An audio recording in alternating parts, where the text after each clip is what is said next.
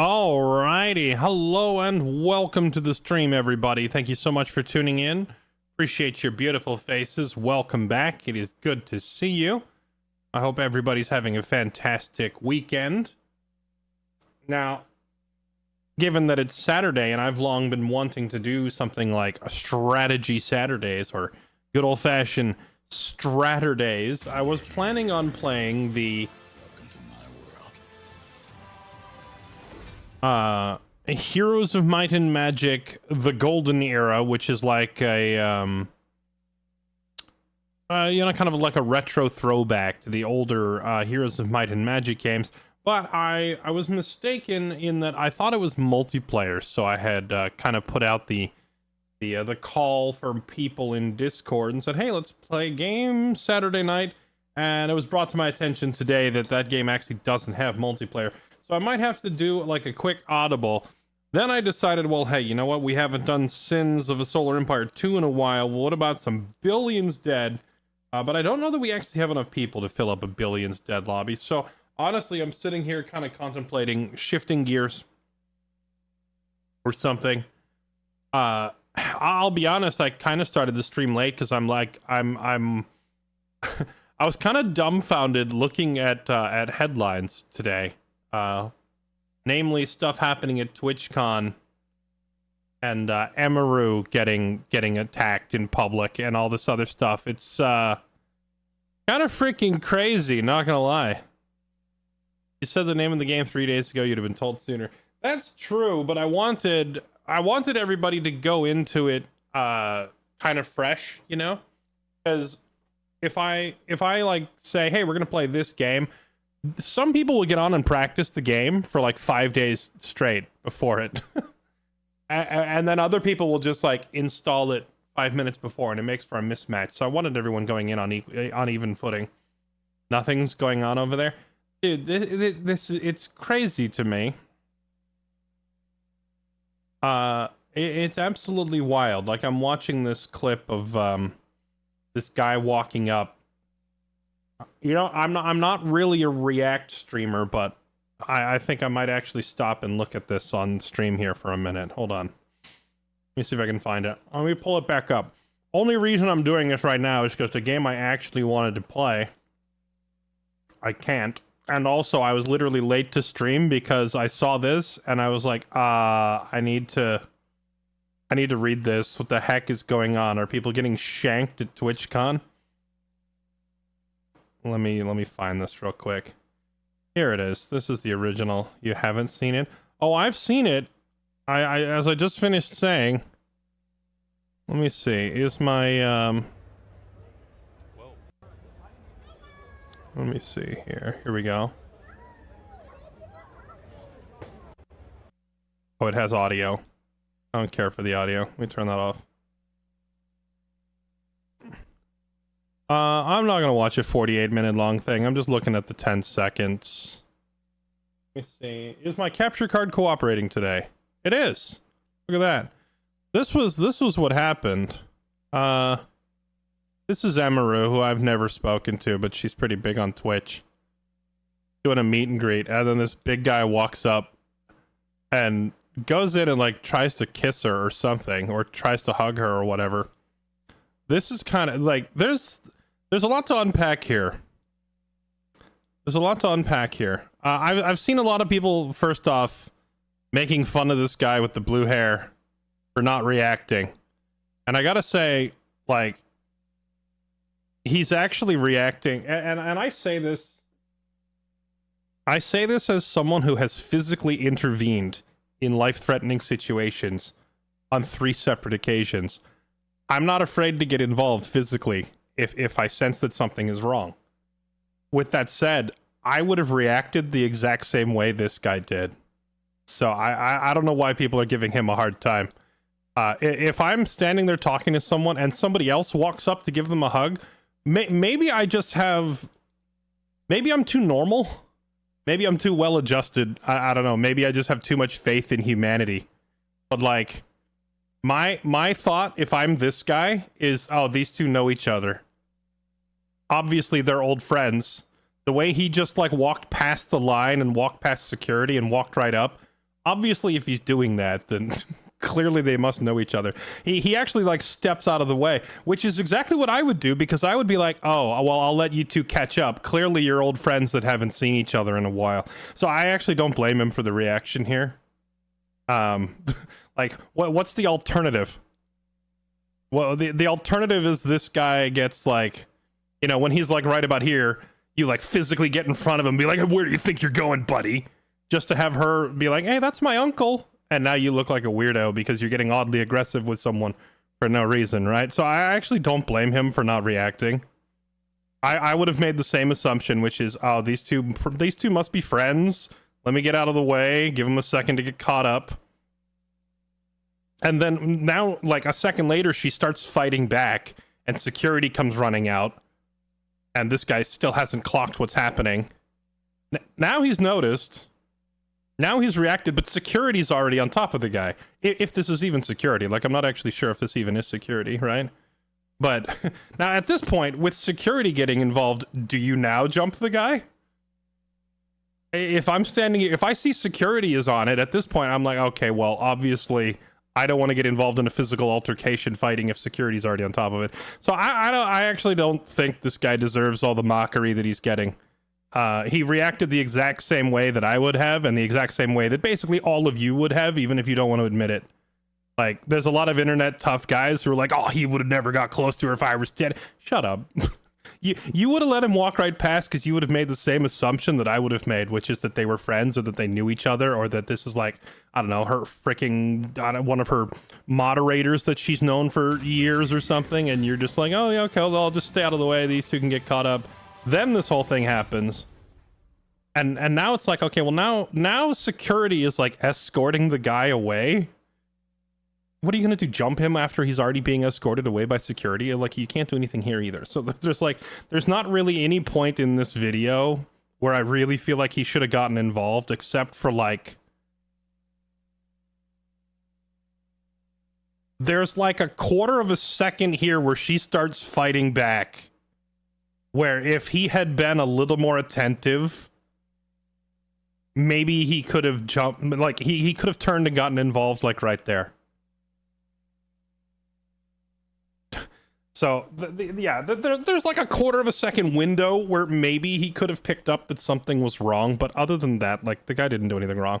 So I don't know why people are getting on his case. Let's see, what else? This guy, as has been pointed out in, like, some Twitter comments and whatnot, this guy has some sort of leather object here on his left hip, and I almost wonder if he had some sort of a weapon on him. This situation could have gone a lot worse. I'm just saying. If he's able to just walk up like that and hug somebody, you just be lucky that, or like, it is lucky that this was just some weirdo parasocial creep imagining some one-sided relationship between these two and going in for a hug, as opposed to the alternative, which is like some delusional psychopath with a weapon, because he easily could have just shanked her right there. Like, if you can get close enough to do this, there's nothing to say that couldn't have been fatal. It absolutely could have just been death. So that's absolutely, like, watching this happen, I feel like next year there's going to be a huge number of creators who just don't go to TwitchCon anymore. Like, unless, and here's the thing, like, how do you even fix this as Twitch? That's another thing. Like, I do see people yelling, where was Twitch? Where was security? Aside from putting her behind a bulletproof panel of glass, I don't know how they actually fix this. Because people are saying, oh, well, they should never be able to just walk right up. But that's the whole point of the event. The whole point of the event is you're standing there talking to people and they are all walking right up to you. So, like, sooner or later, one of the people walking up to you is a crazy. I actually don't know how they fix that. People are saying things like, oh, well, they should have, like, big guards posted, like multiple bodyguards per streamer. Maybe, I guess they could go really over the top. The only way realistically that they fix this from happening anymore is to drastically reduce the number of streamers who get meet and greets, because like every TwitchCon that I've gone to, there were dozens and dozens and dozens of streamers doing meet and greets. Even like smaller streamers, people that only get like less than 100 views, still have meet and greets. Right now, I haven't been to a TwitchCon in like 4 or 5 years, so I don't know how exclusive that is. But like last time I went, they kind of gave meet and greets out to like everybody. So if they're gonna do that, and they also want to have like multiple bodyguards posted, if they want to have like two big dudes standing there for every streamer, like that's a lot of security guys. You'd have to hire like an entire security company to get enough dudes to do that. So the only way that's going to be practical for that is they'd have to drastically cut down the actual number of meet and greets that they do and make it more exclusive. They'd have to only have like the biggest streamers up there, and give them like a couple of bodyguards, because I don't think Twitch wants to shell out the money for like 50 bodyguards guarding everyone and their mother. Either that or like, you know, like I said, what are you like, if you put people behind like a freaking bulletproof glass panel or something, it kind of ruins the whole concept of the event, right? Because you're there to walk up, to take pictures, get a handshake, sign something, whatever. So physically like having the streamer physically accessible is a core part of the event, which in itself has like an inherent danger. Anyway, I'm just rambling. That's just my thought. My thought when I watched this, my first thing is like, do they even have security? This guy comes running out. We'll get back on topic here. I don't know if this guy's even actually a security guard. I don't think he is. He's dressed like every other event coordinator and random like door greeter and like all the other people. Every time I went to TwitchCon, half the dudes there were freaking dressed like this, but they weren't security. For all we know, he's like a random event coordinator, or he's like the audio guy manning the booth to make sure their microphones work or something. He might have just been the one who happened to look out. Maybe he is security. I don't know. I haven't really heard like I haven't heard a confirmation whether he actually is or not. But I also noticed that like this suspect, or the creep who runs up, he's a good 6 inches taller and probably 50 to 60 pounds heavier than the guard. So like, I've also seen people yelling, why isn't security detaining him? I don't know if he can. She said that was her personal security that stepped in.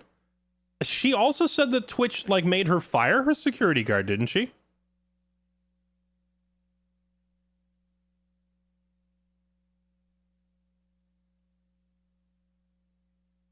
She said it is her. I'm getting mixed stories on that, because she also said that like her security guard got thrown out last year for stopping somebody, and she wasn't allowed to have one unless like she hired another one, had him in the background. But either way, point is like I've seen people yelling like, why isn't he being arrested? Why isn't he being detained? Well, I don't think he physically can.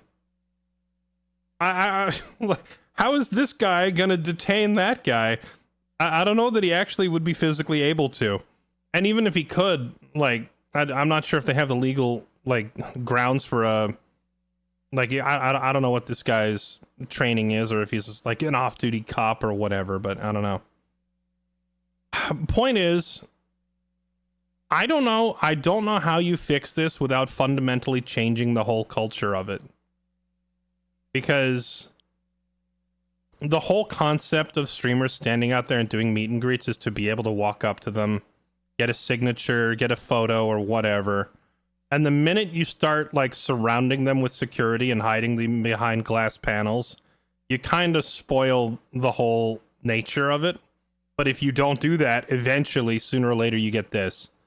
So I don't know where the happy medium is. I just figured I wanted to go over this and give my thoughts on it, because frankly, it made me late to stream today because I was reading this stuff.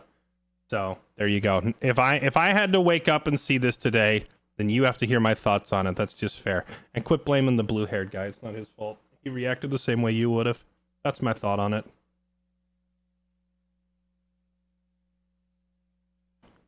Oh yeah, apparently they figured out who he was, and the punishment was a 30-day ban on Twitch, which was then later escalated to a perma ban. I'm sorry, but a ban? He got banned on Twitch? He didn't get arrested? Like, that's just such...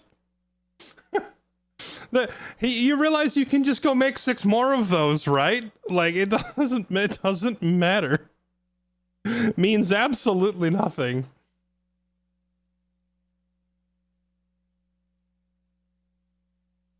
Sadly, this open environment is over.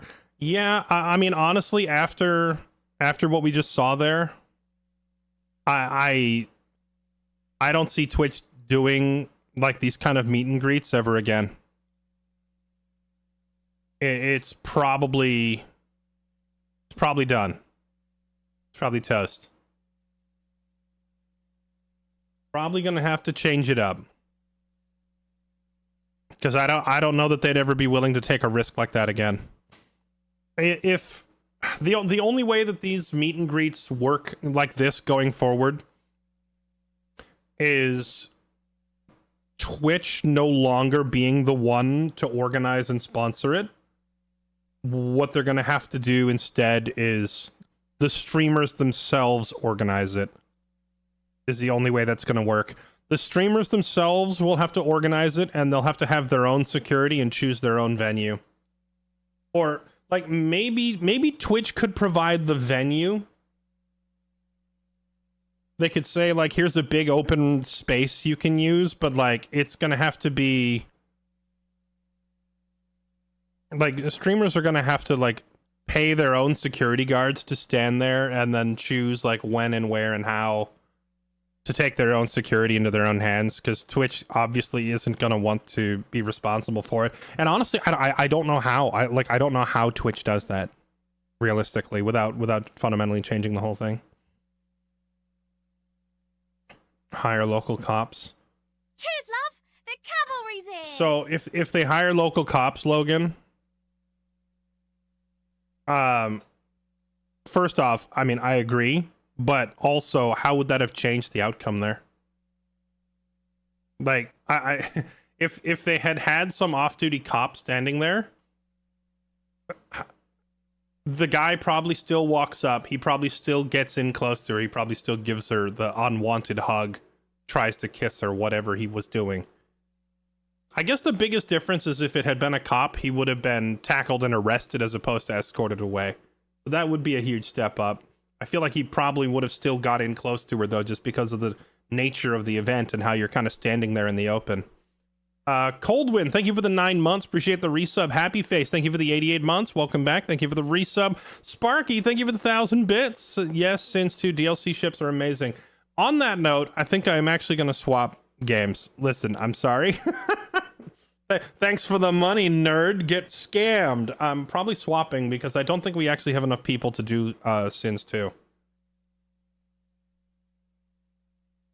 Deterrent and arrested. I mean, honestly, if they hired like off-duty cops or local cops to stand there and they like visibly have guns on their belts, that would probably be enough of a visual deterrent to keep the average creep away.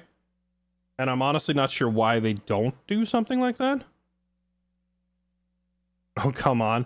I'm sorry. Look, I put out the call in Discord. I said, hey, who wants to do some strategy gaming? The only one who responded was Gray. But I'll be honest, I've been watching Worlds, and every time I watch Worlds, it puts me in the mood to play League. He wasn't escorted away. He was able to walk off. Both. Yeah, both are true. He was escorted away, but only like 10 feet. And then he walked off. It's not an either-or thing. Guns in a crowd seems like a bit much. No, it doesn't. It absolutely does not. Like any kind of big major outdoor event with a cop standing around. How is that any different? Call Midna for TFT gaming? I don't know if I'm really like...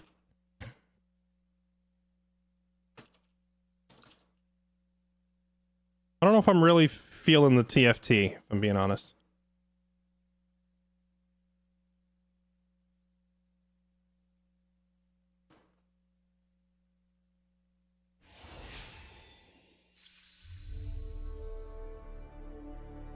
So Sin's another day.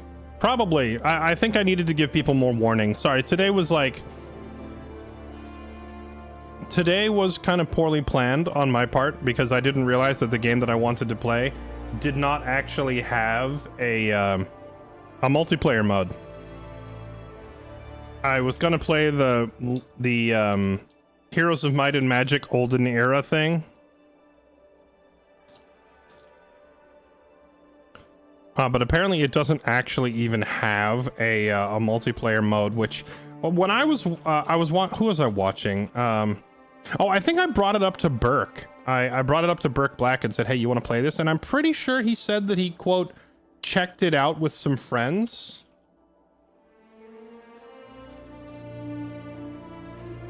Which gave me the impression that it had multiplayer mode, but maybe he meant that they just looked at the trailer together or something.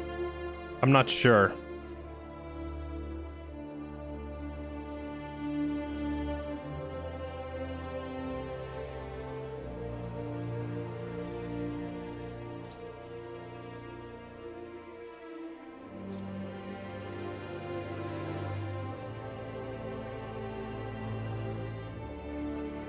What the? I look up and I see snow angels.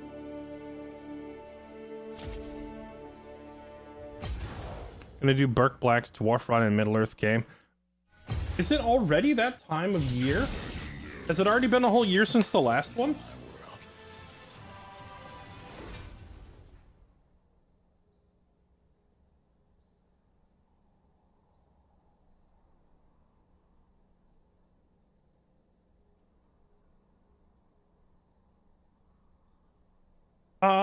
I'll be honest, I'm not sure. Any other strategy games I want to look at? Right this second, no. But over the course of the next couple days, I'm sure. I support any of the teams for Worlds. I'm biased towards the Koreans, like any of the Korean teams, because typically when I end my stream for the night, the Korean League is just starting. So I tend to watch Korea games. So when I watch Worlds, all the teams that I recognize are from Korea. I know Gen.G, I know T1, I know Hanwha Life, KT Rolster, like all the Korea teams basically. So if any of them make it, I'll be happy, but obviously, you know, there's the certain team. You gotta vote for the GOAT, right? If Faker's playing, I will happily fanboy for Faker. Though they did just get absolutely dumpster stomped by Gen.G, I heard. Was that yesterday?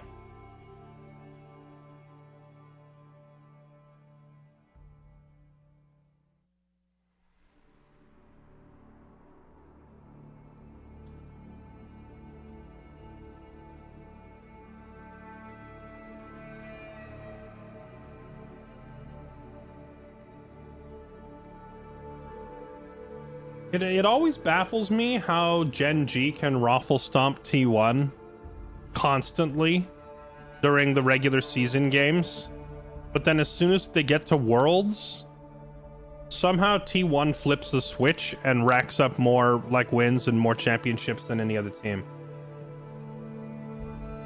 and oftentimes outplaces and outperforms Gen.G. Might not be the case this year since Gen.G just picked them apart yesterday, but I don't think they're actually out of it, right? The Swiss stage... For the Swiss stage, there's no eliminations, right?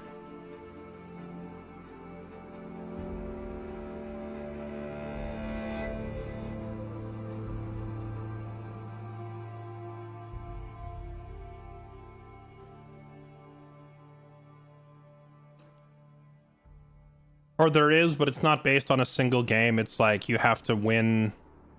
How many matches are they playing in Swiss stages? Is it 4 or 5? I think it's 4 games, right?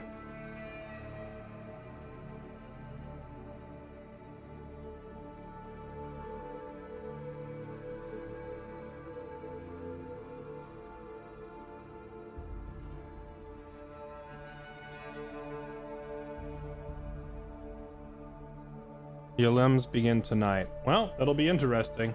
We'll see if T1 gets sent home early. I'll be honest, I don't know why Faker is still playing. Other than maybe... Yeah, I take it back. I know why he's still playing. He's addicted. It's the love of the game. It's been his sole defining trait for over a decade. The same way that I have just obsessively streamed for a decade. Like, if you offered me $1 billion tomorrow to retire, I would retire, but I would also keep streaming, because what else am I gonna do with my time? Like, this is what I do. So in Faker's case, like, I kind of get it why he doesn't move on. It's been like a sole driving force in his life for so long, he probably doesn't know what to do without it.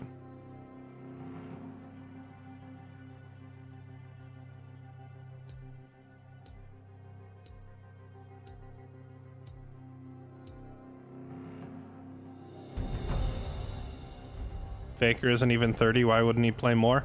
Because the younger up-and-coming teams are more and more consistently staging him up. He's not even, like, he's probably not even in the top 3 best mid laners in the world anymore. His era has more or less come and gone. He's still a solid player, but he's not the best, not by a long shot.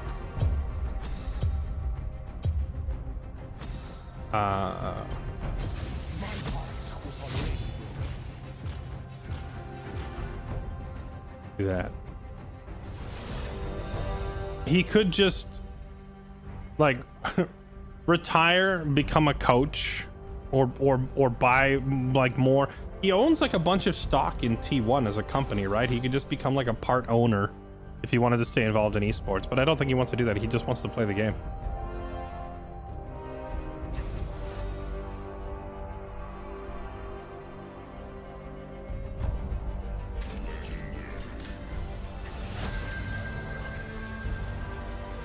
Yo, Irish Mike, thank you for the resub and the anniversary. Appreciate it, man. Thank you.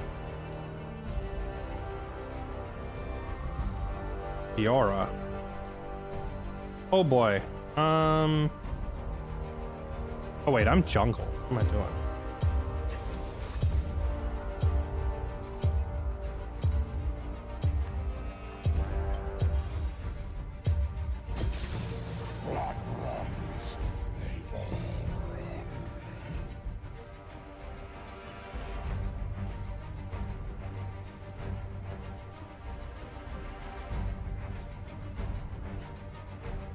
People getting slower as they age. I didn't say that he's slower. I think you're misunderstanding what I'm saying.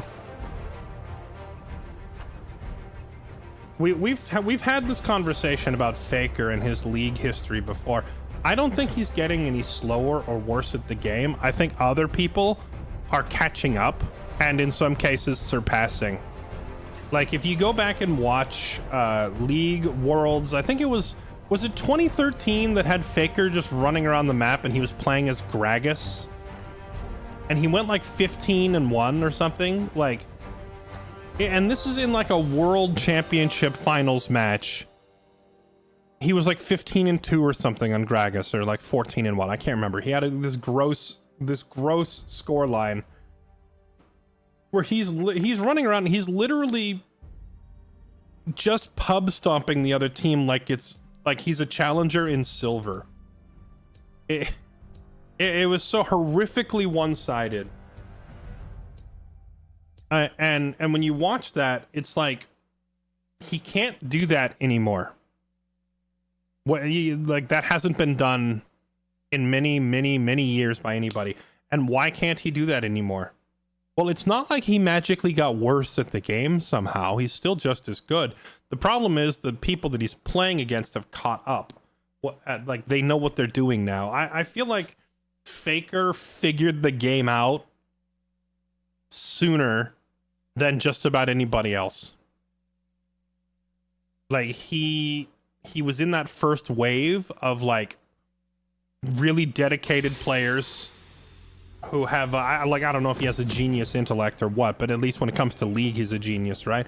So, you know, like, you have this wave of early players who really get the game down early on and absolutely obliterate people, and it's only like years after the fact that the rest of the community, but like pro players in particular, are catching up to that level of skill and developing that same kind of game sense. 30 seconds until minions spawn.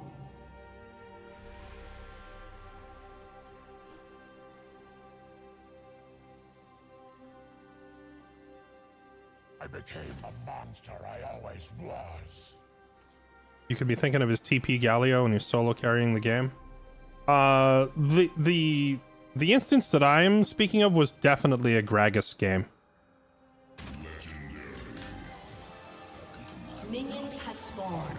Soul screams like the back of my claws.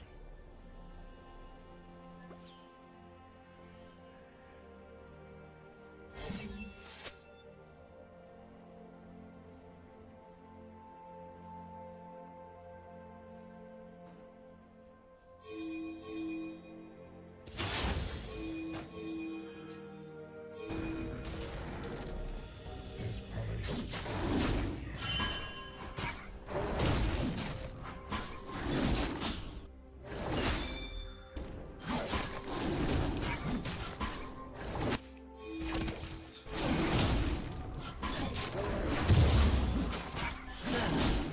Oh my goodness, she died. Brought me here.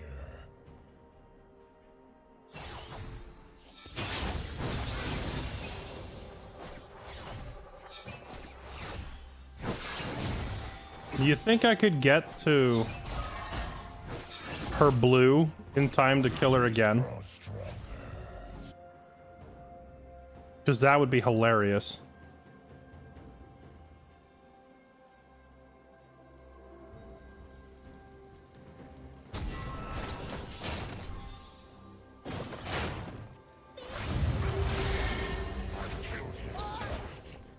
It reset.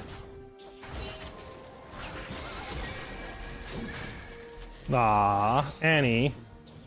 Why you gotta be like that?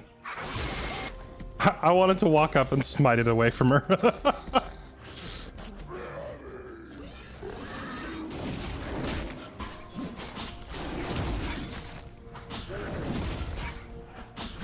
True, our bot is behind. I'm gonna go see if I can give them a Ally has been slain. hand.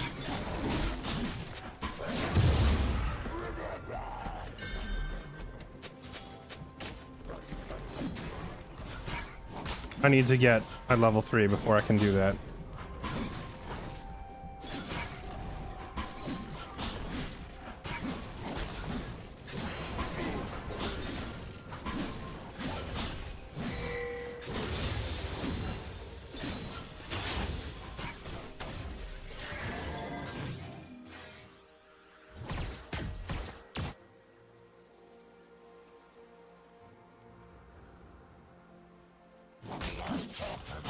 Game where top is your strong side. I don't know how I would strong side a Kale against a Fiora.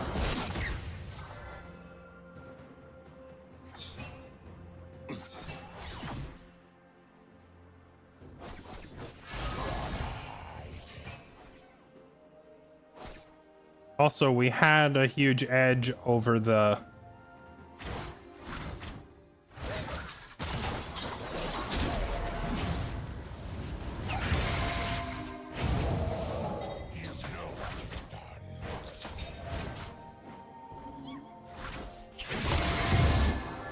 Thank you.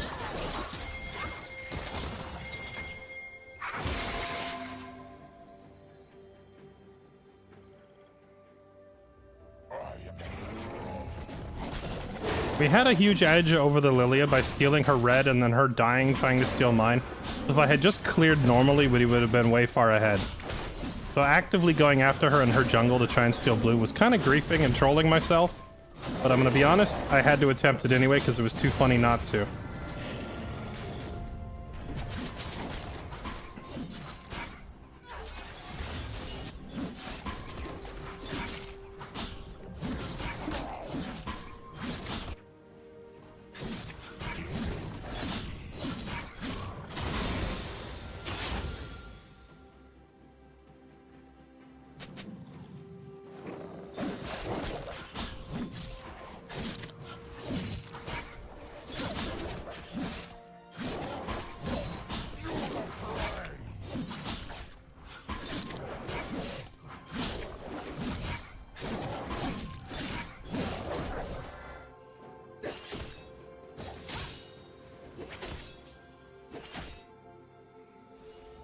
I wonder. Fight back.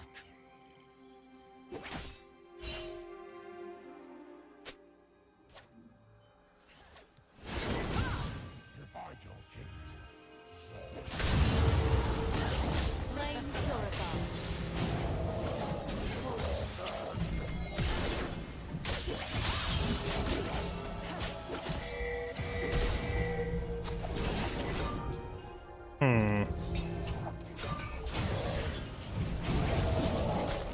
Slain an enemy.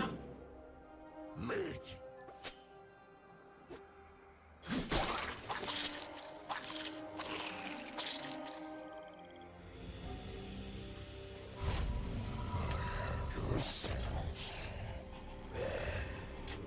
Wait, why do I have Hex Flash? Did I forget to change my runes? The memories come back every time you scream.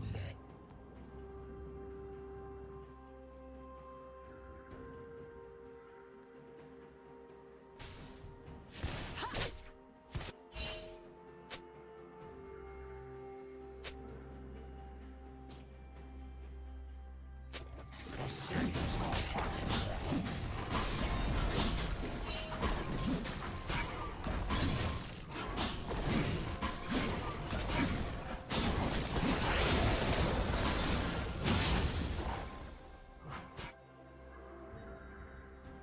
Zorn will watch you bleed, and it will do nothing. You just keep autoing you out heal.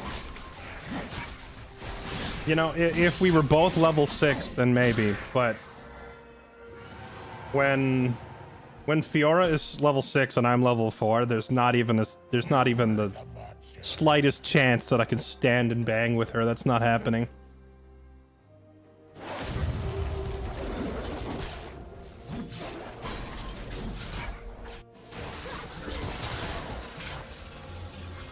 Uh-oh.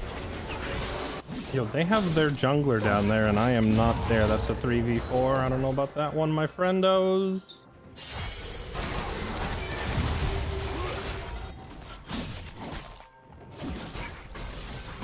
An ally has been slain. An enemy has been slain.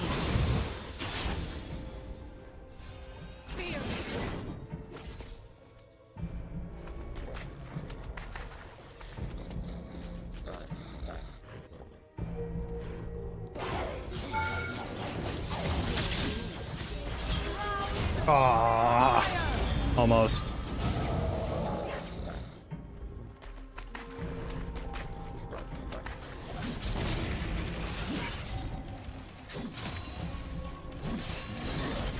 I needed, if I popped my E and then jumped, I think we would have had her. Because I could have chained it. We would have had her feared.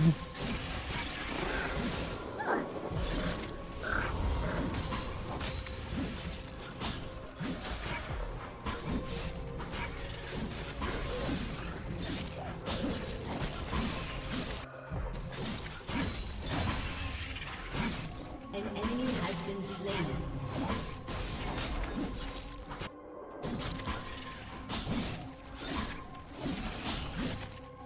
Can she parry a War Repelled? She can parry anything.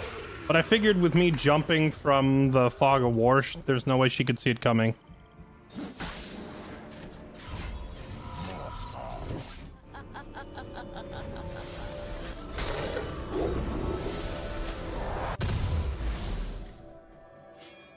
Vengeance is only a step behind you.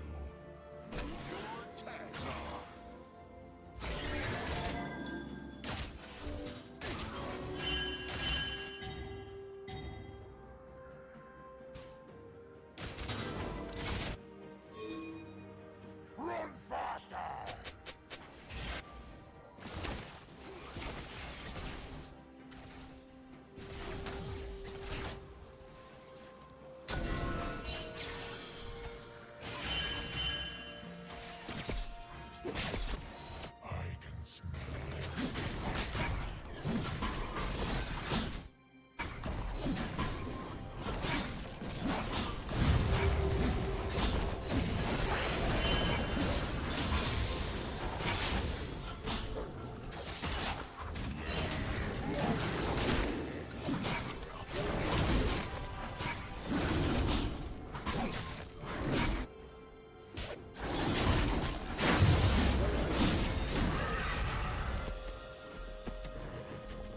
Why is Lilia up there?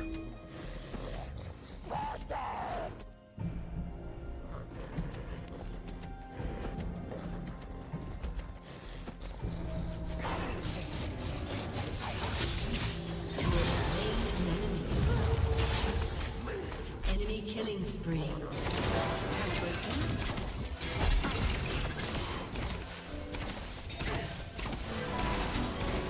Enemy double kill.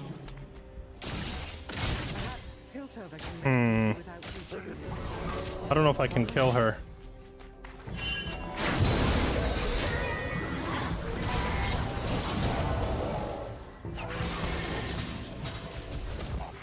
I'm dead.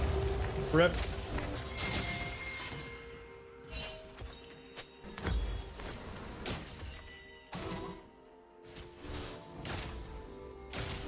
I didn't expect Lilia to somehow have relocated all the way down there from topside. She must have recalled and then run back down there during the time that I was killing, what's her face?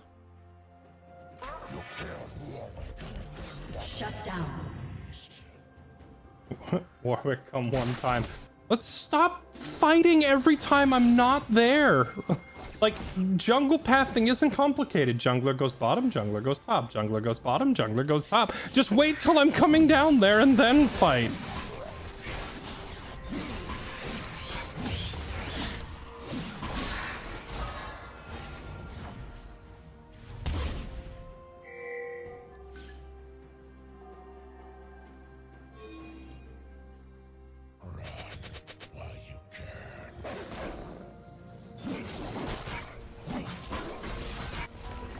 I do need to go down there for that. I think we can't.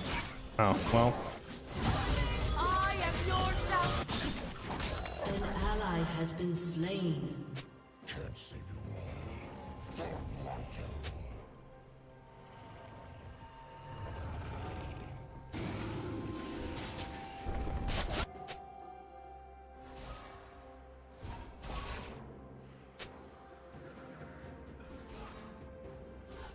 Your turret has been destroyed. I became a Turret plating will fall soon.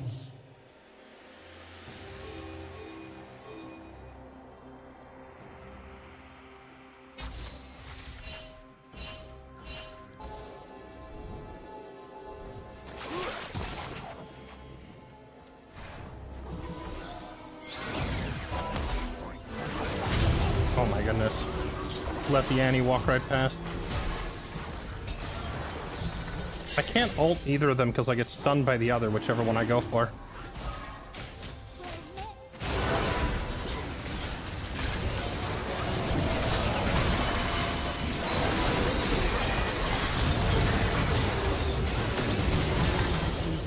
Dang. An enemy has been slain. An ally has been slain.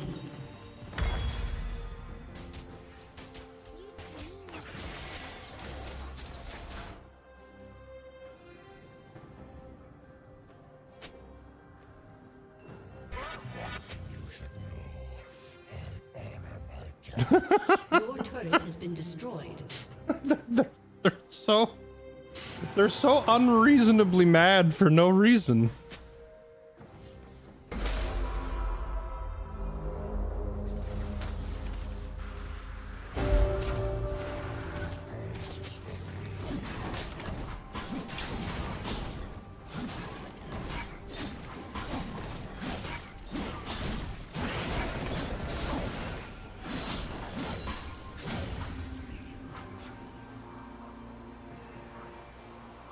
Hey, what's up, Varn? How's it going? Am I the only one who, like, will go through extended periods of, like, not playing or paying attention to League? But then Worlds rolls around and it's like the yearly reminder that I need to get a few games in?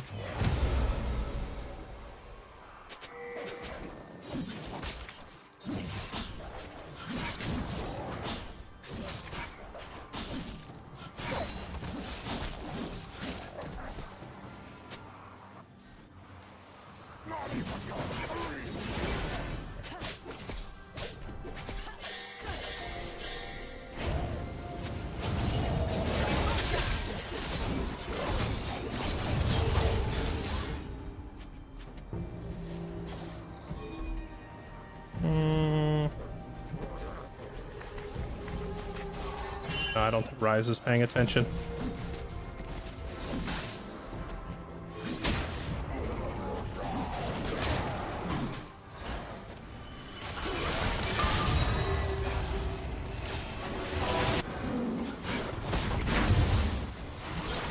An ally has been slain. Enemy double kill. Oh wait, she got him too? Oh, rip. That's GG. You've been clean for 10 years. Congratulations on the accomplishment, man. I'm happy for you.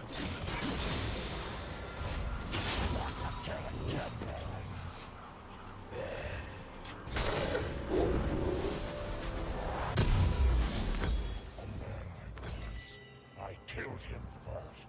Your turret has been destroyed. Any chance we'll see some more Zomboid? Ooh, I could be persuaded to do some Zomboid. Have they had any new... Oh.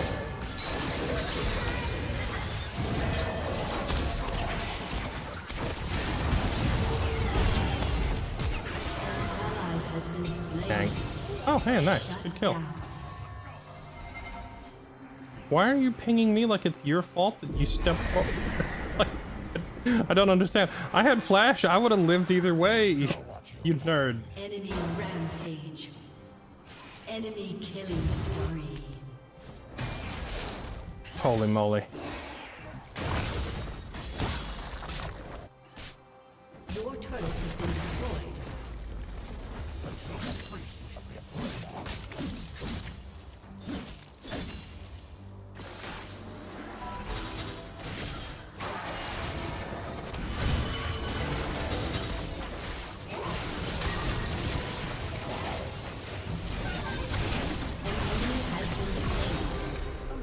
Shut down. Now comes the part where Jinx aggressively pings me. Even though I did like all the damage. Because she wanted the shutdown. What has Zomboid added that was new since last time we played it?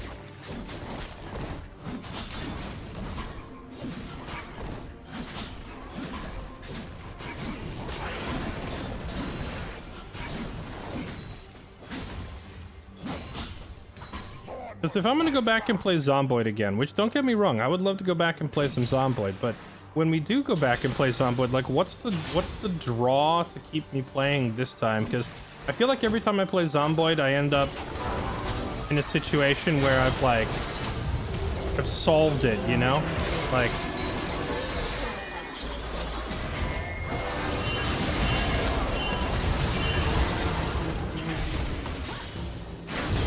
it's over. GG. An enemy is unstoppable.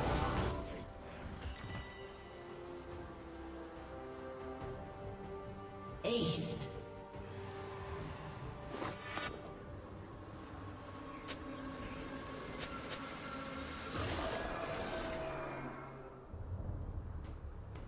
Your turret has been destroyed. Hold off on Zomboid till build 42 multiplayer. I'm just shocked that build 42 multiplayer is not already out, given that I thought they had originally planned on it being ready around summertime. The memories come back every time you scream.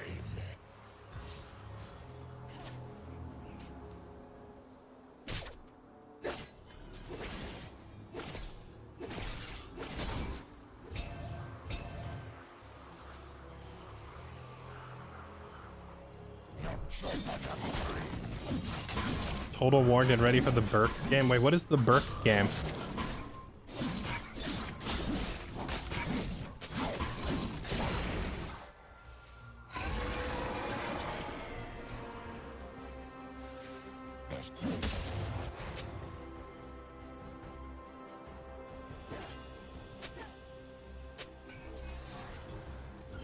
Flame sword.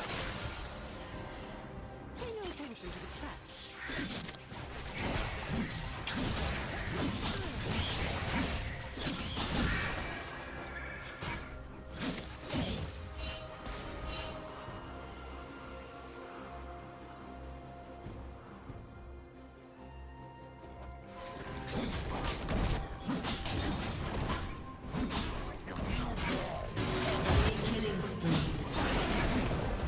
Hold on.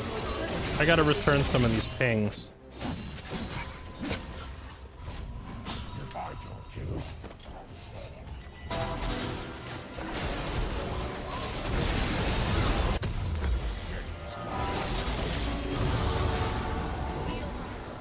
Your inhibitor has been destroyed. Your team has destroyed a turret. Your turret has been destroyed. Your inhibitor has been destroyed.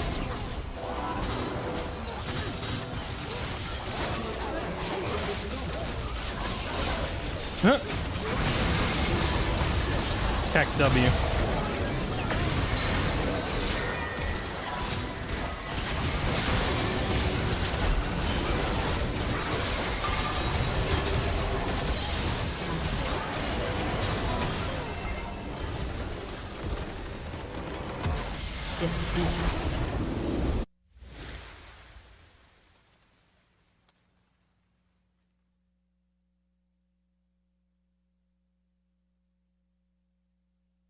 Oh, I saw Angel. I'm just like it's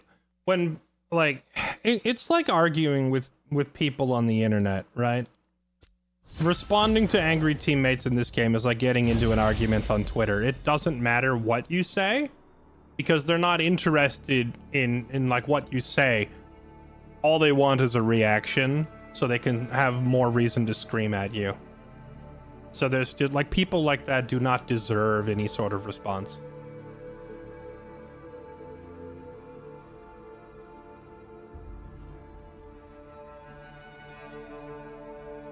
He's talking about it, but I don't know if Burke let him know yet. Wait, was Burke talking about doing another Warhammer 3 game? With the next... I'm assuming you mean with the next DLC, right? Which of the upcoming Warhammer 3 champions are you excited for? I'll be honest, I haven't paid any attention to Warhammer 3 in a while. I feel like it was... What was the last one we played? I played the one where they added... which one was it? It was Ogre Kingdoms... Corn, and was it a green skin? I played that one, but I'll be honest, I was really only playing that because I was sponsored. I think I checked out of Warhammer around the expansion where they added Malachi Makaisen. And I think that's also the same one where they added Elspeth, right?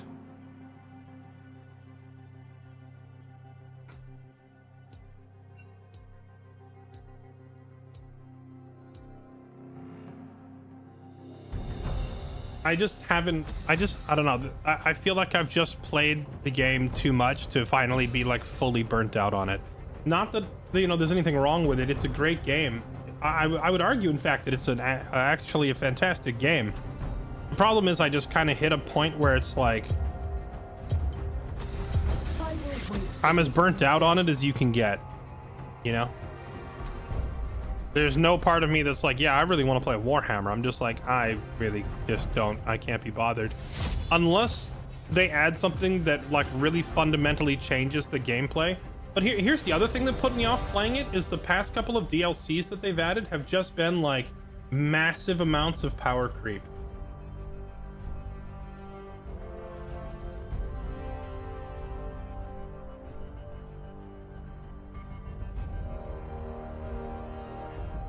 Like Elspeth and Malachi were both like hilariously overpowered.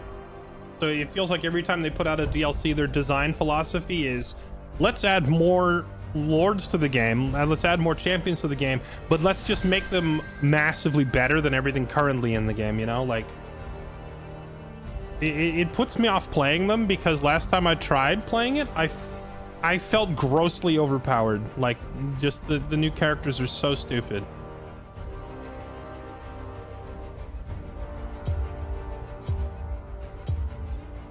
But with that said, I would probably still reinstall the game for like a multiplayer, especially like a multiplayer streamer event or tournament or something like that. Like if Burke did a group game, I would reinstall it for that.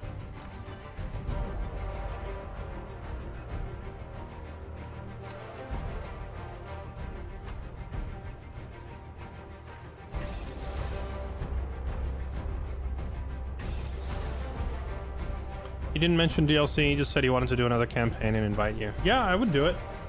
I would do it if we had a bunch of, you know, cool people together.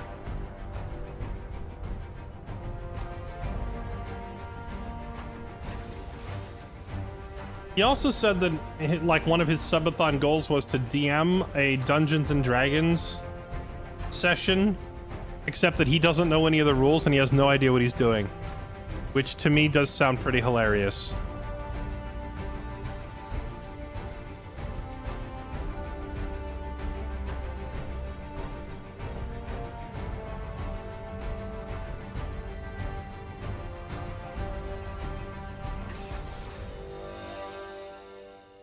Yasuo, huh? Interesting.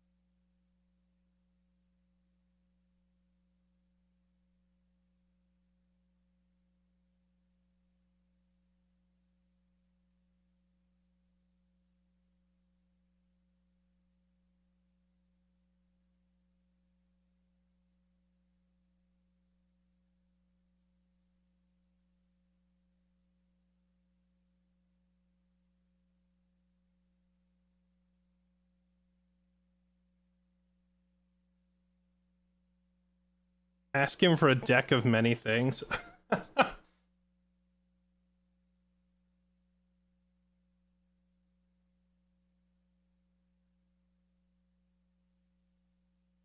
He mentioned that too and thought about you. What, the D&D thing? Oh, he already messaged me about that one. I asked if I would like to be part of a mock Dungeons and Dragons thing where he's like being the DM but doesn't actually know what he's doing. But the thing is, I feel like you have it backwards. You say a brand new DM that I can abuse for fun and profit. I feel like what it's actually going to be is a DM who knows nothing about the game abusing me while I attempt to defend myself within the rules, but the rules don't matter because it's Burke. I feel like it'll be me saying, okay, well, I want to use this, and I want to do this according to this rule, and him going, no. A dragon bites you. And I'm like, I'm sorry, what? Where did the dragon come from? I don't know, it was just there. Like, he's just gonna randomly do whatever he wants. So me knowing the rules won't be relevant at all.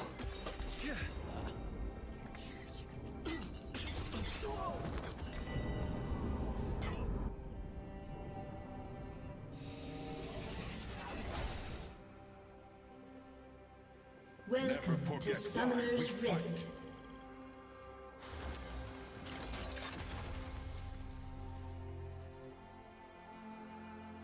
Seconds until minions. Or I'll be like, I cast this spell, and he'll be like, he ignores it.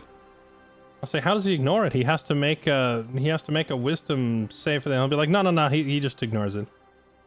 He's just gonna do what he wants.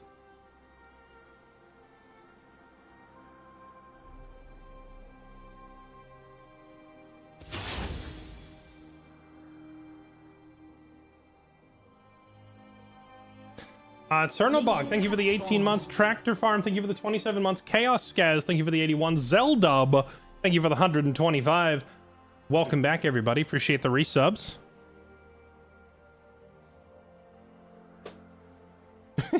Yeah, him saying, the dragon bites you. It hits you for 22 damage, and I'm like, are you not gonna roll a dice to see if it hits? And he'll just be like, no, it just bites you. I'll be like, doesn't it need to, you know, roll against my AC? Nope. To protect our land.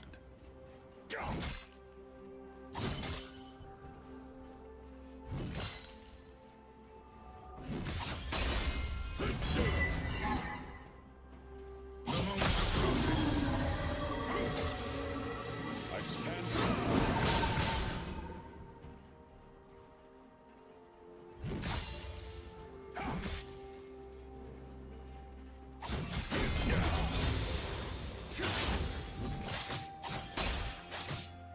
Be bold.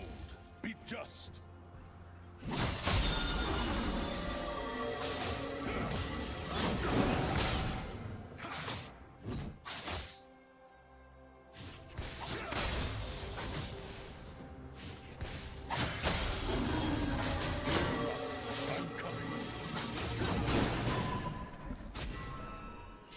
Well, if a Master Yi does come up here, a Master Yi and a Yasuo are not exactly going to have much in the way of CC to hold me still.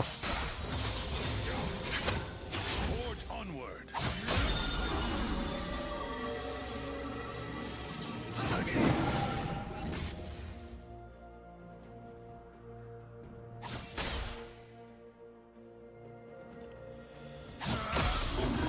Our deeds shape the future. Yeah, fine. No, if we do, you know what I'll do? I'll make a rogue and I'll choose the swashbuckler subclass, and I'll make a character and name him like John Silver or something. Like name him after a famous pirate.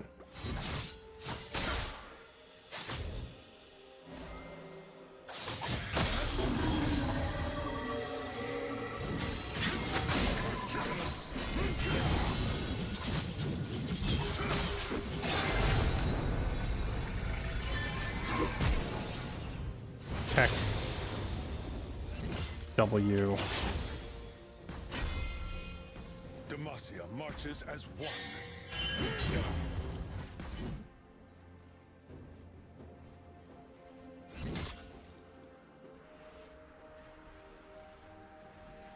I wouldn't have wasted my ignite if I had known that a Mumu was just gonna chase him in a straight line like that and get easily dodged.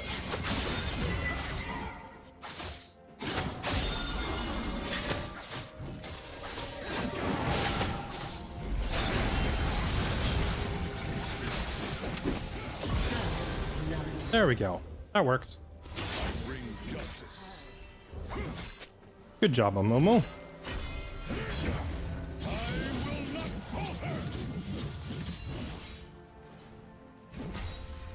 Now, why that Yasuo came right back to lane and immediately ran at me without, like, assuming that Amumu would probably still be nearby is beyond me. In the king's name.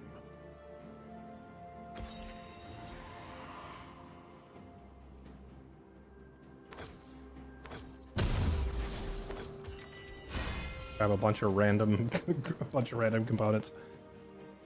Thanks, Trash Panda. I appreciate the compliment, man. Glad you're still here.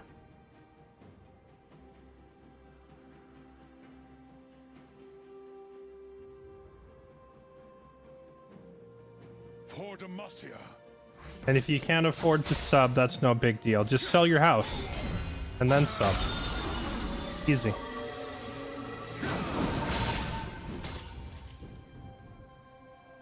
An enemy has been slain. This world needs hope.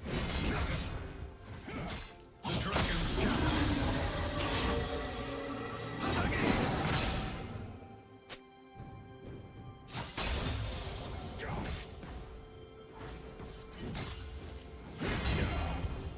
Our courage must never waver.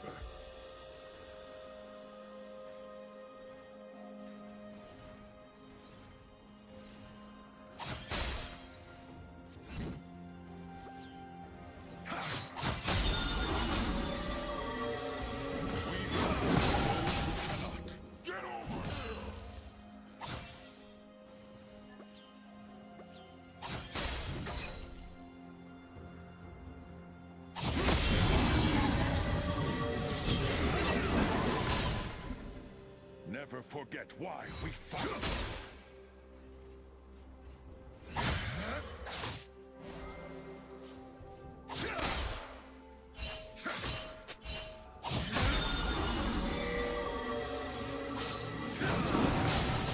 To protect our land.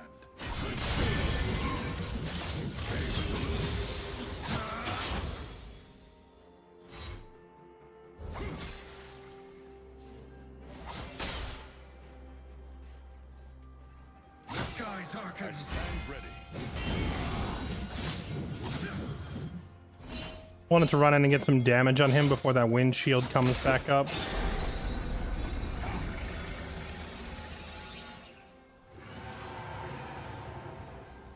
Be bold. Be just.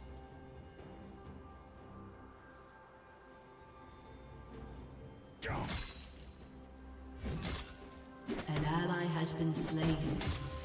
An ally has been slain. Fear not. I'm coming.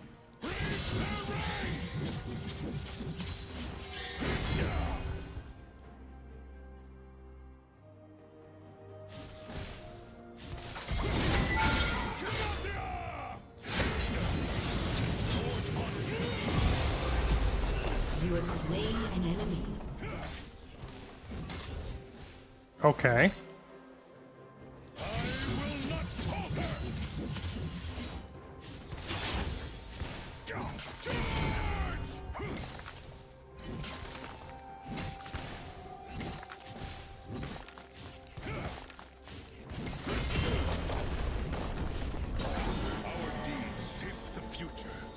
Sir.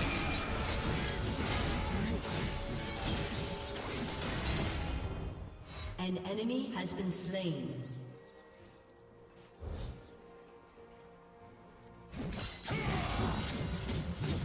Fear is the first of many fears.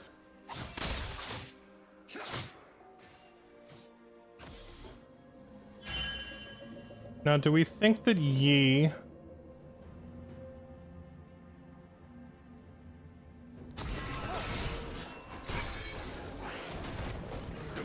Marches as one.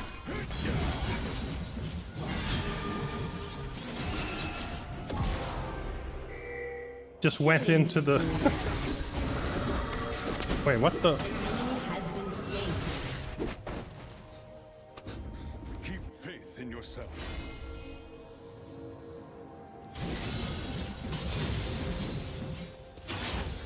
Wow, I went into the jungle and killed their jungler, and then our jungler went to top and killed their top. That's priceless right there. I bring justice.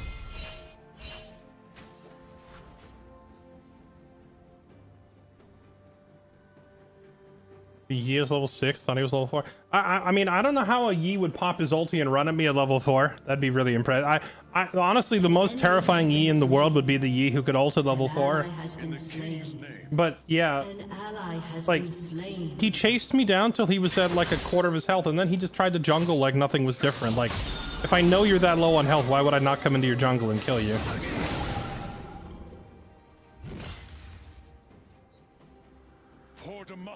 Then he called me a schizo MFer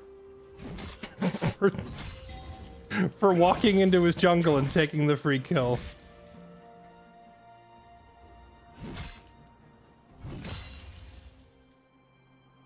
This world needs hope.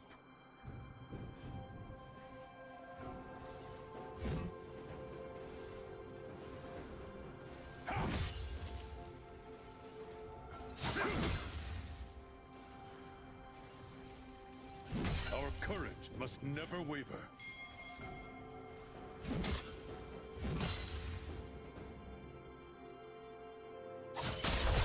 Shut down. Killing spree. We fight for those who cannot.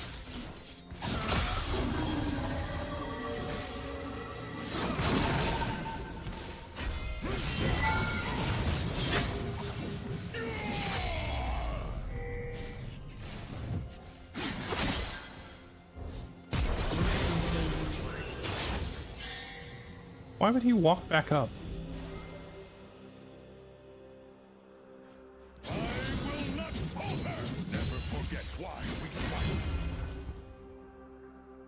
Unfortunately, I don't know where Yi is.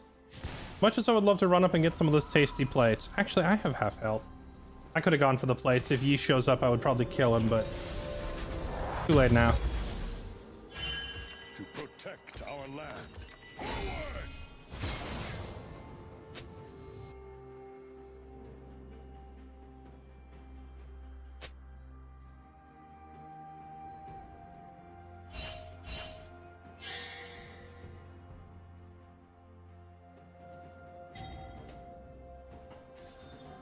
An ally has been slain.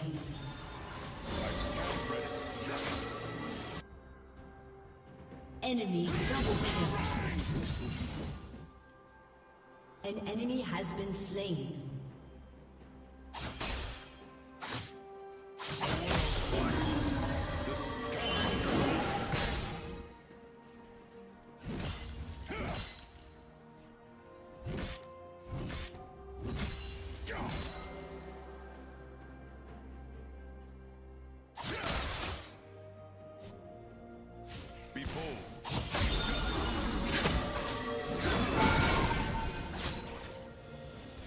An enemy has been slain. Double kill. An ally has been slain. Fear not, I'm coming.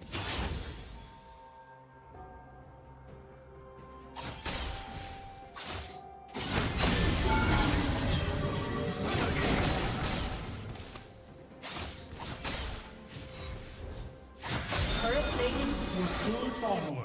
If he sticks around for one more rotation here, I'm just gonna kill him.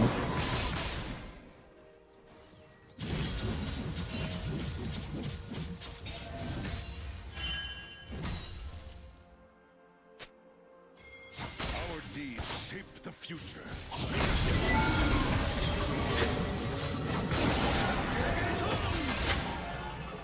Or not.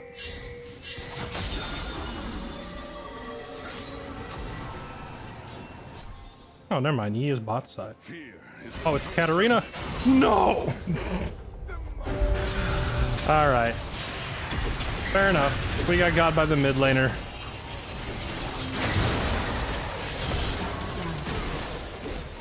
An enemy has been slain.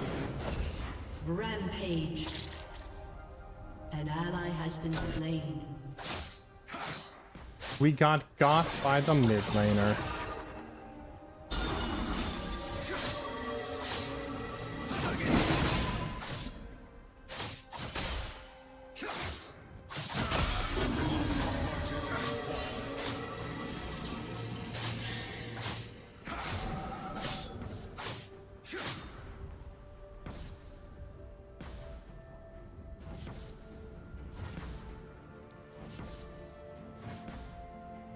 Hullbreaker? Didn't Hullbreaker get nerfed into near irrelevance?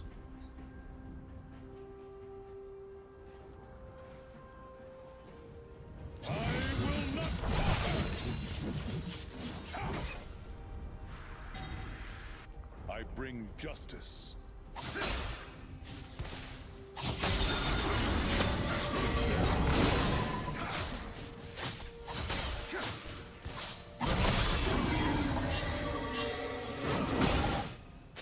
Is she coming up here again? In the king's name.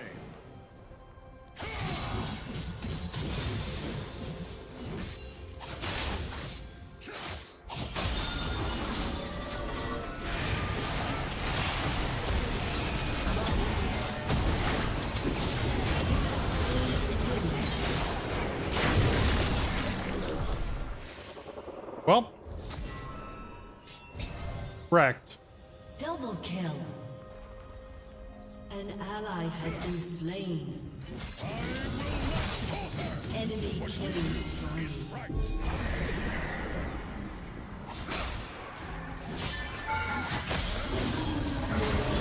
Destroyed turret.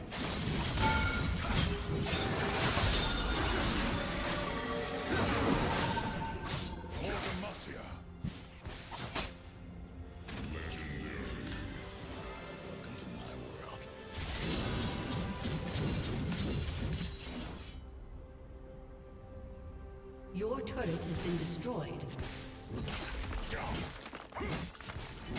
He left. Interesting. Your team has destroyed a turret.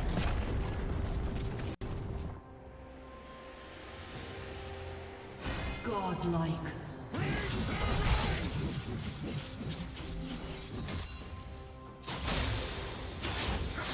Shut down.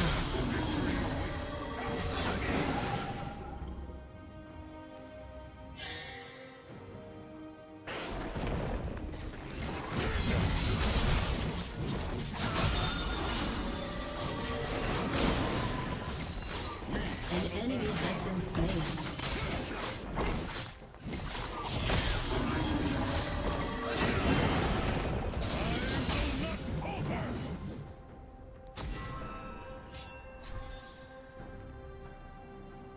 Our courage must never Your waver. team has destroyed a turret. Charge!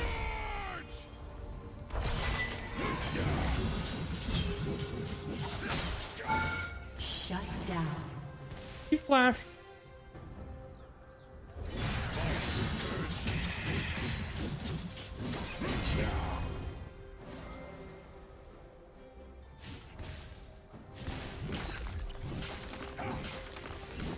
Your turret has been destroyed. Doesn't look fun to get perma crashed. Well, you know, I might have even the slightest sliver of sympathy, except he's the one who chose to pick Yasuo into me. He, in every possible definition of the word, brought this on himself. Never forget why we fight.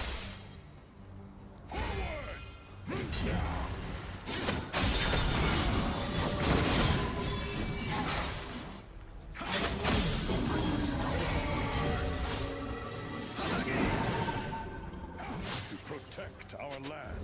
The outplay here is going to be delicious.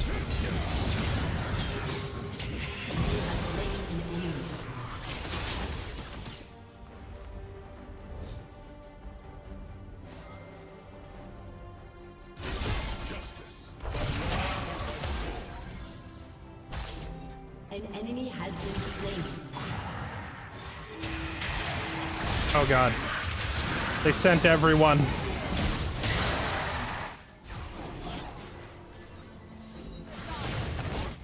I stand ready.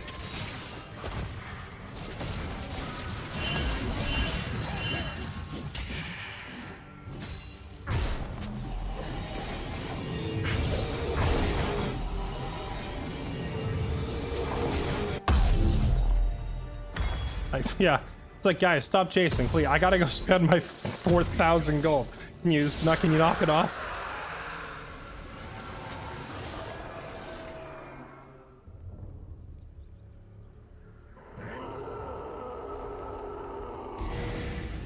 An enemy has been slain. An ally has been slain.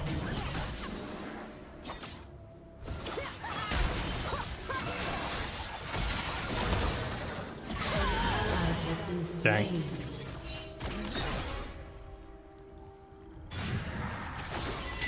Onward.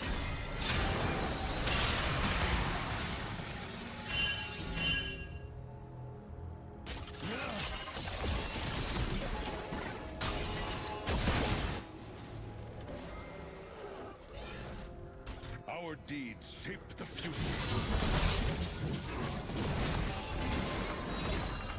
Imagine jumping into the dragon pit and then wondering why a Garen isn't following you. A champion who has zero wall hopping capability in his kit for some reason didn't hop the wall to follow you in.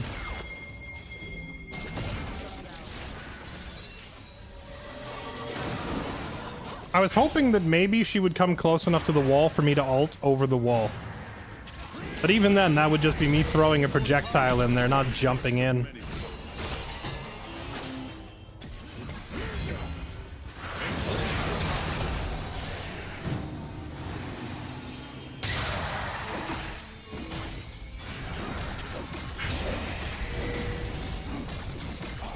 Lead the charge.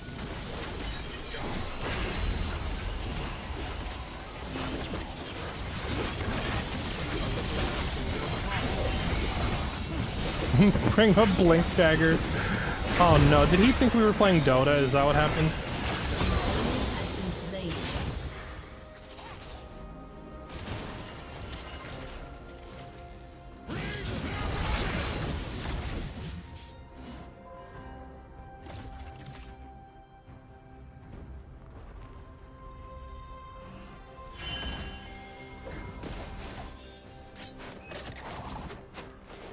Keep faith in yourself. Has been destroyed. Your team has destroyed a turret.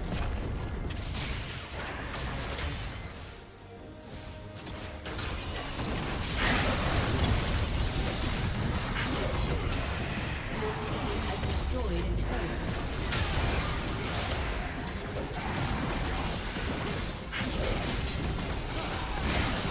Your team has destroyed an inhibitor.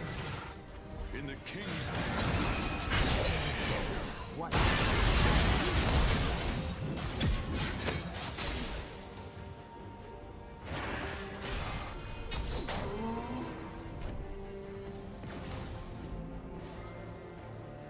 for Demacia.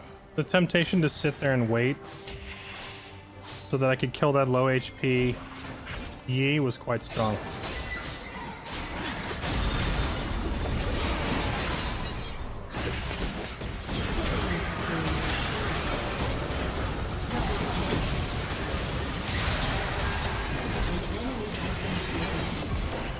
Killing spree.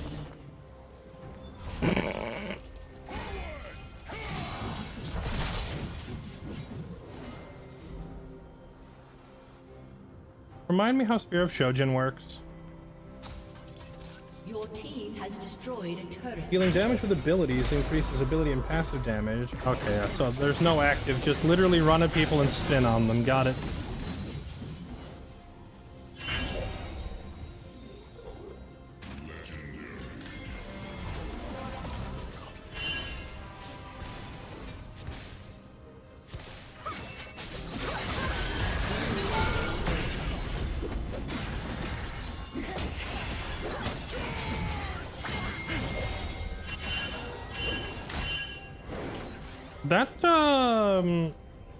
That Katarina, that damage is no joke. Why we fight? I think I might have to go buy some magic resist. Like, she actually hits very, very hard. To the point where we cannot just meme on her. Let me give you a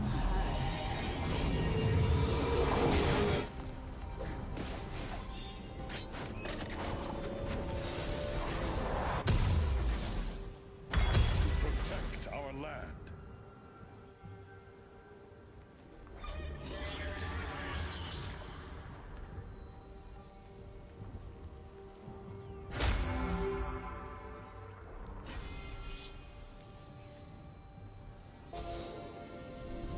I stand ready. What is her build? It looks like pure AP to me.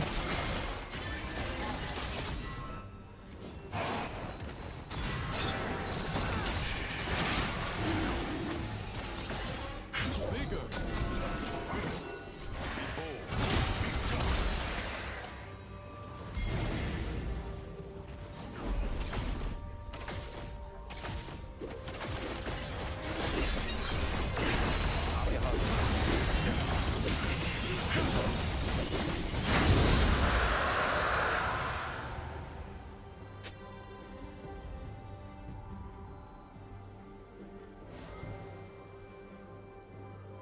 They're gonna see the rest of my team crossing mid, which means someone's gonna walk here with their guard down, right? Right? Forge onward. Maybe not.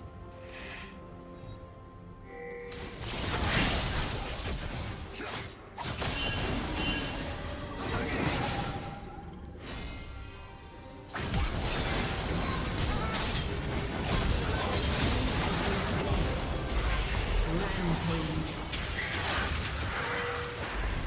Double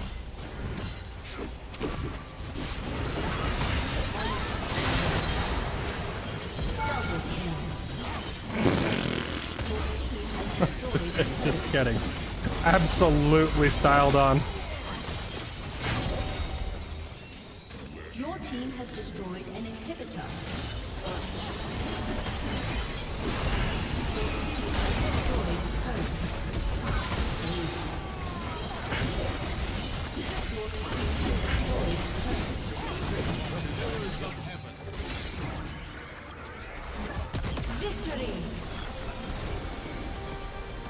Dang, that looked like Gen G versus T1 at Worlds.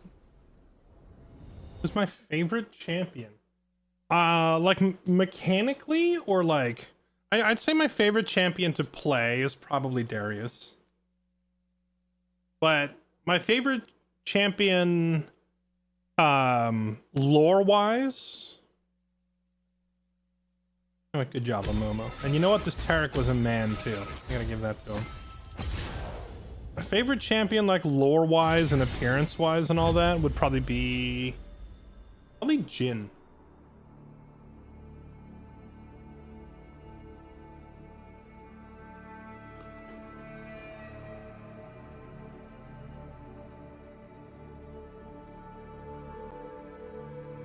I love Jin's, like, narcissistic serial killer angle, where it's like, he's completely demented, like, completely fouled up in the brain, beyond any form of redemption. But he's still obsessively picky about it, you know? Which is, it's just, it's a masterclass in character design in terms of voice work and visuals and whatnot. That character is amazing.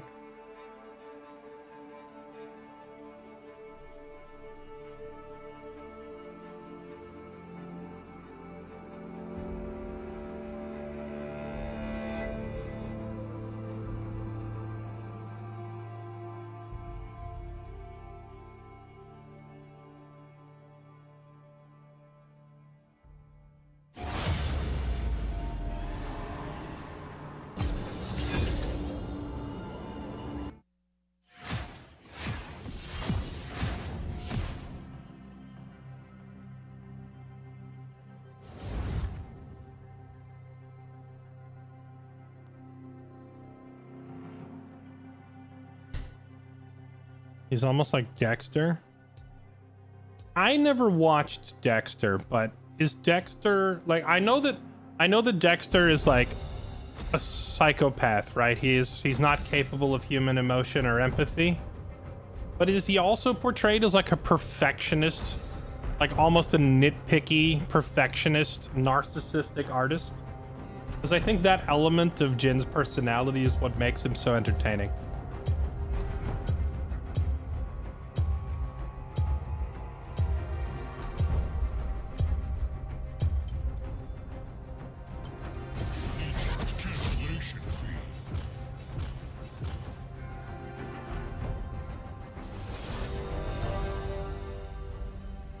He very much is. I've seen a lot of clips of Dexter, mainly due to the freaking, I don't know his name. The black dude who always is staring at the camera suspiciously in all the memes. I don't know his name. But like, I've seen so many clips of Dexter as a result of that meme becoming popular again. But in none of them did he ever strike me as like a nitpicky artist. Dexter is always comes across as like this...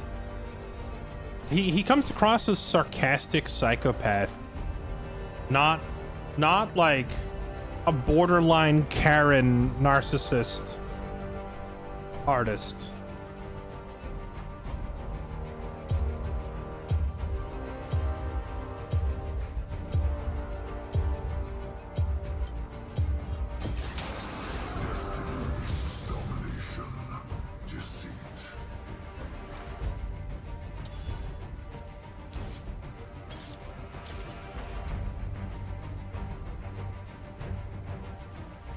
Dokes, that's the one. Yeah, the dude who's always looking at the camera, and then the caption is always like, I know you're doing something, but I can't prove it. That guy's freaking hilarious. You know what's even funnier was like the montage memes from like 15 years ago.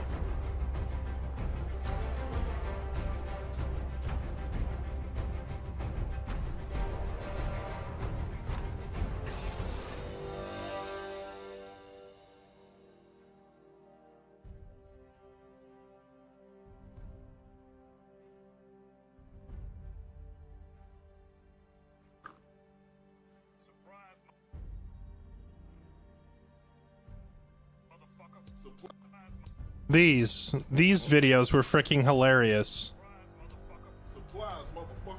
Surprise. Why is TikTok such a cancer app? I hate this website. Why do people put videos on this website? I try to, like, you click pause, you roll the video back to the beginning, it unpauses and starts playing. Like, why do you think I paused the video? You dumb piece of, like, ugh! No, but anyway, these videos, these were freaking hilarious, where it's like the scene from Dexter, but then people making different versions of it. Where's the volume? Is this the volume?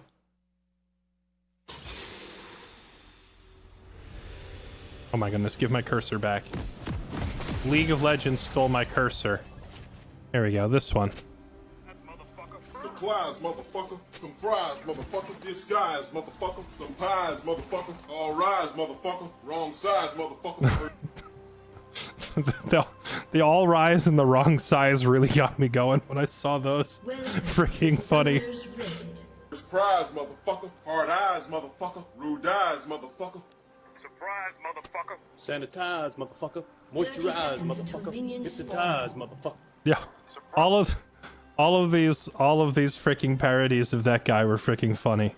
In the world beyond, blackened ichor filled a crumbling sky, as souls withered to nothing. But I refuse to fade.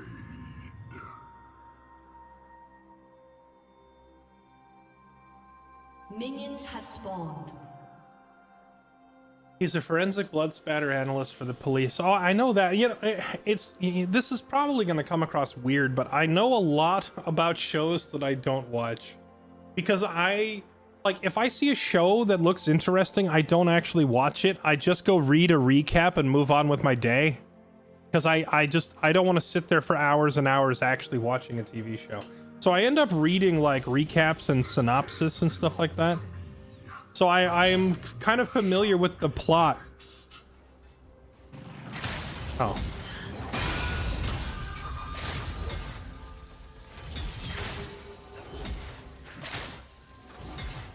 Of Dexter. So I know that he's like a psychopath, serial killer. But he does still operate by like at least some sort of moral code. Even if it's kind of a twisted one, where he is basically a vigilante. Like that, I get, right? But I don't see the almost like Jin, like listening to Jin in League talk is like you are listening to an almost like a Karen-ish character. He almost strikes me as he would ask for the manager kind of a character.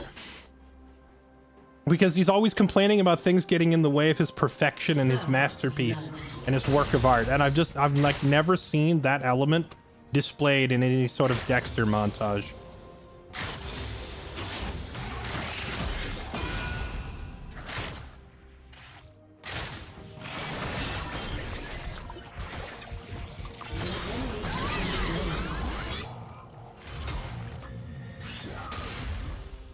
Short format clips coming to my feed got me interested in shows I'll never watch. Yeah, shorts are amazing for discoverability too. Speaking of which, I need to actually start posting them again. I got into posting stuff on my YouTube and it lasted about 2 weeks. And then I got distracted. I really need to just have the whole process automated. Like I need an editor who will just go through and make them on their own. Instead of me having to handpick every clip.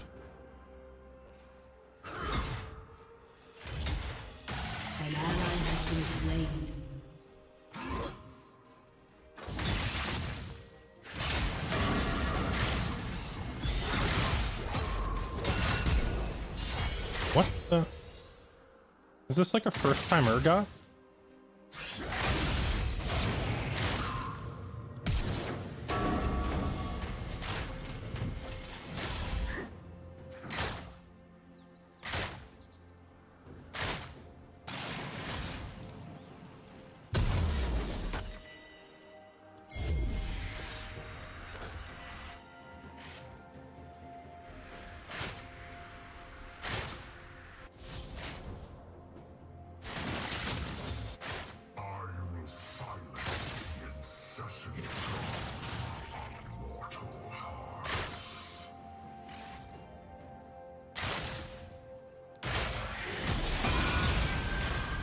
Oh, you gotta be kidding me.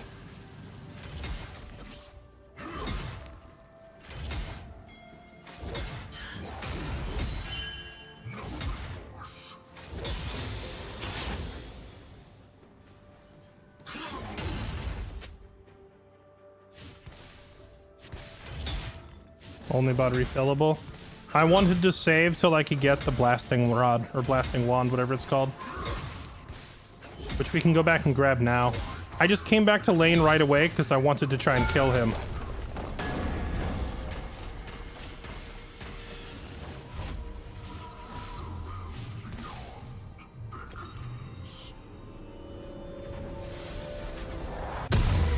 I saw how low he was, so I figured if we were quick about it, maybe we can murder him, but we just didn't have the damage to get through his shield. But now we can buy the blasting wand.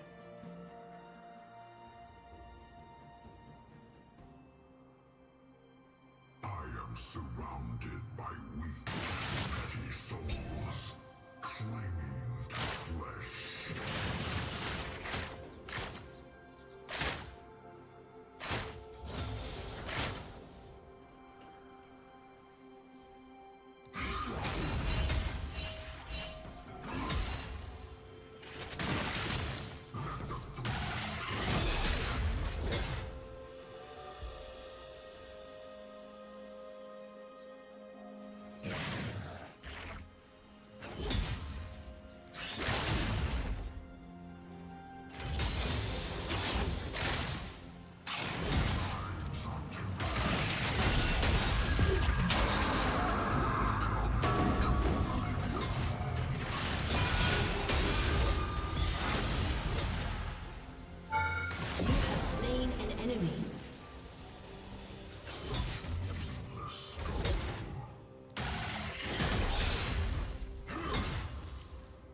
It all works out in the end.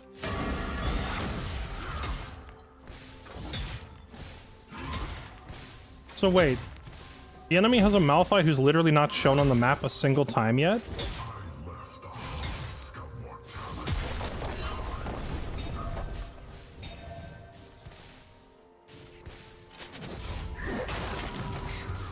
An ally has been slain.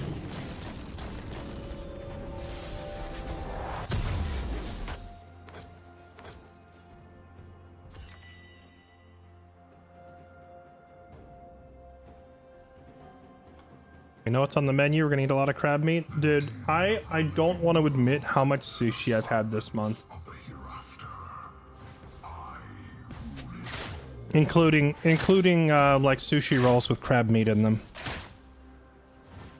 This sushi place opened like 2 minutes from my house. And it has just been the worst excuse to eat sushi every day.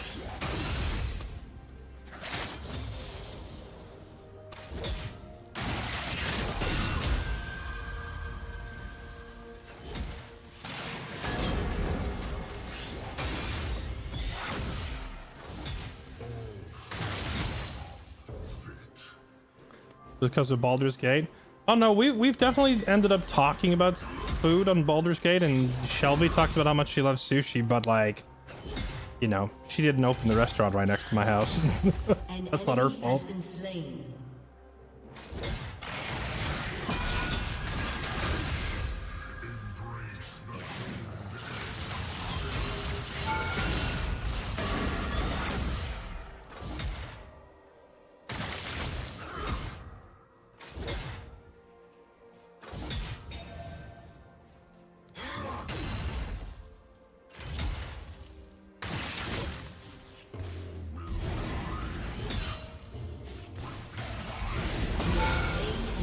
Oh my goodness, he just got smacked.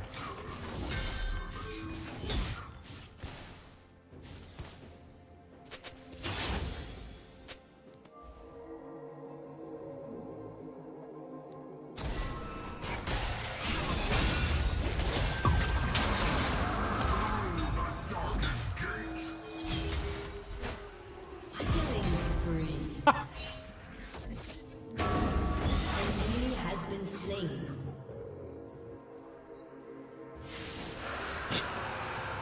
Did he ult out of the pit but not get far enough, so he tied to my passive anyway? That's a sad day to be a Malphite.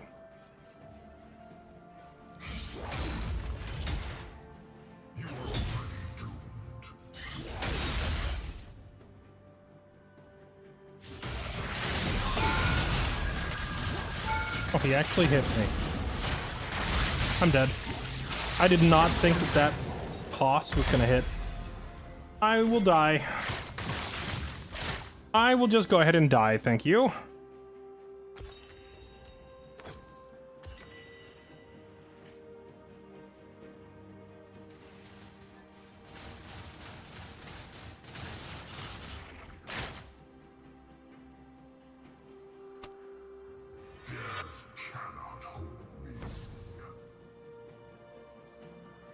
Oh, what happened to my computer? I'm back.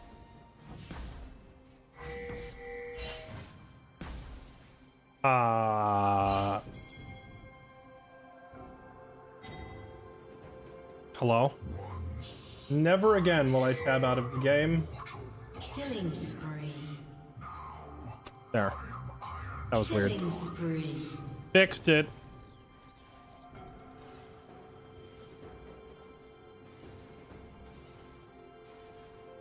Rampage.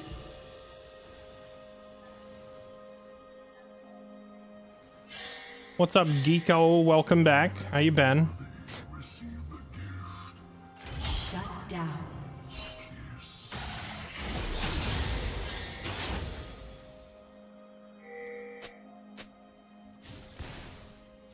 An ally has been slain. Borderless. I would love to play Borderless. I can't remember what it was that forced me to turn off Borderless. There was some way the game was misbehaving. And I can't remember what it was, but I had some reason that I had to swap it to full screen, and I don't remember why. Because why else would I play in full screen?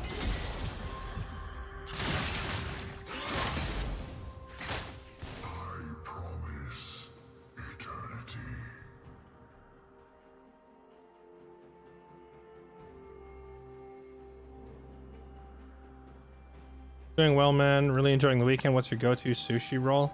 My go-to is like eel or crab. I love eel.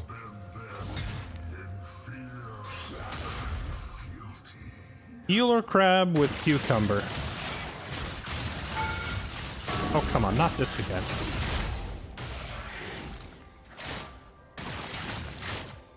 This guy's hitbox is so outrageously forgiving. An enemy has been slain.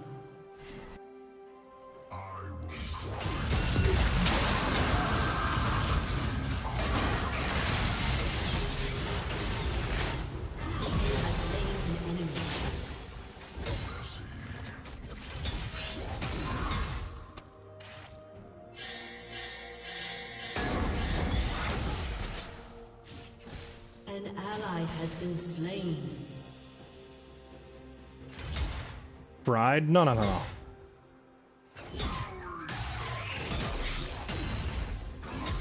If it's fried, is it still sushi? Isn't that just fish at that point?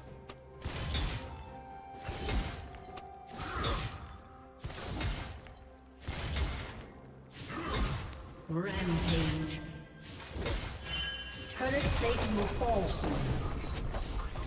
so that all may be preserved.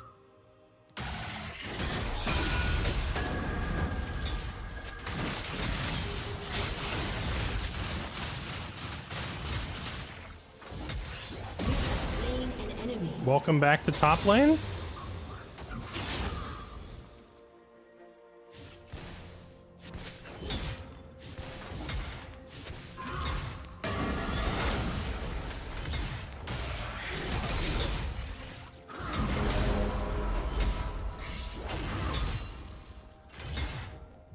Your team has destroyed a turret.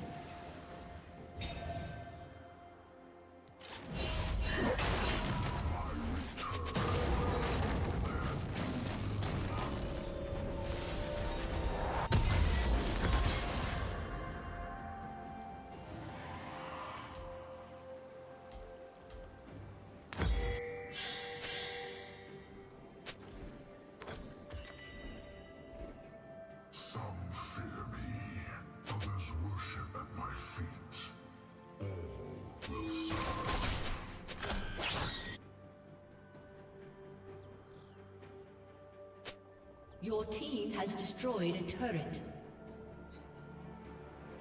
Darwin, what are you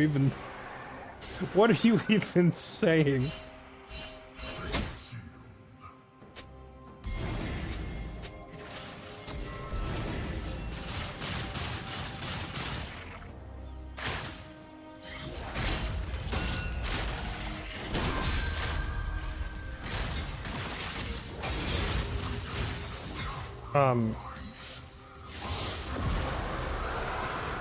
I guess the Zergod stopped trying.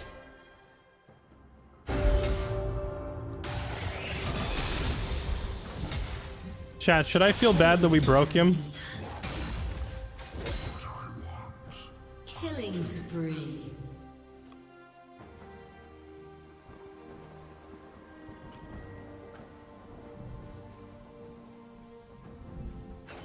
An enemy has been slain.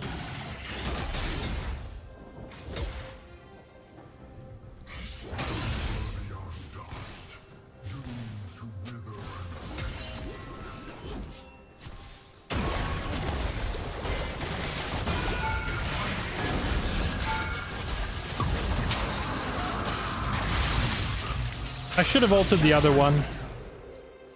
I should have ulted the Malphite because Your team has destroyed. that's the only way that I was going to prevent Urgot from ulting me. Shut down.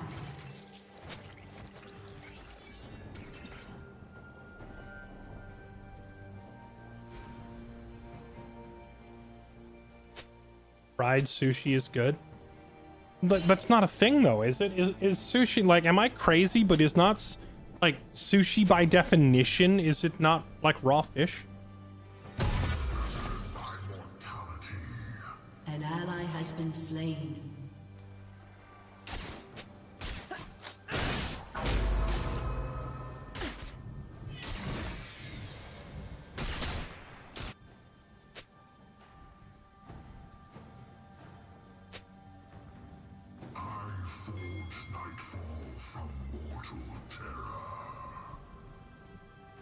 Rampage.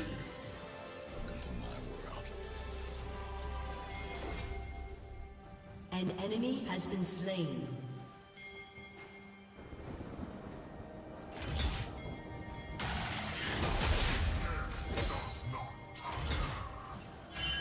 You might be right. I might be getting it confused with sashimi.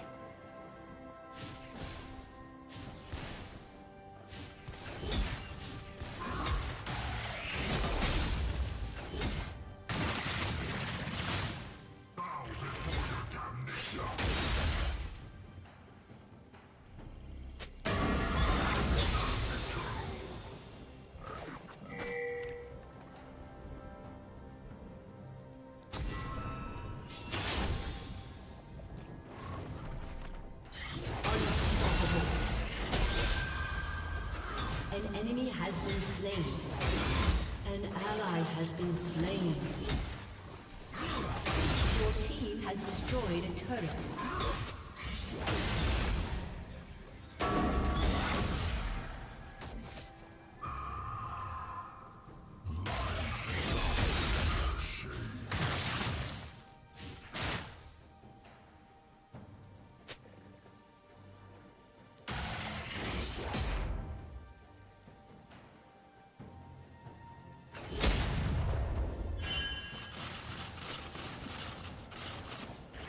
Flesh constrains, iron liberates.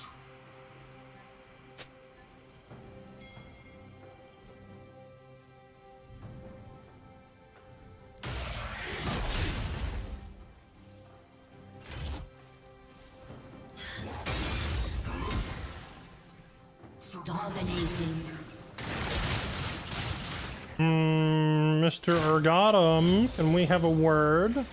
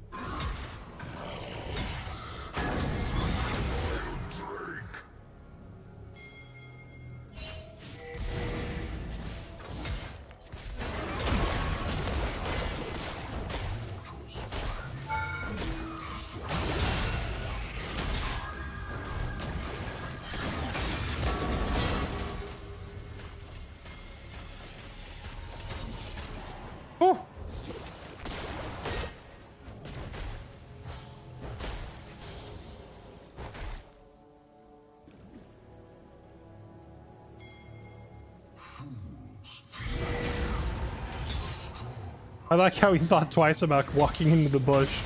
He's like, wait a minute. There might be Daddy Kaiser in the bush. Oh, that's awkward.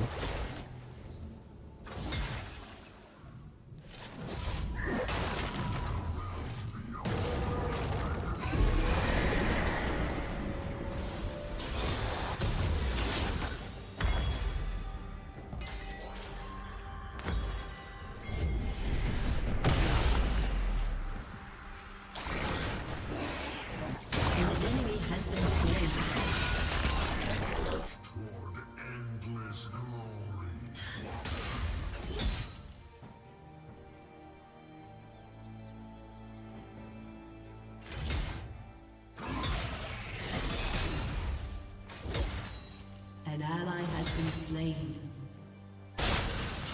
Enemy double kill. Godlike. Double kill. An ally has been slain.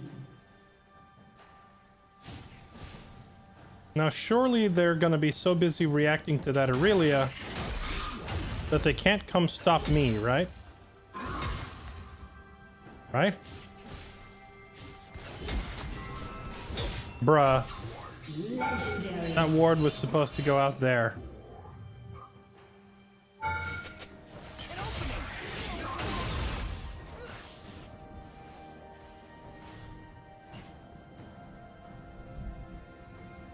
Your team has destroyed a turret. The dead belong to me. The living shall be next.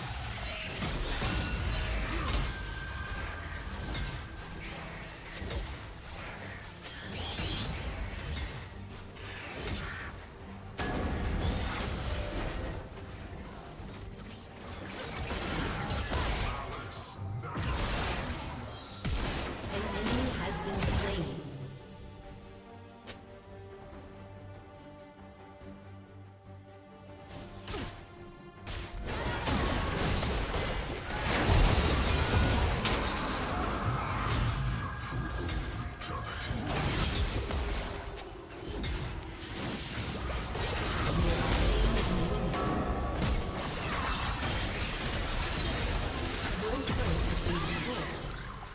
An ally has been slain.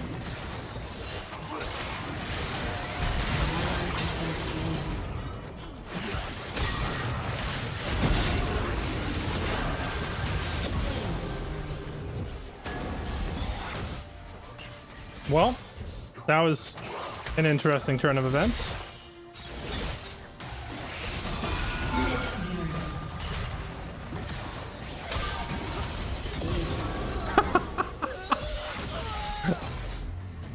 This silly goofball.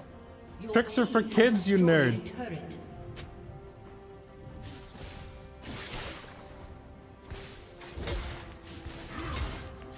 Shut down.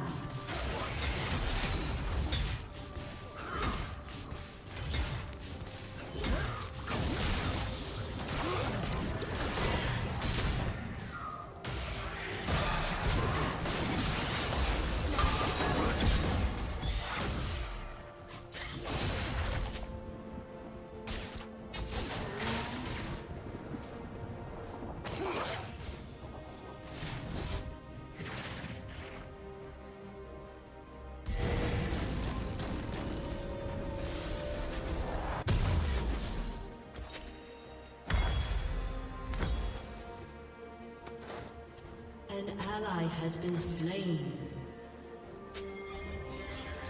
So many blunt Enemy double kill. sense of purpose. I shall sunder them from their lies.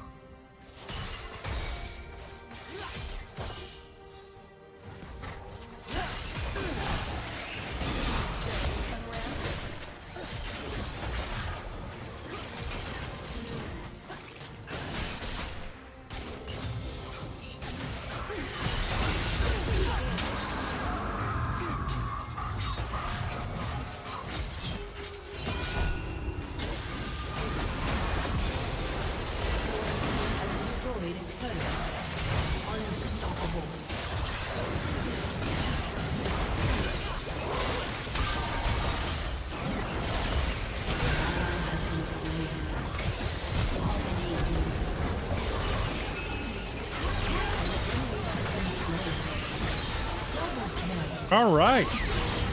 Ace. An enemy has been You know, slain. Sir Thomas Kenchington Your III. team has destroyed a turret. Could we just end the game? I'm so tempted to warp in with Aurelia because I think maybe Has it's... destroyed an inhibitor. Nah, probably not, right? The Kench. Well, the thing is, like, I still had Flash. And I think I could have just walked out. Your team has destroyed a turret. Your team has destroyed an inhibitor. Like, I could have just... I could have just walked back to tower and flashed to safety. But the fact that he dove in to rescue me did end up with us turning the fight around and getting 4 of them. So in the end, it was a good trade, I think.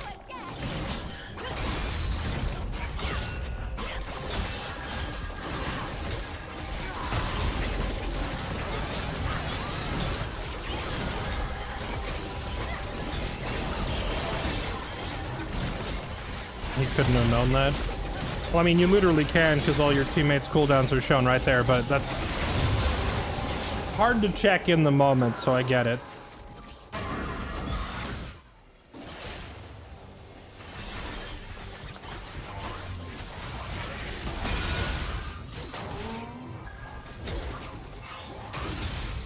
He probably had a split second to decide and didn't want to take the time to open the scoreboard and look.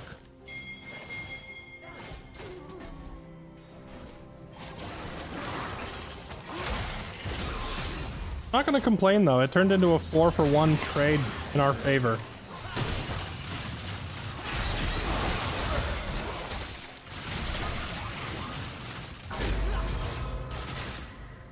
Your turret has been destroyed.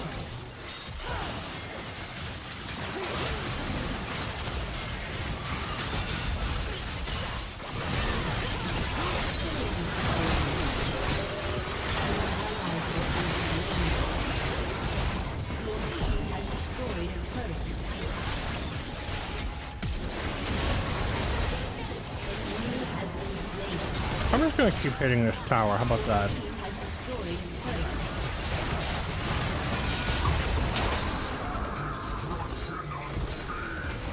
Victory!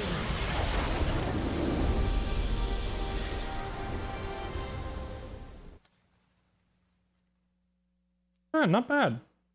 You know what, the Kench was manly. We'll give it to him.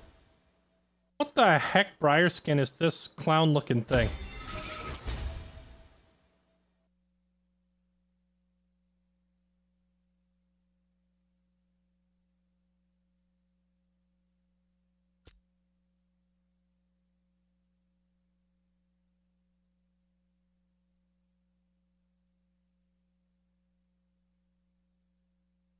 Game frozen?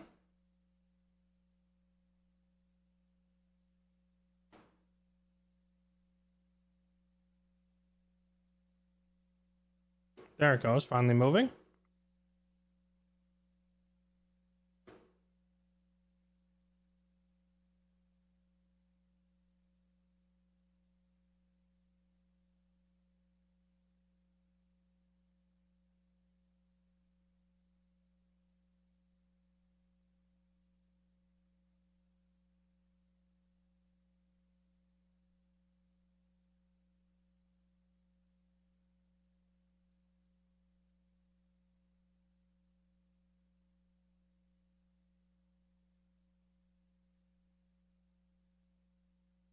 Oh, wait, there it goes.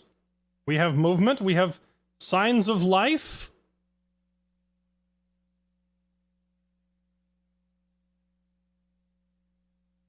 And it's gone. All right, I don't know what was going on there. Small indie company.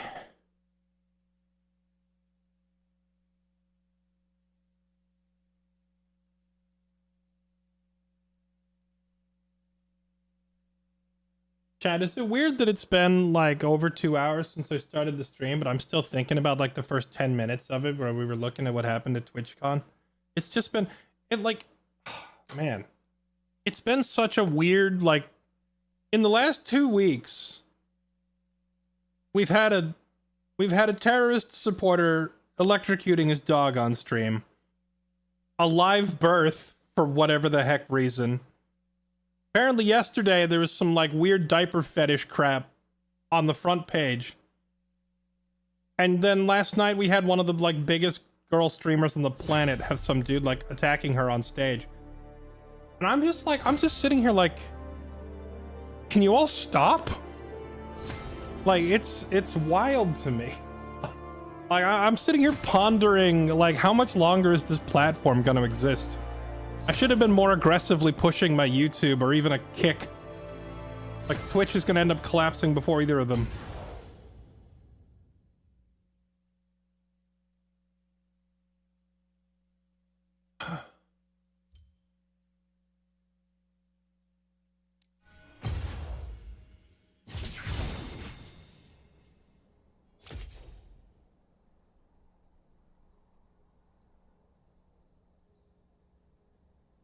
Hassan didn't use a shock collar.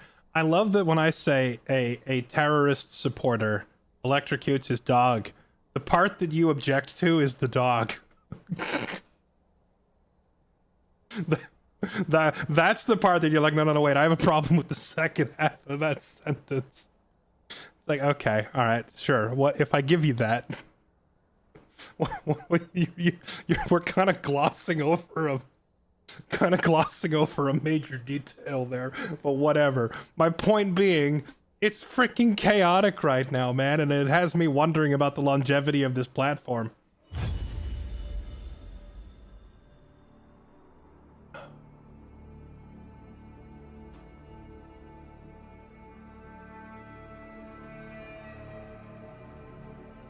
Only knew about half of that? Which half is caught off guard? Admittedly, the dog collar thing is probably the least egregious of those things that I mentioned.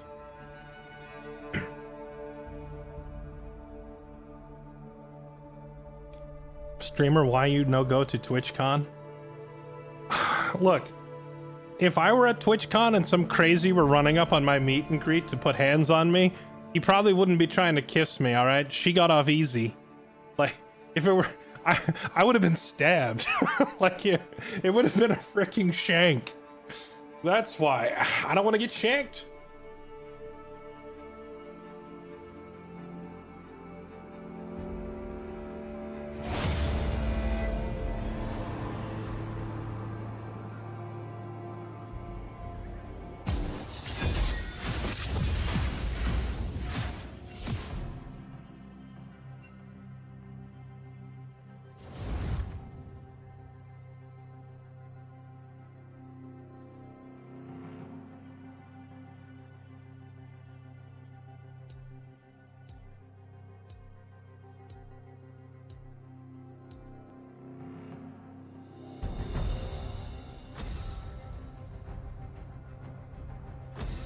Yeah, the fact that her own security guard got banned is the icing on the cake.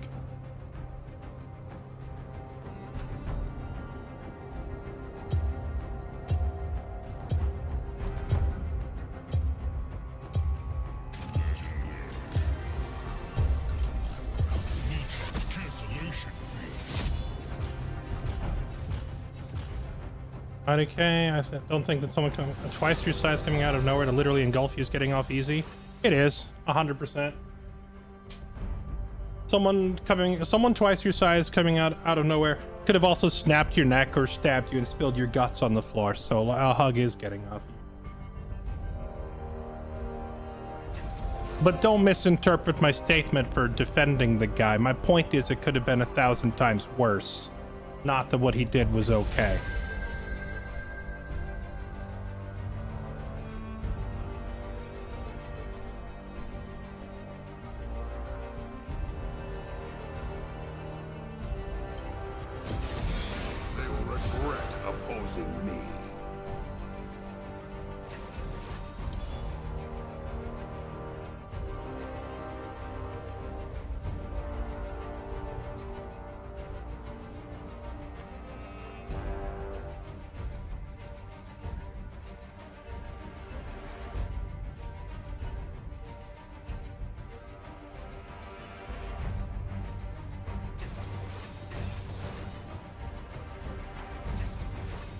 You know what, Redneck?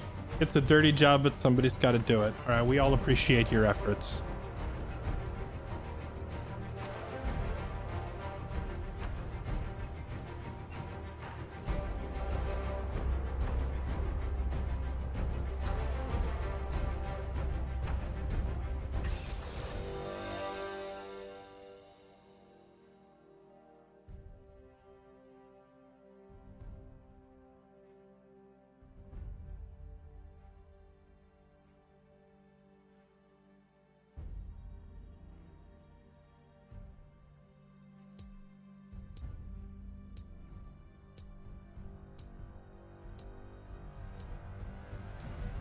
You can bobble 6 times before making a second line.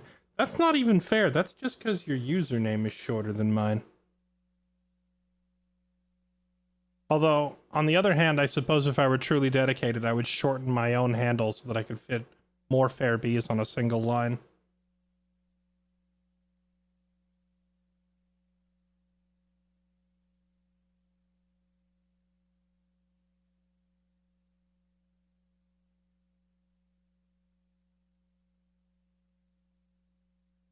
Who got attacked? What happened? Some guy walked up to Emiru, who is a she's in like what, the top, she's in like the top 3 biggest female streamers right now, right? Or top 4, I don't know. She's up there. I don't know the exact number. I don't watch any of them, but she's up near the top of the list. She had some guy like at her meet and greet basically just cut the line. And he walked up while someone else was like up there trying to get an autograph or a photo or something from her. He like cut the line and walked up and tried to do something. It looks like he tried to hug her, and maybe he was leaning in for a kiss or something. It was definitely some unwanted affection, and she managed to like shove him backwards and like create space and get away from him long enough for like the 2 seconds for some security guy to run up and shove the dude away. It was definitely creepy and like insane that the people are brazen enough to do this in front of a crowd. That's the wild part. Like to be in front of like 100 or more people that are all standing there and just walk up and do that with no fear of repercussion is crazy. The brazenness of it is crazy. And my statement earlier was she got off easy, and I stand by that, because what if it had been some psycho with a knife? She could just be dead. Like, it could have been 1,000 times worse, right? And if you're another streamer looking at that, your first thought should also be, well, if they can get in range to try to hug you, and there's a delay before security gets there, that also means they could get in range to freaking cut your throat before security could get in range to do anything about it. You see where I'm coming from here? Like an unwanted hug could have been an unwanted freaking death. And so that's like, now that precedent has been set, and at every kind of like event going forward, that's a risk that creators have to ascertain. Like, there's always been things like, oh, I'm not sure about going to a convention. What if someone does something crazy? Well, now the something has actually happened. Now there's like an active precedent for it. So, like, I don't know how they're even gonna... Like, the whole culture of the event would have to change now for that to be prevented. Make no mistakes. First blood. Still haven't moved on from what happened with Christina Grimmie. I have no idea who that is. I hit a minion. I'm the worst League of Legends player known to man.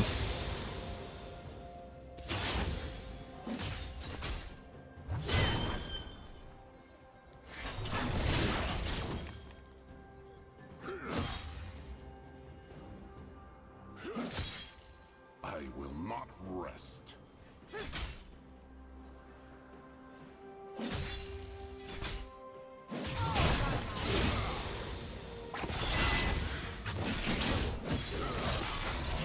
An ally has been slain. Weakling.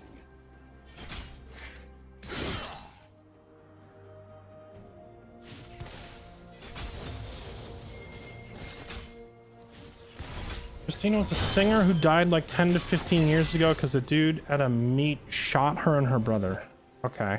I've never heard of that situation, so that's hard for me to immediately have an opinion on it. Who am I kidding? This is the internet. We're supposed to have opinions on things we don't understand, right? An enemy has been slain. I can definitely understand the parallel, although there's definitely a few things there that don't quite line up. Like if you shot her, for example, then the ability to have a bodyguard standing there is not as relevant because you can be shot from 20 feet away, 40 feet away, 100 feet away, across the street on a roof. But yeah, I get it. I mean, the fact that meet and greets are a scary thing now is messed up. Tolerate cowardice.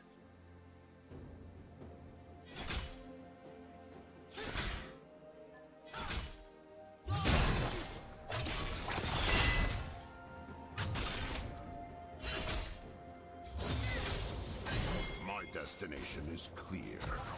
You need to stop living in constant fear of nothing.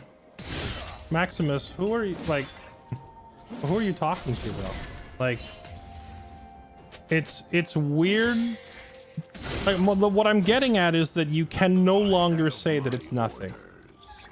You cannot make that statement and be honest at the same time. Now that it has been demonstrated to be a very real thing.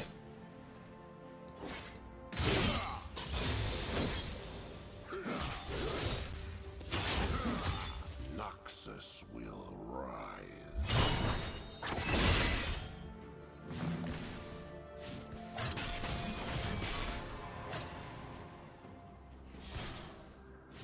Meet and greets have probably always been scary. I guess it depends on the person, I suppose. Like, I rarely get into controversial topics. I usually just stick to the game that I'm currently playing.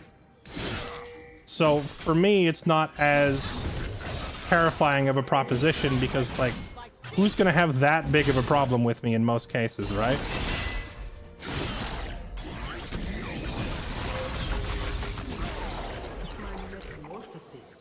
I thought about flashing or ghosting to try and get out of that, but I don't think I was getting away, so why bother?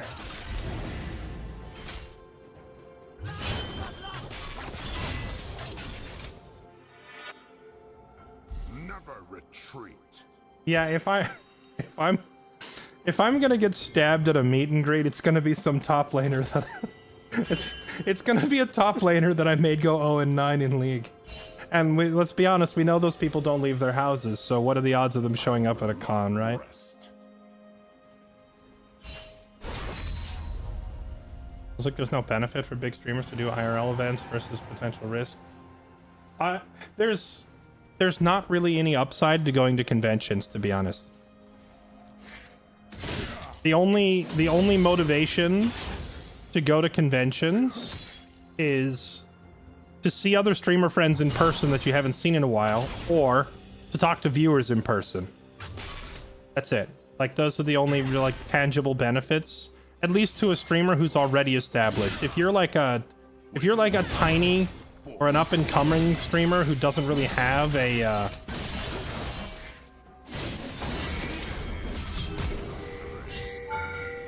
don't think my dunk would kill her there.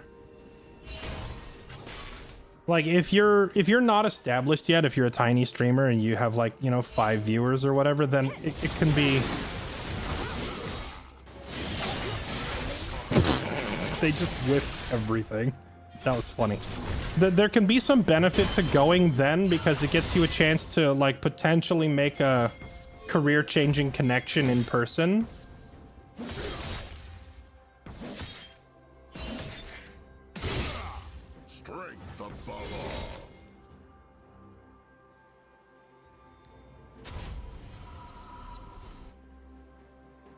But if you're already, like, if you've already been streaming for a long time, there's nothing that going to a convention is going to accomplish that I couldn't already do via my DMs. That makes sense? Like, I could just go message somebody right now, hit them up. Hey man, you playing this? You working on this? You know anything about this? Like, it's already done. So, in that sense, or even if it's someone you don't even know all that well, like you could freaking just go on your socials. You could literally just hop on Twitter and tweet at a company and be like, I want to play your game or whatever. Or hey, do you want to collab on this? There's no need for them to ever do much in person. So like the real benefit to going to things in person is, generally speaking, seeing your friends or talking to your audience. So if you're not, like if you're removing the meet and greet from that equation, why ever go to a convention?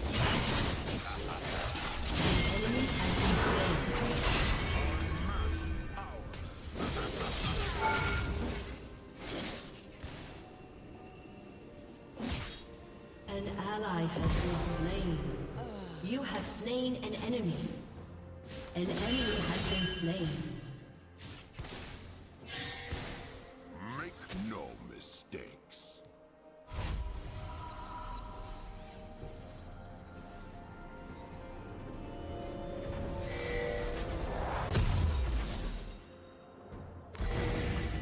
What are the likelihood risk of a stabbing? It goes up the more famous you are. My That's the whole point. That means the more successful you are, the less reason there is to go to a convention. Because anything you would accomplish at that convention, you could have already just done with an email with your online influence, right? And the more famous you are, the bigger an audience you have, therefore the more likely that one of those people in that audience is some random psycho, right? Like, statistically, going to a convention, the prospects of it just get worse and worse as you are a bigger and bigger streamer.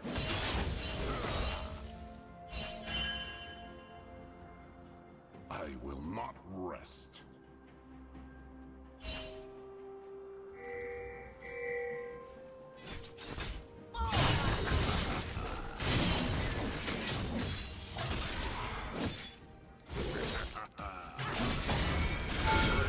Above all. Shame I don't have my ulti. Oh, what the? Oh, I was in tower range? All the way over. Alright.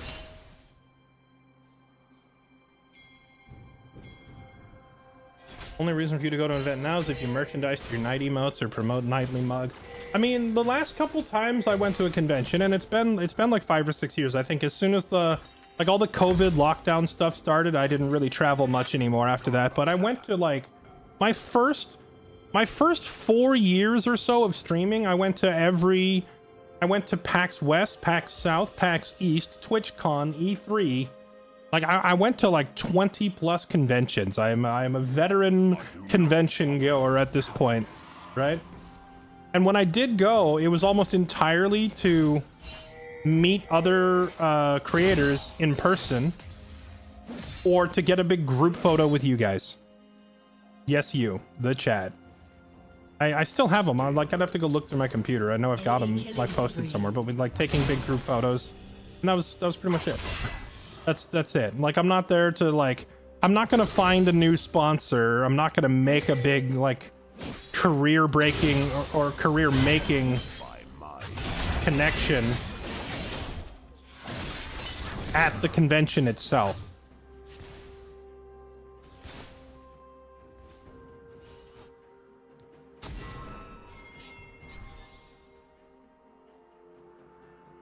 I have my orders.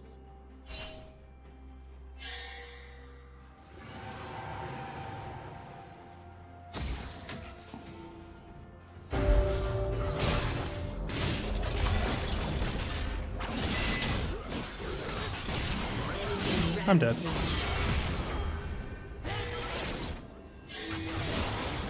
Nice flash. I had to land one of those Qs, but I missed both. RIP in pieces, me.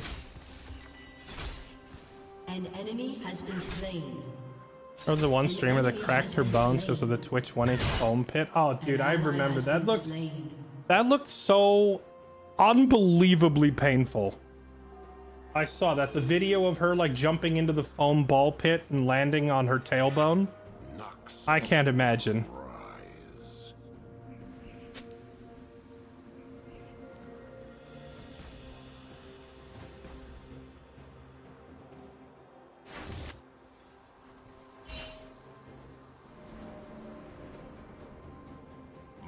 Play the Dragon Ball weird ass MOBA. Oh wait, is that the one they just, what was it called? Like Omega Strikers or something? Is that the one? I think I saw an ad for it.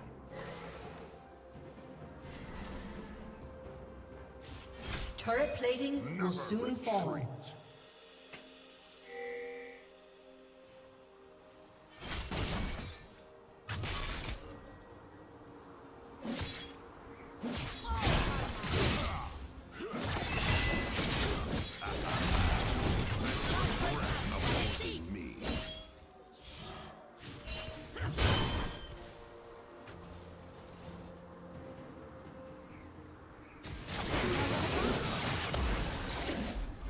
That's a lot of dudes. Actually, it's 0 dudes. It's a lot of women. No! Oh, that Q! I would have been almost full healed. Rip me.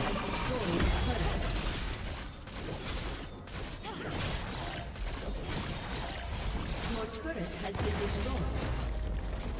An enemy has been slain. Next game you're looking forward to playing. I've got a few that I've been eyeballing. Got a couple of spicy potential options. Has been slain. Today was just kind of like one of those had to emergency switch gears kind of a thing. Arc Raiders playtest. Okay, can someone explain the fascination with Arc Raiders to me? I do not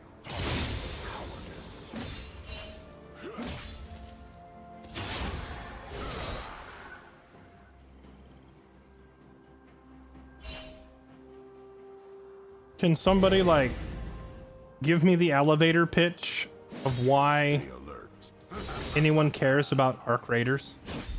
Because I've watched a few minutes of people playing it, and while it doesn't look bad, it also just looks like generic third-person action game number 855. Like, even after watching it for 10 minutes, I'm having trouble wrapping my brain around what sets it apart from literally every other third-person shooter, you know?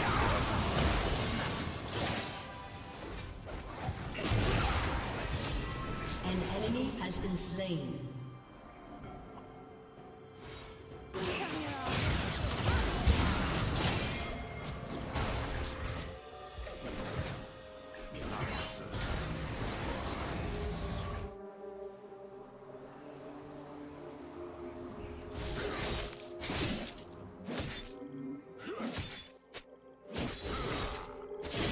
It's immersive? my destination. Your team has destroyed a turret.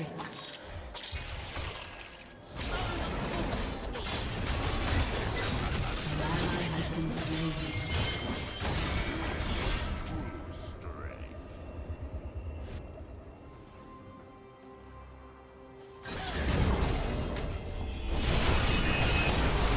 No, Shen. I hate you so much.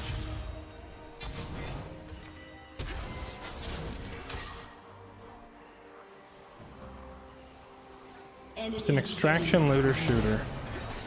I mean, I do like extraction shooters to a certain extent. I enjoyed Hunt Showdown and I liked Tarkov. I played more Tarkov than I should probably admit to. I had what, like 40 million rubles in that game and a whole inventory full of guns. But like, it's been done now so many times. Like, unless they have like a unique hook or a draw to it, then I don't quite get it. Your turret has been destroyed. Strength above all.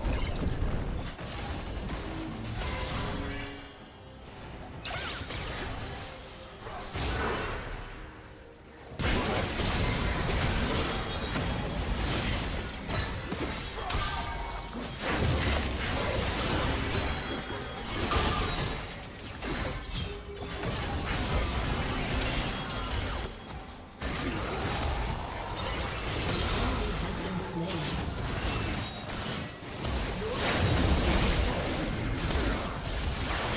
Holy crap.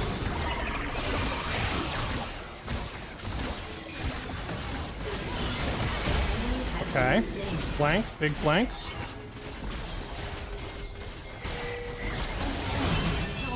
Ah, no, too late. We're too split up. Wait, hold on. Aww.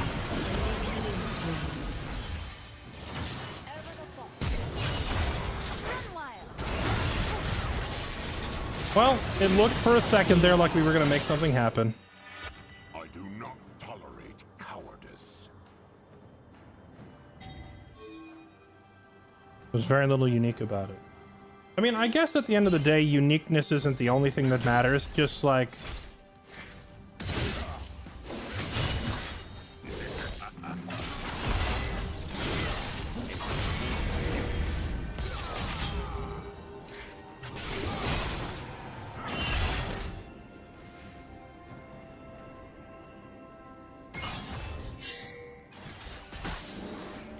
I would have kept chasing her down, but I don't know where her team is.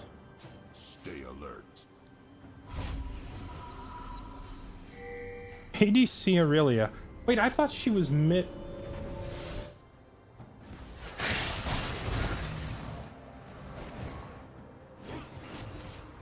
Whole team ran away. Yeah, I don't know. I should have been like trying to communicate with pings a little bit more to make it clear that I wanted to like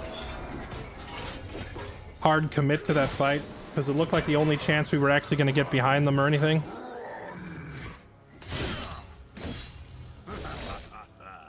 Never retreat.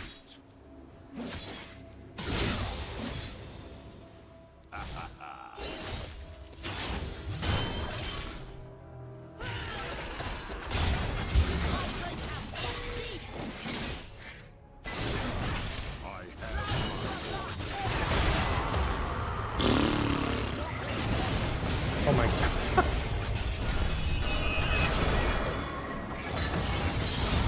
Oh, okay. Alright, good catch. I'm gonna be honest, I feel like that was very lucky from a moment to happen to walk into a bush where Shen was. But I'm not gonna complain that it worked out.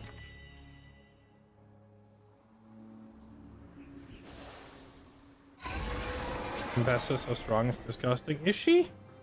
I thought Ambessa was like not really all that great.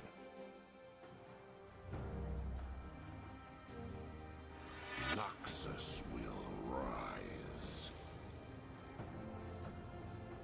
Like, yeah, she's winning this game primarily because she got like what, 3-4 roams top from people helping her. My destination.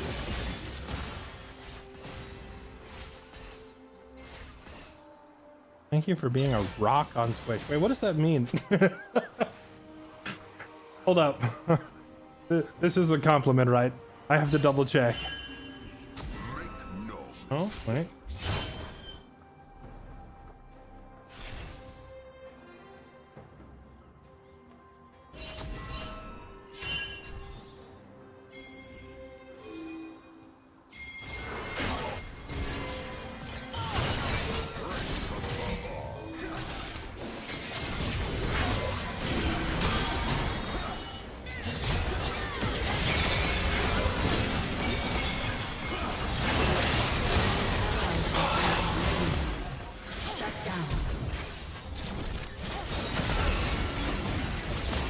I don't understand. Every good opportunity we have where I can like wrap around behind somebody, they just run even when I'm pinging it in advance aggressively.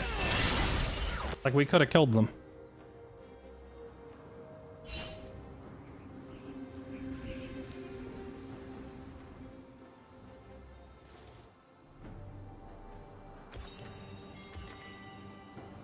Well, thanks, Leviathan. I do my best, man. I do my best. It's a crazy world we live in right now. I do not tolerate cowardice. We're doing some roguelike. True, yeah. I mean, we did establish the League as it's a PvP roguelike, right?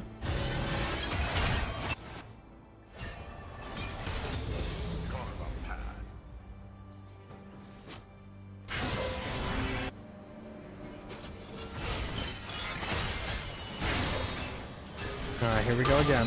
We're gonna pick this guy off. An enemy has been slain.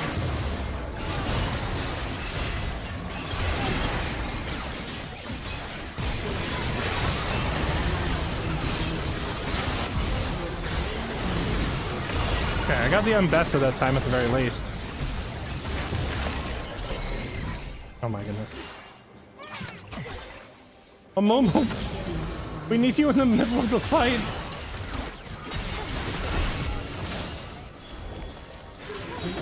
Has been slain. Oh, Ally has been slain. the fancy feet?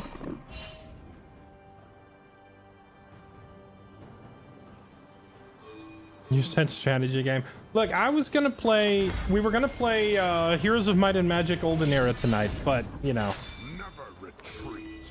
stuff and things, and it turns out the game doesn't actually have a multiplayer mode. Kind of interfered with my game plan for the night.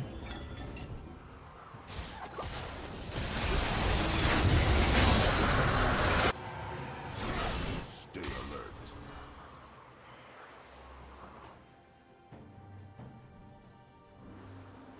An ally has been slain.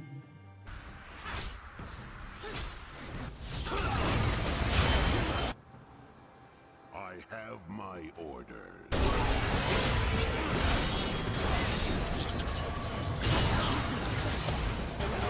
Oh wow,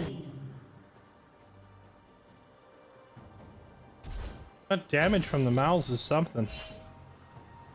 Noxus will rise. Ally has been slain. Has slain an enemy.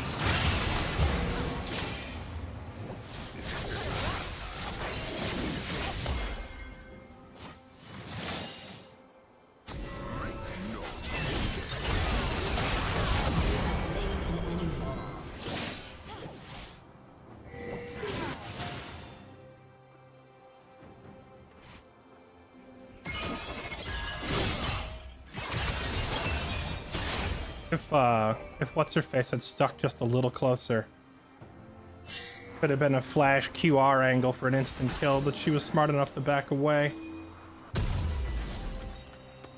Strength above all.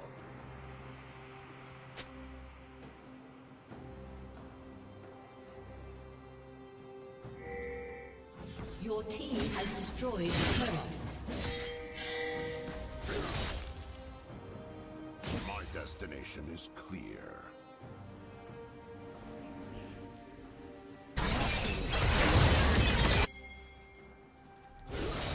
Enemy killing spree.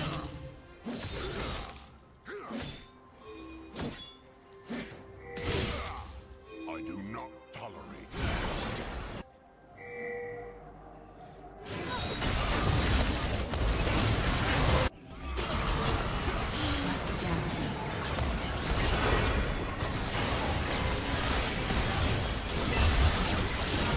Enemy has been slain.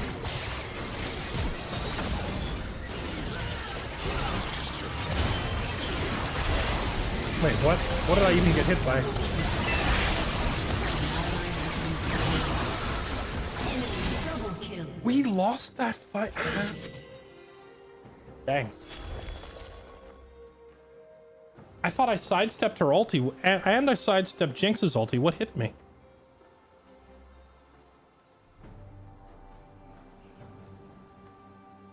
Doesn't have multiplayer? Yeah, it doesn't. Well, I watched Nerd Rage Fred playing it, and I heard Burke talking about it, and both of them said, although the game is a demo, it seems to be a really fleshed out demo with like a lot of features and playable factions and whatnot. But I don't think either of them mentioned that it was outright just missing its multiplayer mode, so I kind of assumed it would have that. Enemy killing spree. Any chance you'll play Menace? I did. We played Menace about 2 weeks ago. I will not rest. I see the potential down the line somewhere, but in its current state, it's not good. It's too early, too rough around the edges. And even for like a demo of a game, it felt pretty clunky. It just needs it needs more time for refinement. Game is just not ready.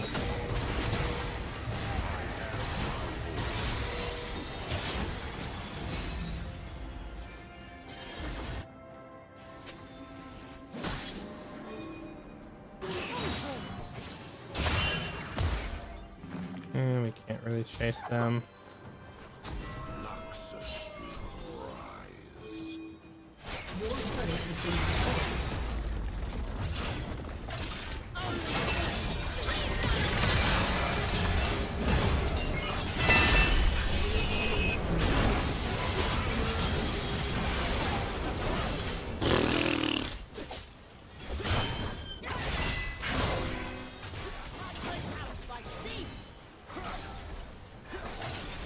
Hey, what's up, Mr. Rat? How's it going? What game? Menace is the one I was just talking about. We're just getting smoked left, right, and center. Their jungler is level 18 already. That is crazy. She is so far ahead.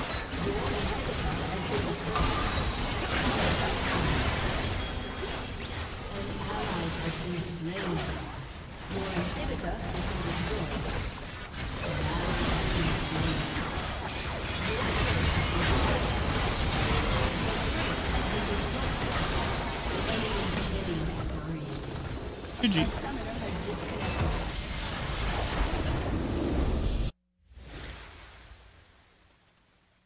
Yeah, I mean, I liked that they had like the whole, you know, picking and choosing and hiring your operatives and outfitting them with gear, and even like I think they had, I think it had like you could pick different perks and whatnot on your characters and such. So there's a lot of cool stuff going on there, but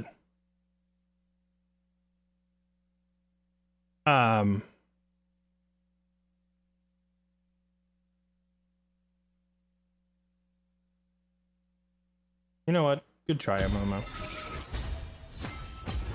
There's a lot of cool stuff going on there, but like it doesn't really compensate for just how clunky and unfinished the game felt. It's just not there yet, you know? And I say this as someone who like built my entire career off of playing clunky, unfinished games. There's a certain level of clunk that is just too much. And that's kind of where Menace is at right now. It's not ready. Siluvar, thank you for the 108 months. Happy 9 years. Spartans of War, thanks for the 100 months. Welcome to the Triple Digit Club. Hawkster, thank you for the 79. Malentis, thank you for the 2 years. Icehawk, thank you for the 47. Dragonheart, Unknown Killer, thank you all for the resubs. Welcome back, everybody.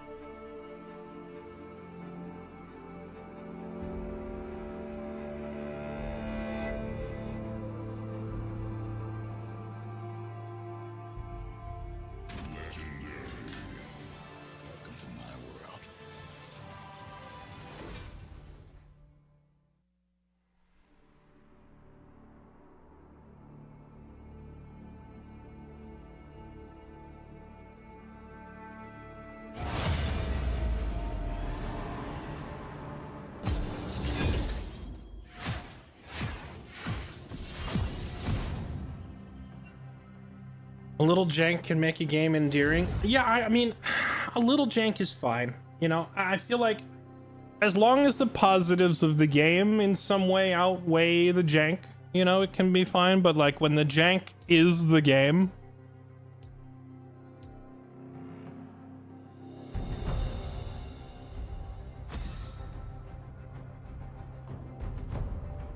then it's too much.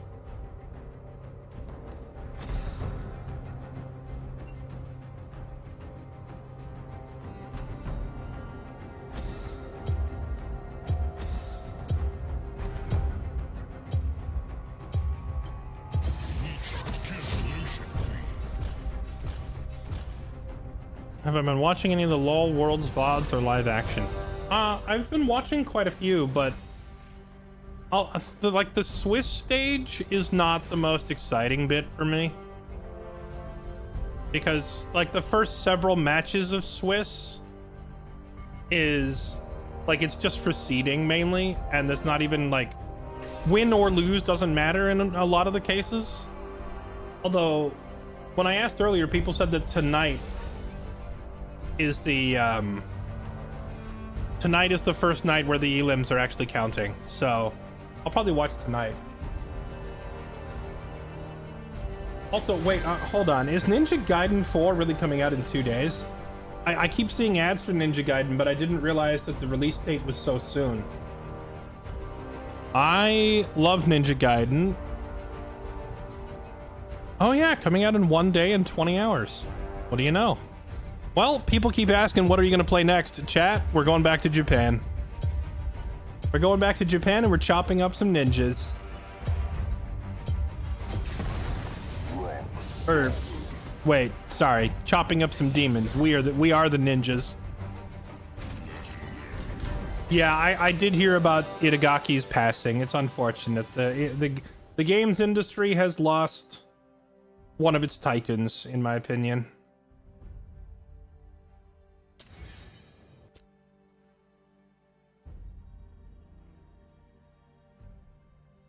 But with that said, I feel like that shouldn't impact the game too terribly, I hope. Because at this point, like, Ninja Gaiden 4, it's the 4th game in a series that has changed very little. Let me put it that way. Ninja Gaiden, not the old, obviously not counting the old ones on the NES in the 1980s, right? But, like, the new Ninja Gaidens from the Xbox in, like, 2001, like Ninja Gaiden 1, 2, and 3, they really haven't changed all that much. Aside from graphical improvements, and, like, adding a few new weapons, like, they're basically the same game.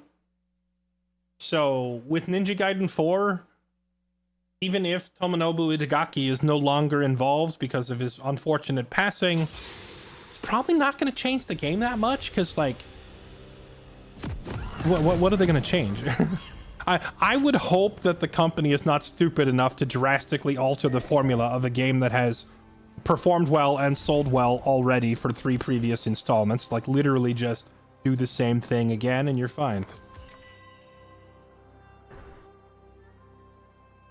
Welcome to Summoner's Rift.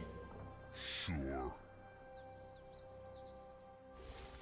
He didn't develop it. That's the point I'm making, though. The games have not changed. The games have not changed really at all, so I don't think his passing will affect it all that much.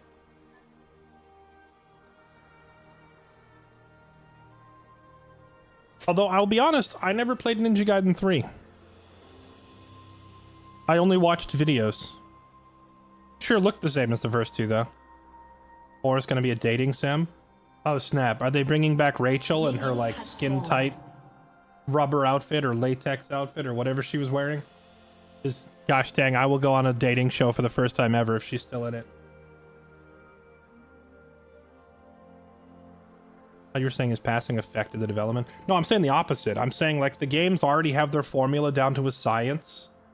The game engine, the general playstyle, like, none of it has changed at all throughout the series, so even if the lead dev isn't there to oversee it, I don't think it'll change too much.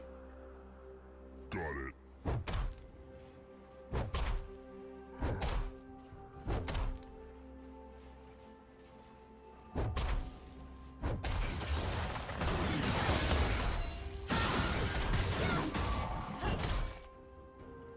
Okay.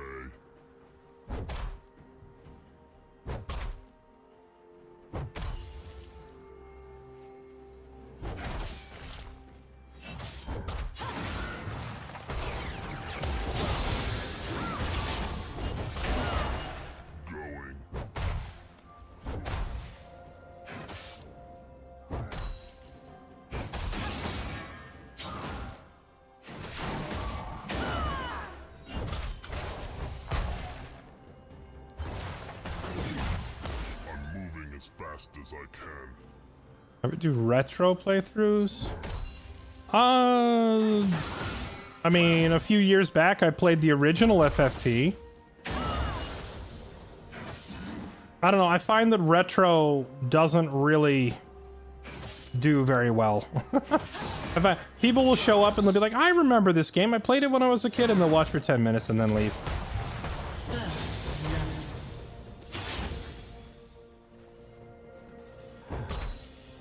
If I were gonna do a retro playthrough, though, I know the first retro game I would do. And to be clear, when I say retro, I'm talking like the 90s or earlier.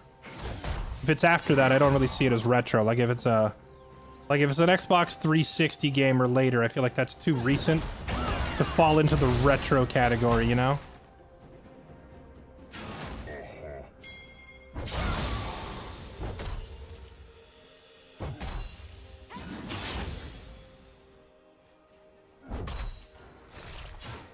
If I were gonna do a retro playthrough, Ogre Battle March of the Black Queen. An ally has been slain.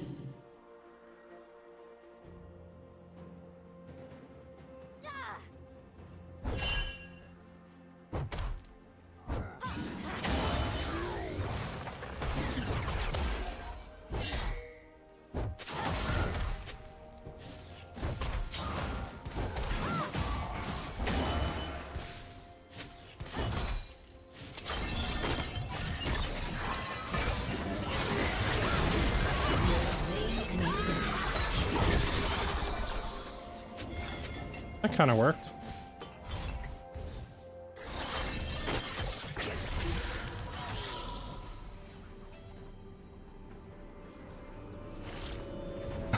Huh? Huh is the appropriate response, to be honest. Got it. Like if I say I want to play March of the Black Queen, and your response is, huh? You are correct. Yes. That is the right answer. I'm moving as fast as I can. Game that hardly anybody played, but my goodness, was it genius.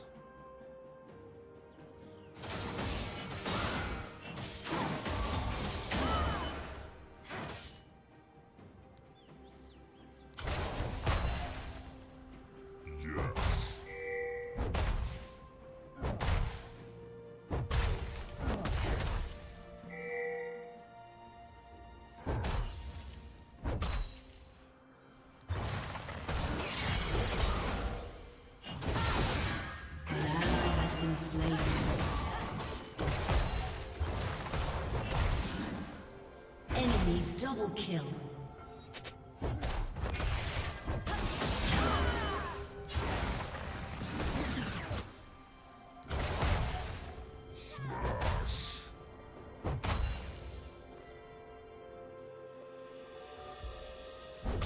Yeah, I'm like 1 minion off 6. It's a shame she's not here. I would have loved to bait her up for that.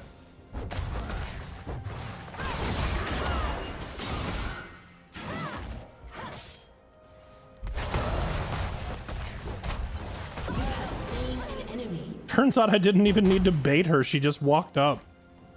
That's convenient.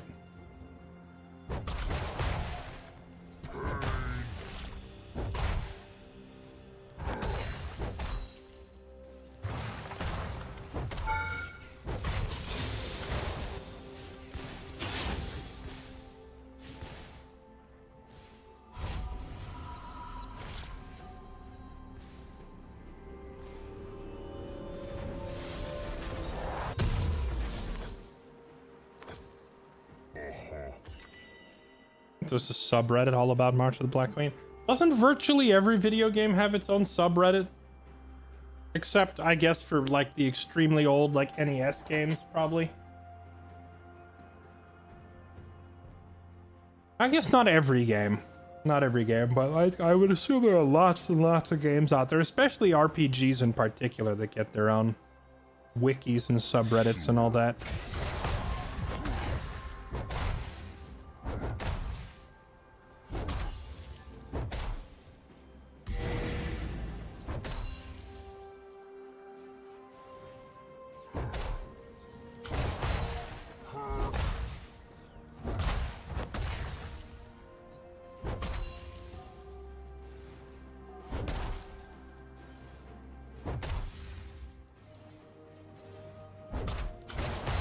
An enemy has been slain. An enemy has been slain. An ally has been slain. An ally has been slain. An enemy has been slain.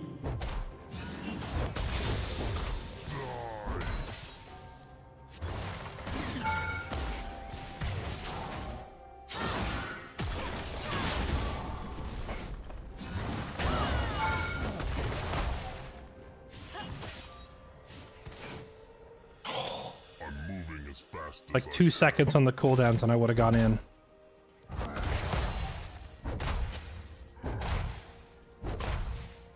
Like she was so low, I wanted to ult her there, but all 3 of my other skills were on cooldown for like 2 more seconds.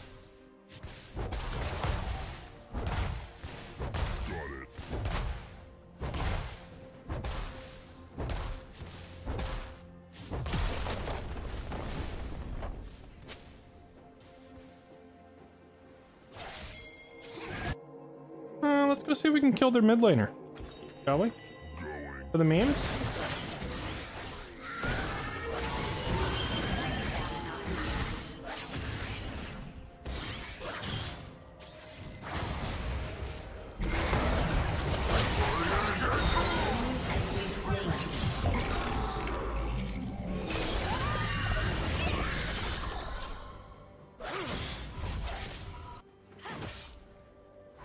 They're gonna get a plate.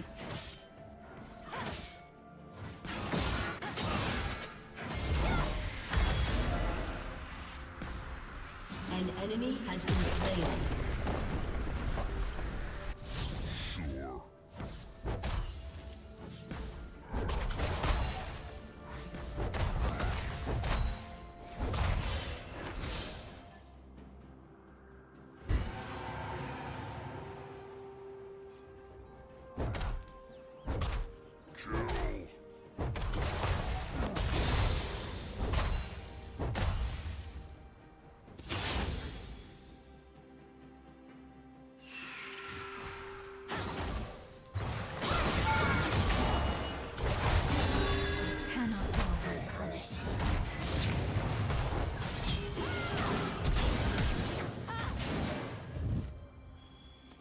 That was rude.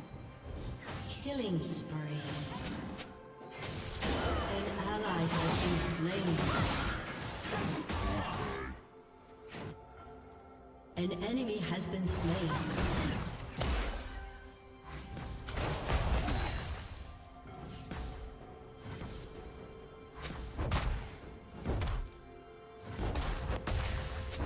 I'm moving as fast as I can.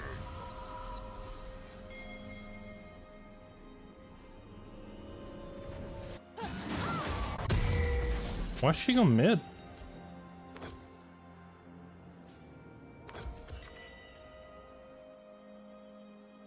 Are they gonna trade? Is Vex gonna come top to mess with me?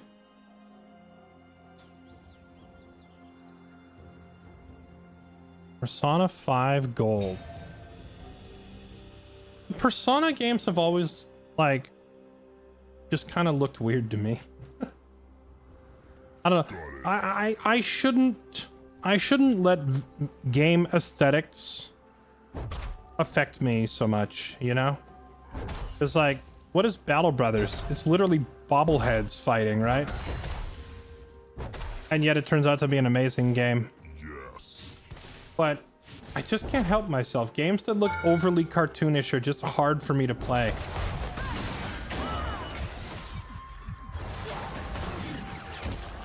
And Persona is one of those games that strikes me as overly cartoonish looking.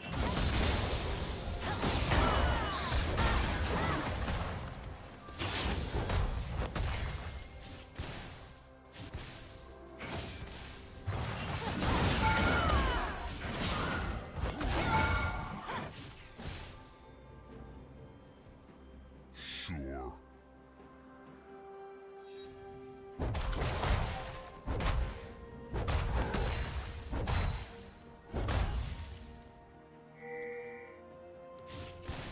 An ally has been slain. An enemy has been slain.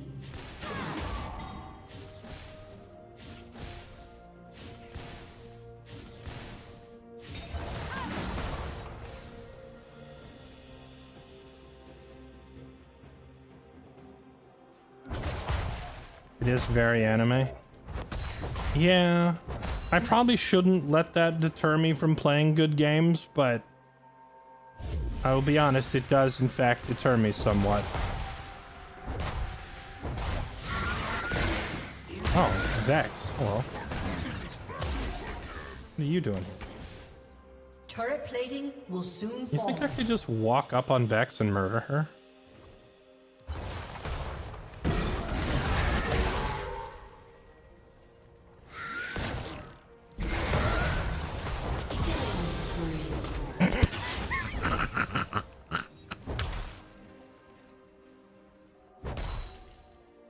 Hello.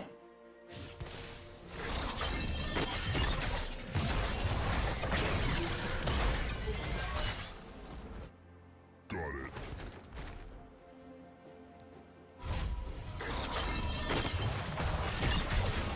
Oh no. I done goofed. Never mind, I didn't goof. They goofed.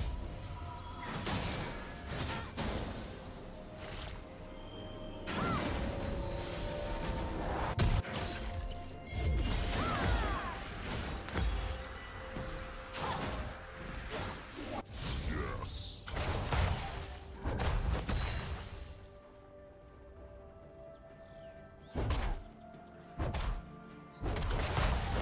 That was kind of disrespectful to Yasuo. It teleported here when Yasuo was walking up the lane, but A, I don't know why he was coming to my lane in the first place, and B, I feel like she would have put significant damage on my tower in the 10 seconds or so that it would have taken Yasuo to walk up. I grew up with the Tales series. I only played one of them. I played, I want to say it was called Tales of Fantasia.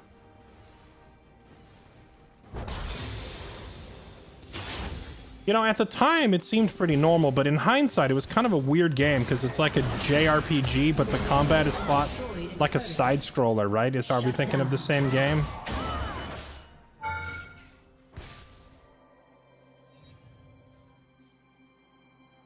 An enemy has been slain. I'm moving as fast as I can.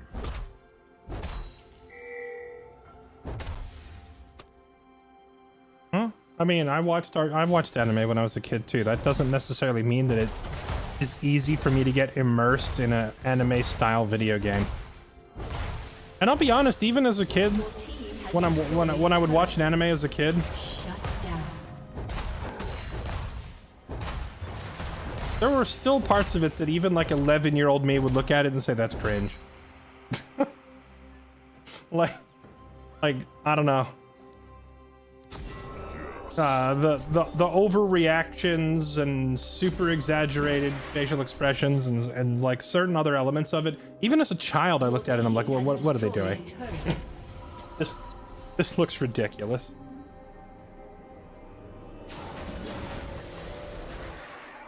Wait, why are we Monka Wing?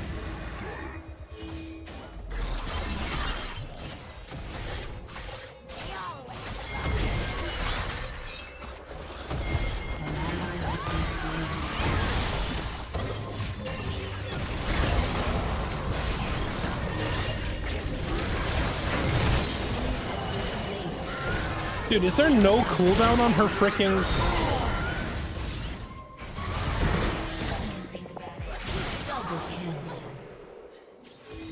Her little unstoppable thing, does it just not have a cooldown? She did it, and I waited till it was done, then I ulted, and she just did it again!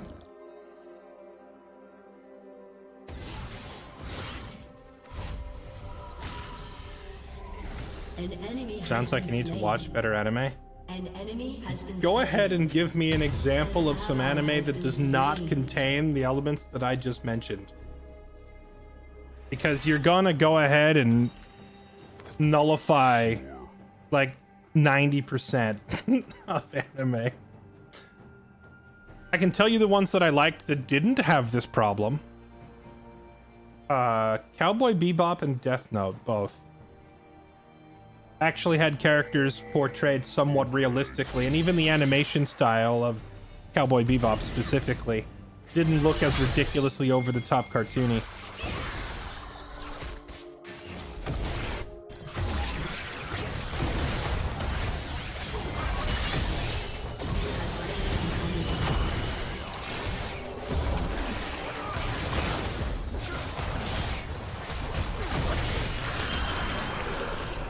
This Yasuo is a gentleman. You see that? He didn't steal my kill.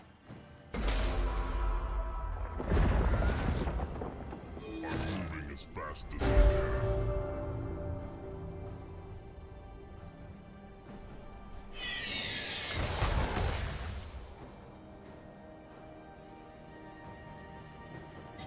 An ally Full Metal has Alchemist been slain. Brotherhood. No, Full Metal Alchemist Brotherhood is like the case example I would use to argue against it, actually. Because I watched the original Full Metal Alchemist. I watched the older one.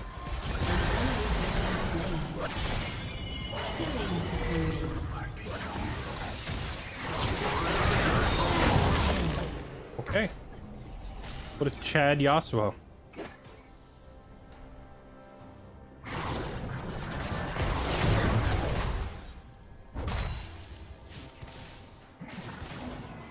Death Note is goofy. All anime is goofy, but notably the specific things that I was talking about, like extreme childish overreactions and stuff like that, were notably absent, except for that one character. I can't remember her name, Nisa. But like, in her case, it's like canonical though. Like, she's supposed to be.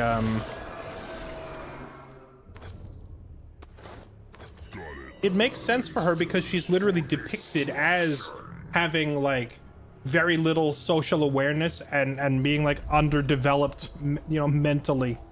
She's like psychotic and obsessed and all that. So it's sort of like in the one case where they do have a character that behaves super weird, it's literally like, yeah, she's weird. Like, we know she's weird, as opposed to it being ignored.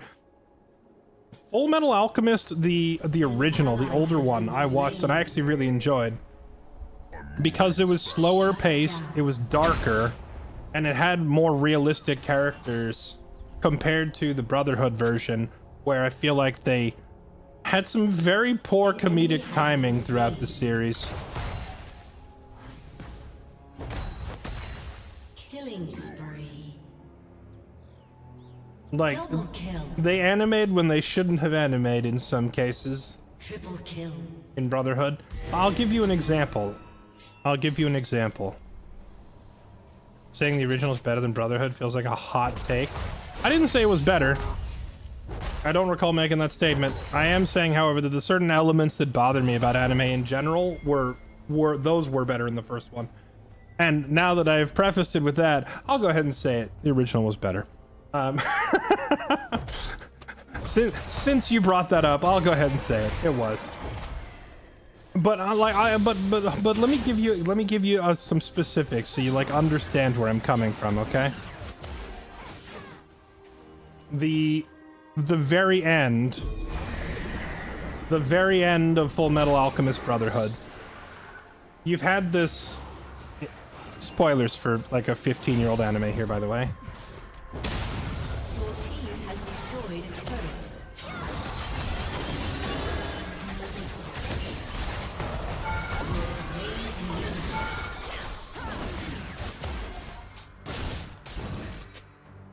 Nice work, Taylor Swift. As expected. She just got deleted. Holy crap. I'm sorry, Miss Swift. Miss Taylor, ma'am, I was unfamiliar with your game. I did not realize you could hit like that.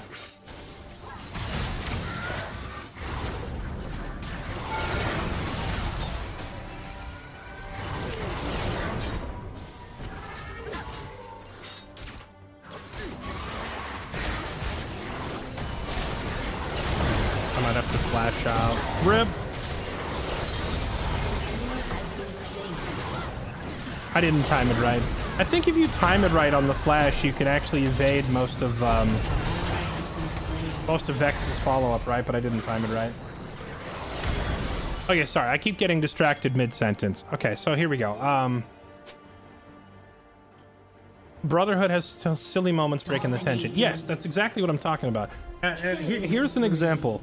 The very last episode of Full Metal Alchemist Brotherhood. Okay.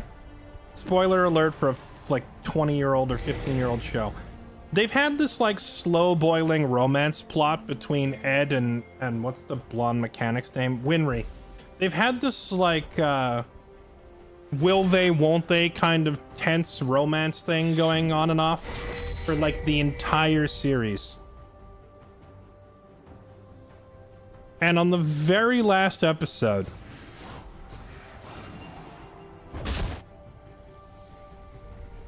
they have like this reunion between the two of them where they're standing by a train.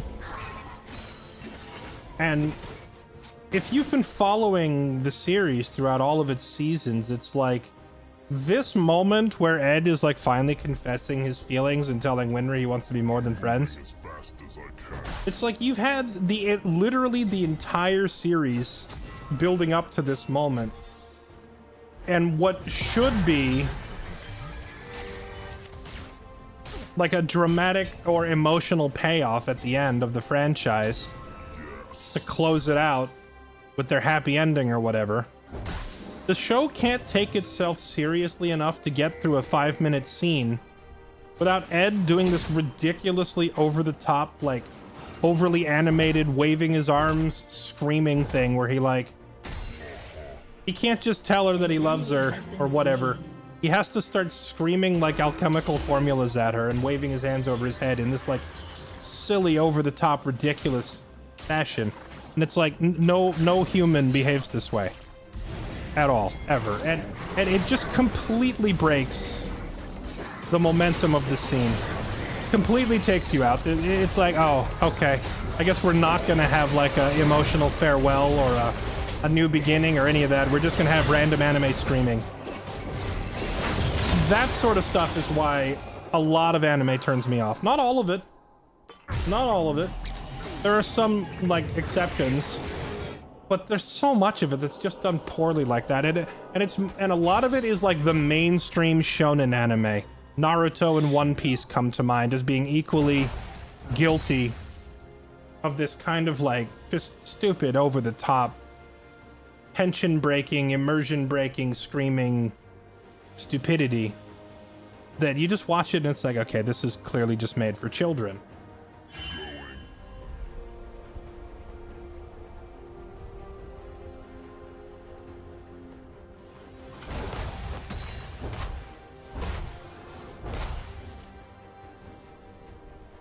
So I actually liked the other one, the older one, like didn't have the budget, and if I understand right, the first like Full Metal Alchemist series was made before the manga was finished, right?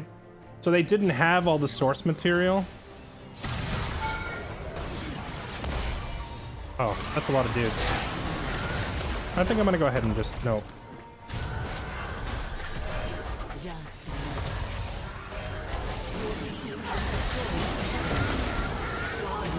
Okay, fair enough. Your team has destroyed an inhibitor. If they want to chase me down and lose a tier 1 tower and inhib a tier 2 tower, by all means.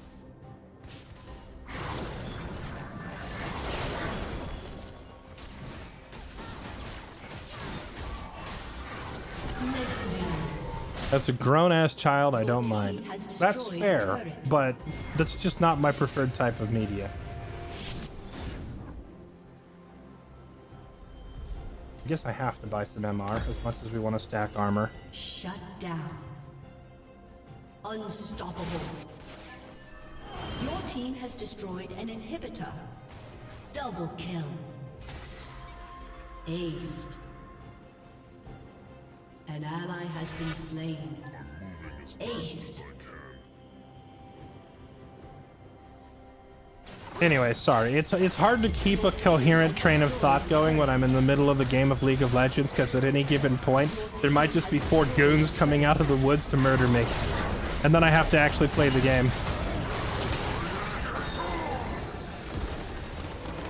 Alright, now that we're out of the game, what was it? Right, so, like, Full Metal Alchemist Brotherhood had a bigger budget, they had the completed manga to work with, some more source material, and I think the biggest thing is just like the bigger budget and the bigger team working on it overall meant that you got really fluid, very flashy fight scenes, and I feel like people judge the series almost exclusively on how much better it looks visually. The Alchemist, that is, or the Brotherhood, that is. Like, it looks significantly better because they had a higher production value. But the second you start comparing dialogue, and the second you start looking at the pacing of the scenes, like, the first one was just significantly better in virtually every aspect. I will specifically cite the story arc with the dude who turns his dog and his daughter into a chimera. Like, the original series handling of that was like a slow, suspenseful, almost like a horror story build up, where it like takes its time. It lets you, it introduces you to the girl. It gives you time to like get to know the daughter and how innocent and of a child she is, right? And it introduces you to the dog, and the dog is big and fluffy and lovable, and again it lets you get attached. And then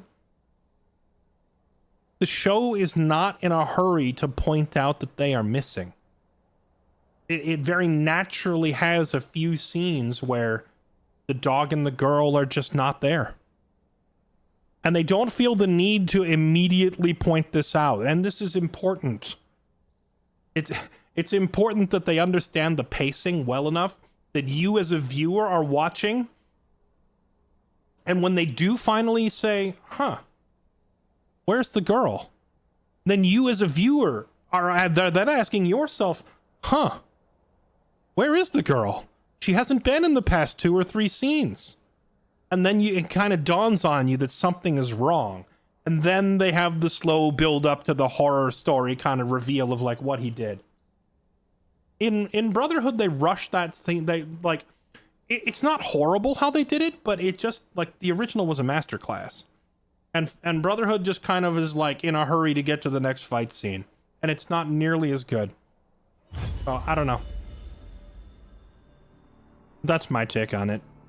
I feel like pacing and character development and realistic character interactions are like the #1 thing for me to enjoy a show. And if they forego that in favor of flashy fight scenes and over-the-top wacky anime nonsense, then I can't stay invested for very long.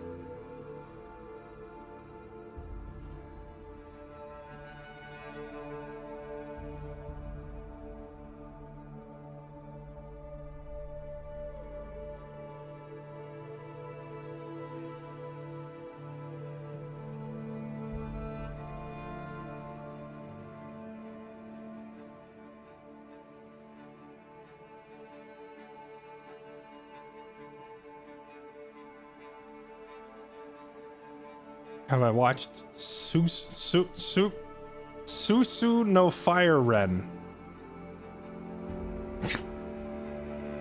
No.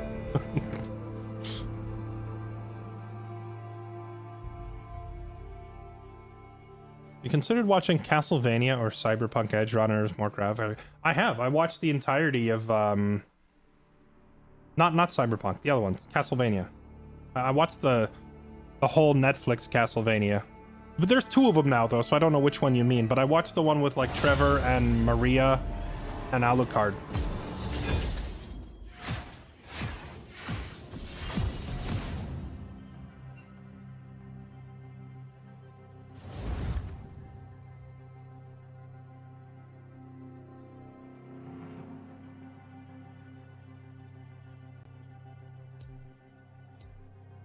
I'd like Solo Leveling. It has significantly less goofy, childish moments.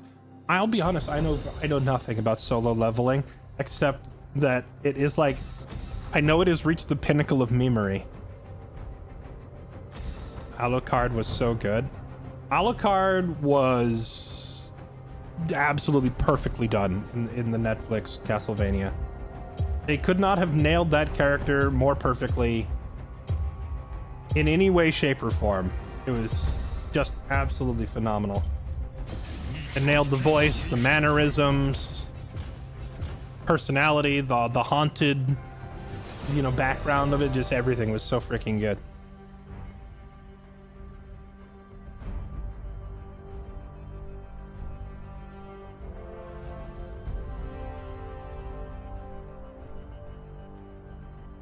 Solo leveling is literally just OP protagonist doing flashy stuff.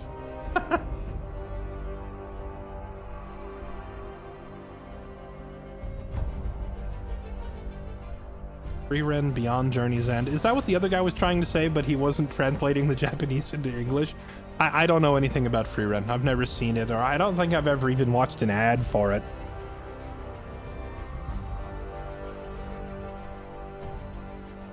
If you like character interaction and stories, solo leveling is not it. I mean, I would say that like realistic character portrayals and dialogue are my #1 thing, but I'm also not opposed to just turning my brain off and watching an action show either. I'm not above that, but it has to be well executed. I'm not going to turn my brain off for just anybody, okay? You got to take me to dinner first. It's got to be a quality action fest. If it's just going to be the like an overpowered protagonist running in and doing cool stuff. I could do that as long as it's, you know, well executed, fluid animation, witty dialogue. Frieren is anime waifu bait. Frieren is, to be clear, the only thing, I think the only fact that I know of for Frieren is that the main character is an elf, right? Or at least I think she is. She had like pointy ears or whatever, and it's like a medieval thing, and that's literally all I know. But the other thing about it that I guess this doesn't count as something about the show, but the fan base. I have never seen people so divided on an anime. Why is like, what is so divisive about Frieren? Why is it that every time that particular show is brought up in chat, people have to argue about it relentlessly?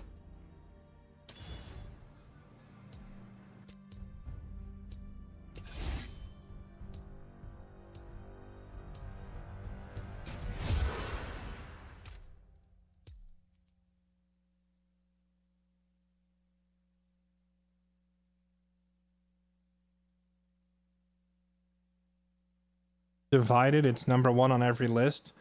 It can be #1 on every list and still have like a massive amount of detractors, though.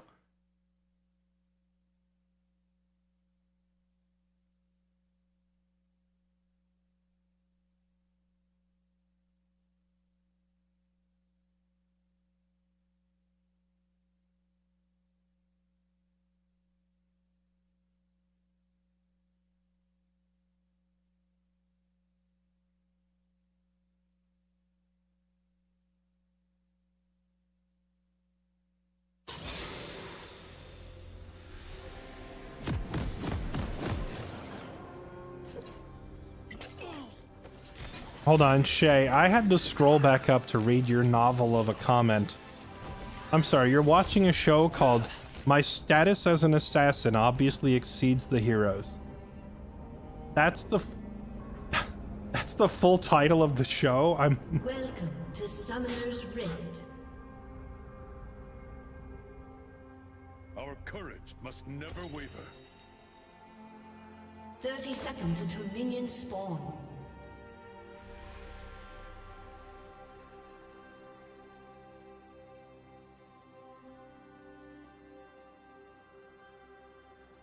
To protect our land.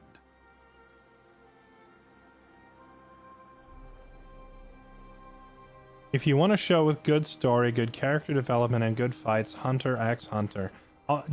Honestly, I've never watched that show, but it's actually that one's on my list of if I'm ever bored and sitting around and the mood strikes me to watch TV, I'll probably watch that one. Mainly because it's made by the same guy who wrote Yu Yu Hakusho. And I liked Yu Yu Hakusho, which I can't even pronounce. I liked Yu Yu Hakusho when I was a kid. Though Yu Yu Hakusho is not innocent of the things that I've already complained about, namely, like ridiculous over-the-top character interactions and whatnot, but I feel like they at least keep it down to a manageable level in that show.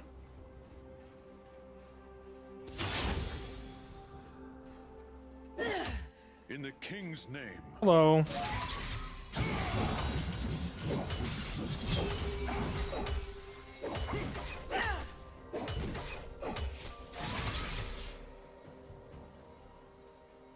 Conqueror versus Lethal Tempo at level 1 was a bad idea. Also, I forgot that I don't have Ignite. I was about to Ignite her and then I realized I had Ghost.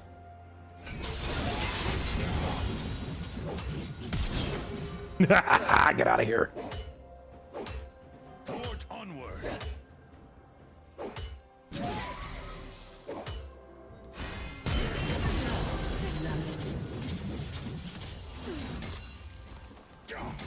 An ally has been slain. Victory awaits.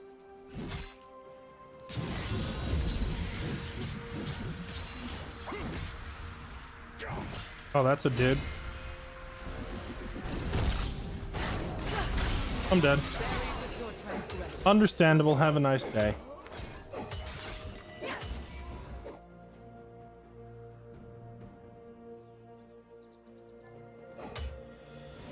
Keep faith in yourself.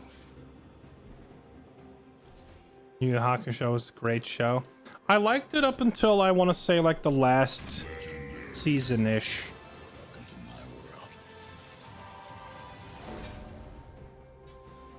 Fear is the first of foes.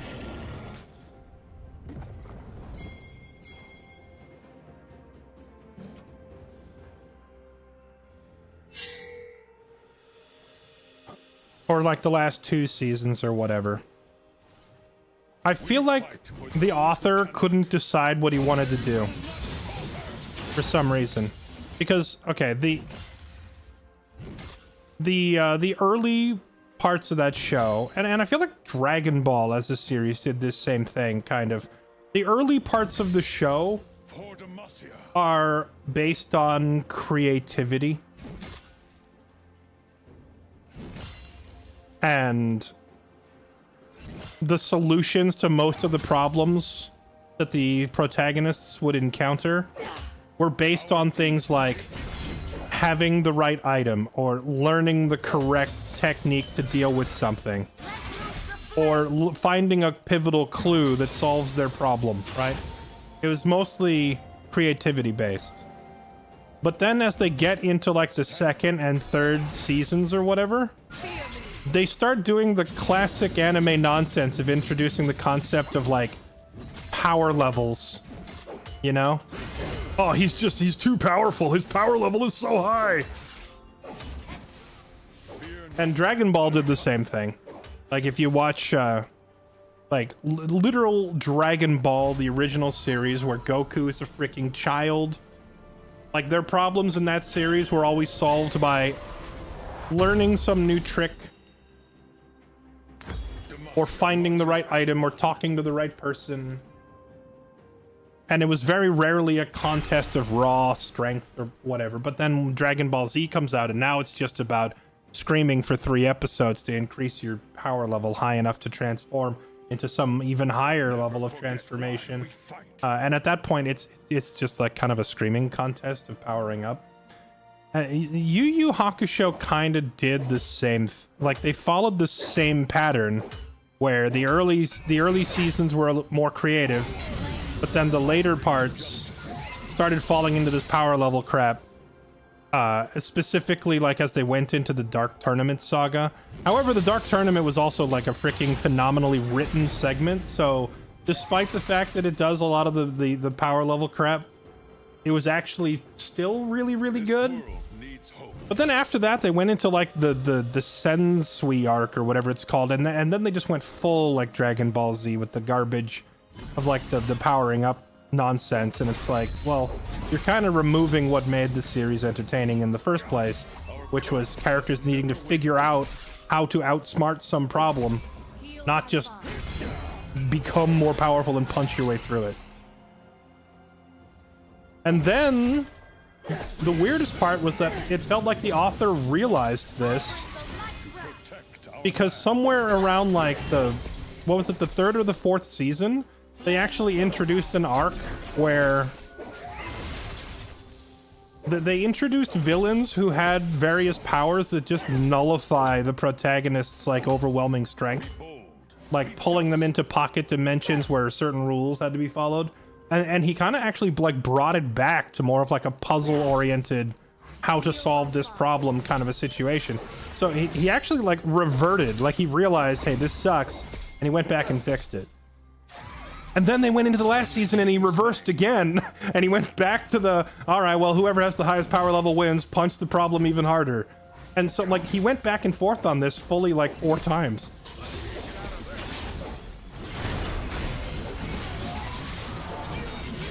The worthy survive! You have slain an enemy.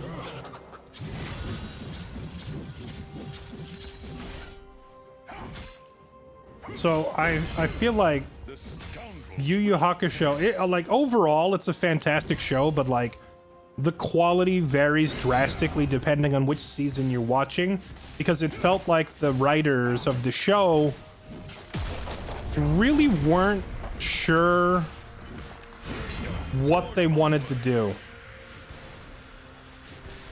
Like it felt like they just could not make up their minds whether it was supposed to be like some, you know, Dragon Ball Z knockoff where the characters just keep getting stronger and stronger, and eventually they're blowing up cities and then blowing up planets and then blowing up whatevers, you know? The show was at its best when it just was doing its own thing.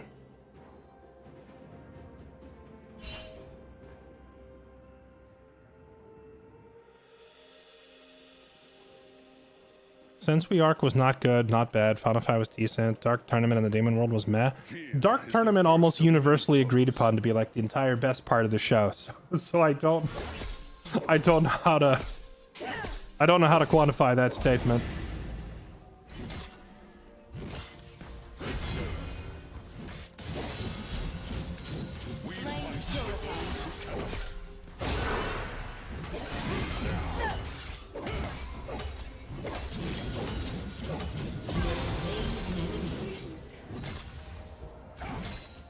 The Dark Tournament had its problems, namely that's where the whole power level comparison garbage started, but that was also only like a small percentage of it. And it was only between certain characters. It was mainly just the protagonist versus Toguro was like the whole, like, oh, this fight's just not winnable because his aura is too strong, his chi is too strong, his power level is too high. Most of the other characters had more nuanced stuff than that. Our deeds shape the future. What about Hajime no Ippo?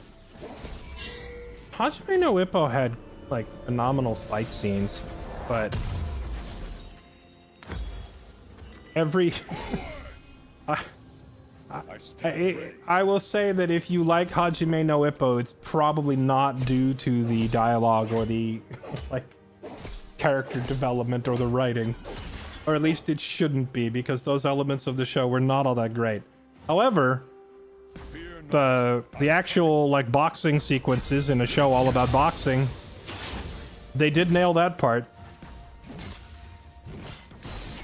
which is kind of important. If you're gonna make a show about boxing, then your boxing scenes better be good. And they absolutely delivered in that department.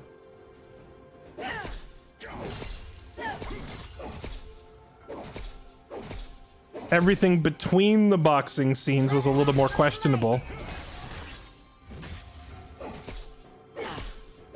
Never forget why we fight.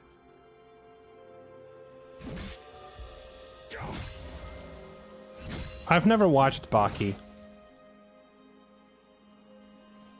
I took one look at Baki, and well, it's like you read the description of it, and it's like, okay, well, this kid is training to master like every martial art and become the greatest warrior ever in a series that is grounded in like martial arts techniques that are at least somewhat based on reality, even if they're way over the top, right? In theory, it sounds like it should be a great show, and that I should love it, given my martial arts background and affinity and all that. But then I take one look at the ridiculous-looking deformed faces and artwork from that show, and I just said, nope. And I never watched it. I've never seen an episode. I can't. They look too stupid. it the noses, the eyes, the everything about how dumb the artwork looks. The art style was just so atrociously bad that I just said, nah. And I turned it off.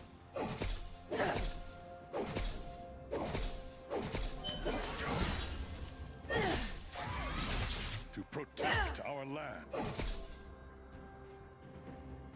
Flame purifies. I hate her so much. Has destroyed a turret. One of these days, I'm gonna get you, Kale. I'm gonna get you! Be just.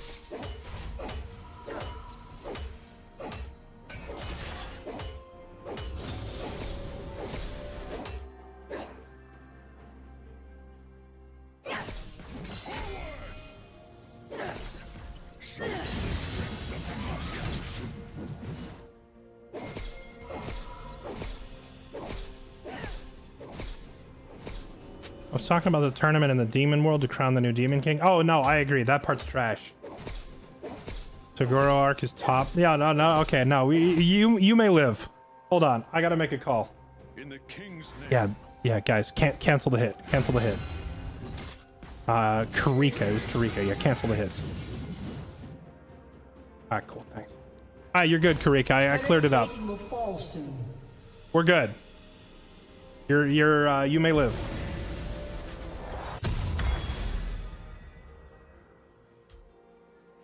Forge onward.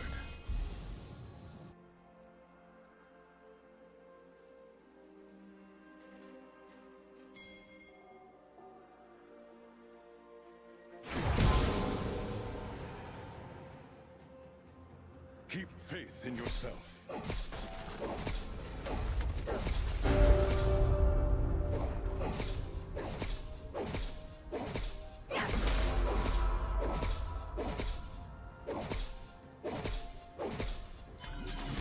Fear is the first of many foes. Heal by fire.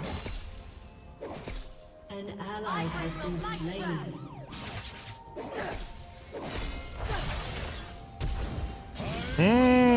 I got your flat. I'm gonna get you, Kale. We fight for those who cannot.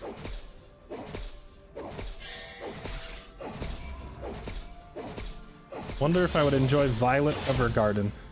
I have seen an ad for that show, or like a YouTube montage, or not a montage, but like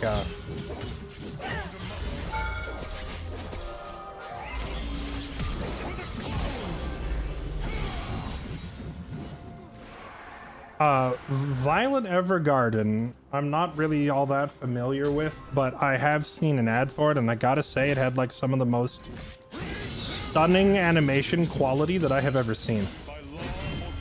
Granted, animation quality is actually fairly low on my list of priorities,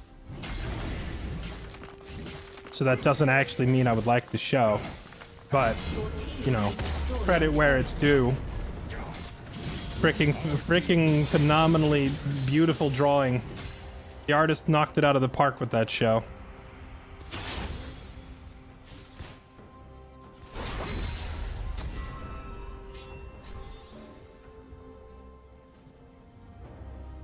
I stand ready.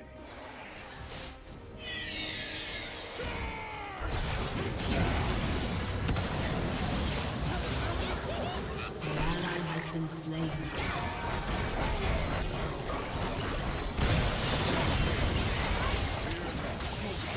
Aw.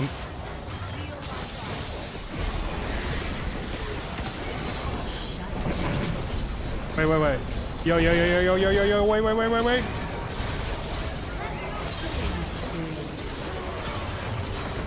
Marches as one.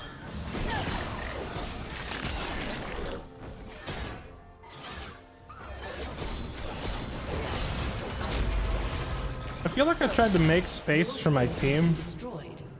but they took that as a full YOLO into the enemy Why we signal, and it did not go well for us. Did I like Trigun? Never saw it.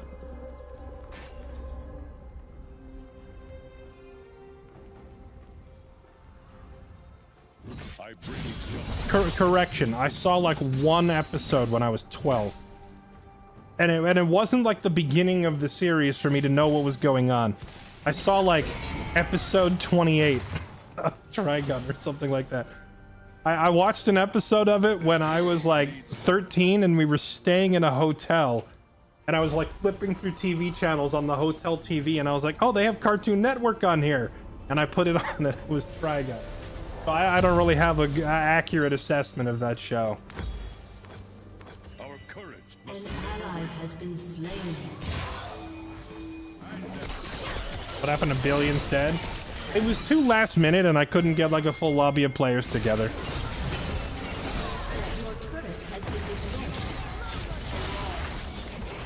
protect our land.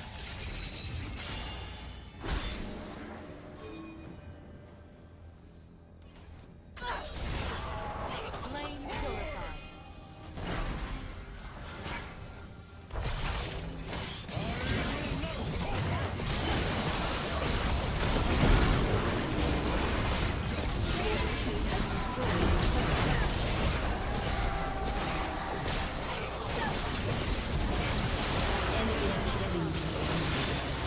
Oh my goodness, why would you go in?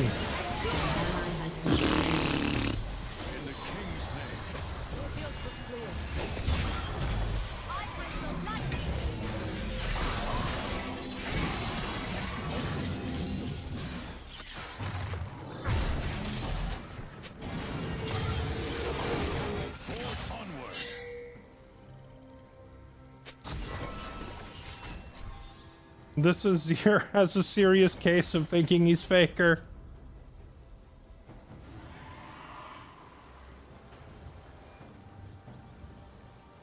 Keep faith in yourself.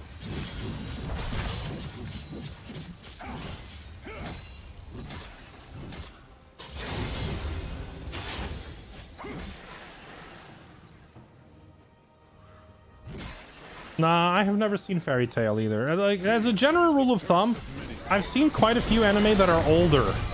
Like, I watched them, like, most of the anime that I have seen is when I was between, like, 12 and 16 years old.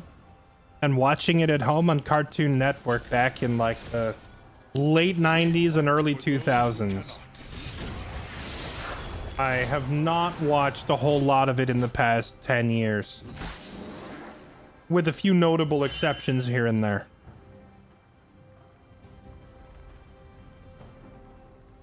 But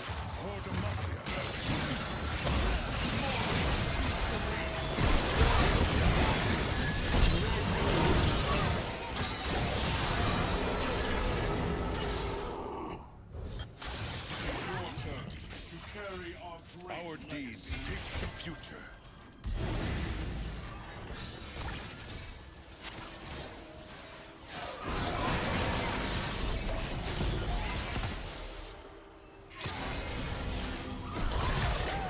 oh, I probably should have gone in there. I nicked the Ash. I could have gone in. But everybody else is kind of low, but I would have been in the middle of them.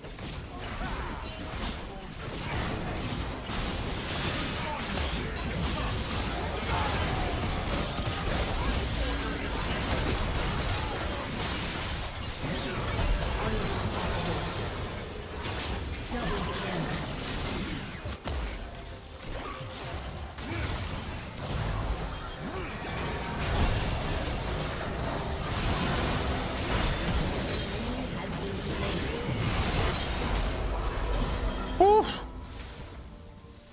That was spicy. Godlike. An ally has been slain. Your team has destroyed a turret. Your team has destroyed a turret. Marches as one.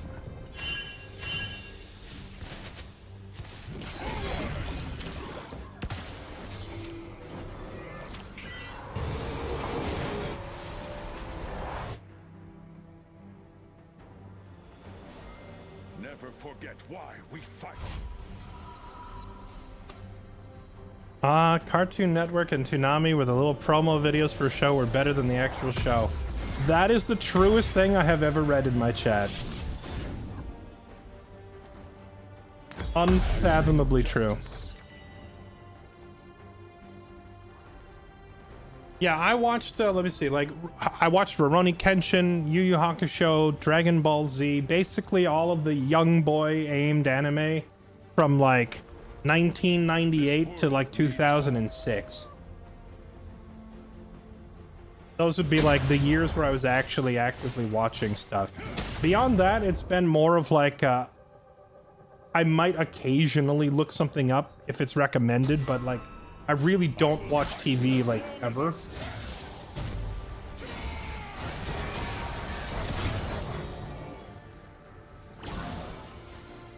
So it's been a while since I've actually watched a new show. Our courage must never waver. Oh man, Zophiel, dude, I know. That was so tilting as a kid. I remember that like every like month or so, like you'd watch Dragon Ball Z and they would play like episode 71, episode 72, episode 73, episode 74. And then at the end of episode 74, they'd be like, this is it. The thrilling conclusion of Dragon Ball Z. Will Goku finally defeat Cell? Find out next week. And then you tune in next week and it's like episode 68. It's like, but last week was episode 74. What happened? And then there'd just be no explanation. And then you would watch like from episode 68 all the way back to episode 74 again. Then it'd be like, find out next time on the thrilling conclusion of the Cell Game saga comes to an end. Can Goku, well not Goku, in this case it'd be, can Gohan save the day? Find out next week. And then next week you tune in and it's episode 55. It's like, you're regressing further backwards. What is going on? Redemption in the light.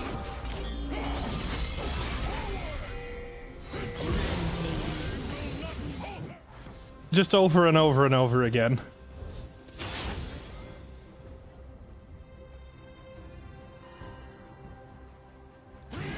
Oh, and yeah, that was also part of it. It was like they had a 30-minute time slot.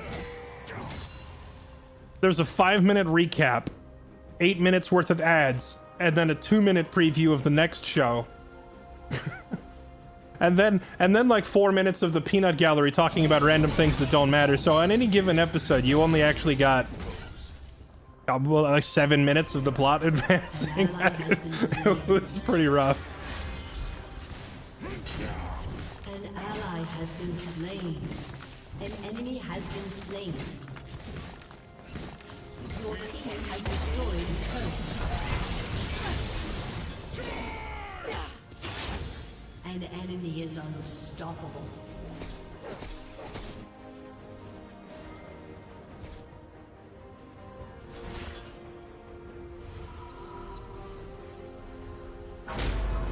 Gotta admit, Rock the Dragon was killer. Rock the Dragon was peak. It still is. As much as we love clowning on how bad Dragon Ball Z is by modern standards as adults, An enemy has been you slain. can't deny that you were hyped up on that when you were like 14, all right? When you were 14, that was the sauce. Our deeds shape the future.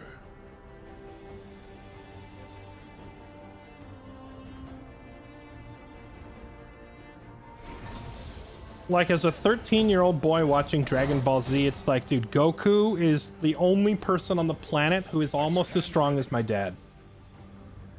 Like, that you can't recapture that kind of magic. Now I can look back at it 20 years later and say, God, that was awful writing and awful pacing, and there was so many problems, but it didn't matter back then, right? Fear not, I'm coming.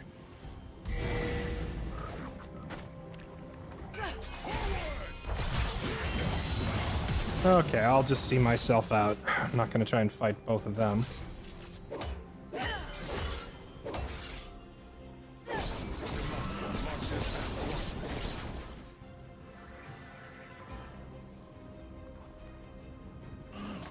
An ally has been slain.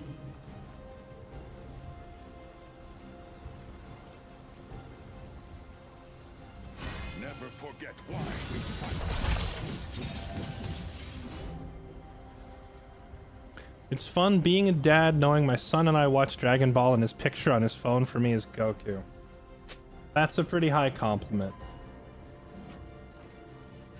I bring justice. I remember my dad walking into the room and saying, "Hey kids, what's a Vegeta?"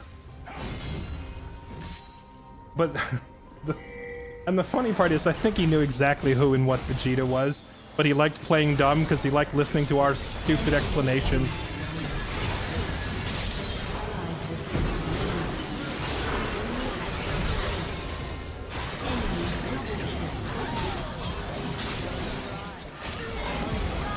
Holy fire!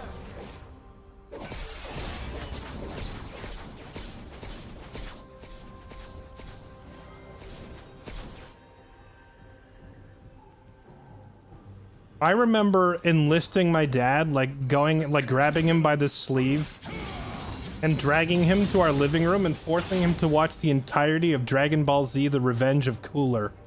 Or Return of Cooler. Was it Revenge or Return?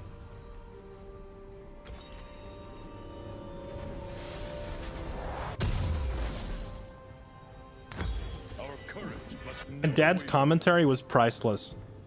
The end of the movie, for those that haven't seen it, which I imagine is probably a lot of you, the end of the movie has like Goku and Vegeta are like, they've been defeated and captured and they're being hooked up to this machine. And this machine is supposed to like suck the energy out of them. Protect our land. But then they both go Super Saiyan and they're like overloading the machine basically by pumping it full of too much energy. And that's how they escape. They like overload they're like on a spaceship and they like overload the machine and the whole spaceship is exploding. And my dad's commentary on the whole scene is like, they should probably unplug those monkey dudes from that computer. It doesn't look like it's working. He's like, I don't think the computer can handle those monkey dudes. They should probably unplug them.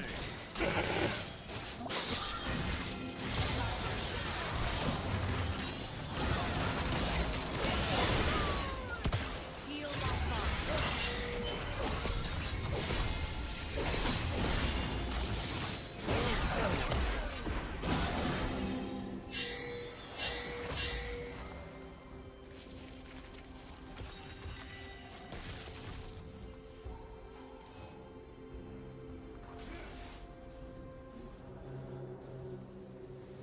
Keep faith in yourself. Good soul.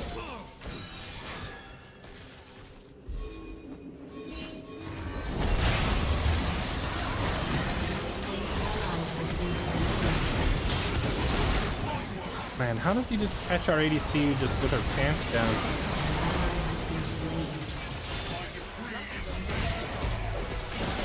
That hurt.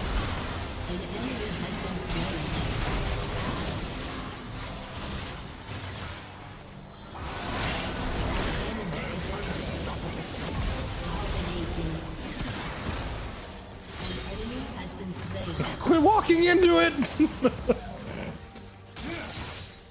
Okay, at least Jack's overcommitted at the end and we got him. We fight for those who cannot.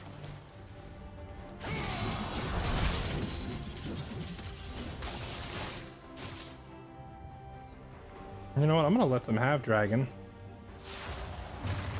Your team has destroyed an inhibitor.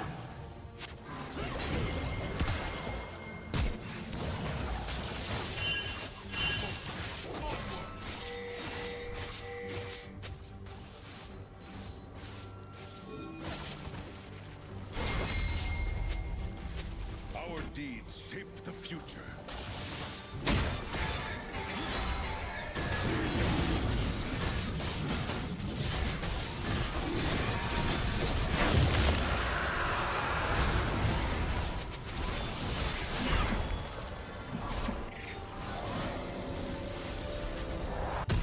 I stand ready.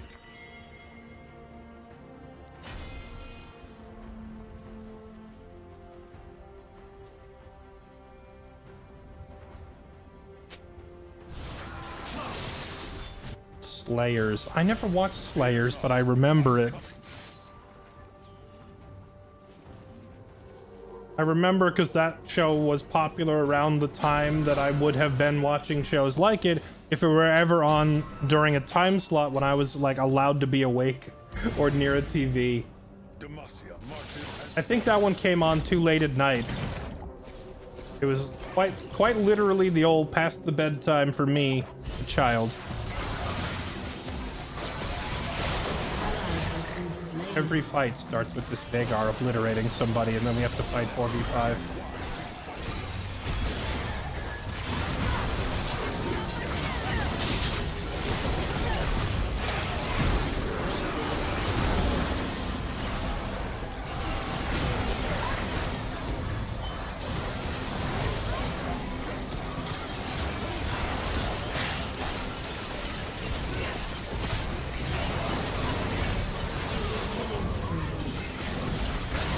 Dang.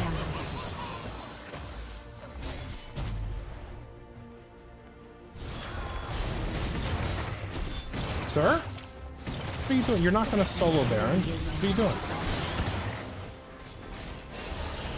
You just pushed the base.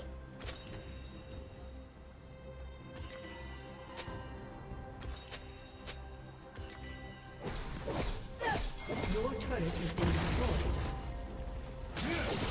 I bring the light.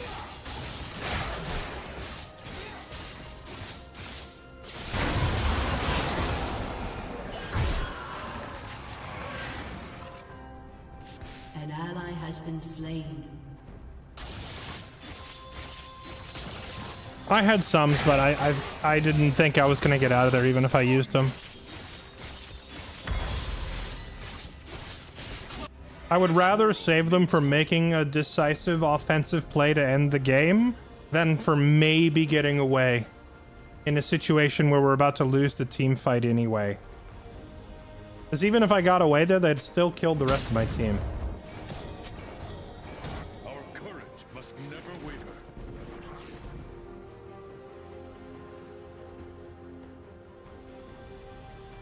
Oh yeah, Slayers. That was... You know what was always weird about that show was like, wasn't the protagonist of the show literally a Dota character? It was literally a fire mage named Lina. That's straight up that's a Dota 2 character.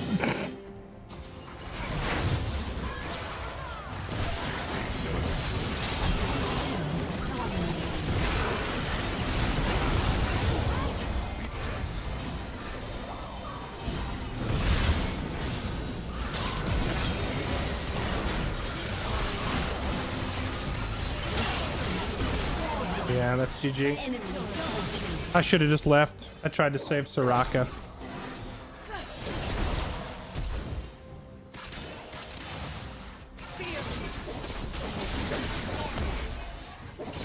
Feel my fire. Slain.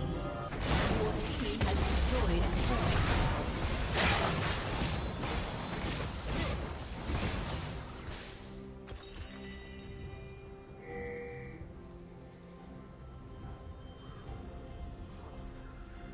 This was the other way around. Wait, was it the other way around? Your turret has been destroyed. Your inhibitor has been destroyed.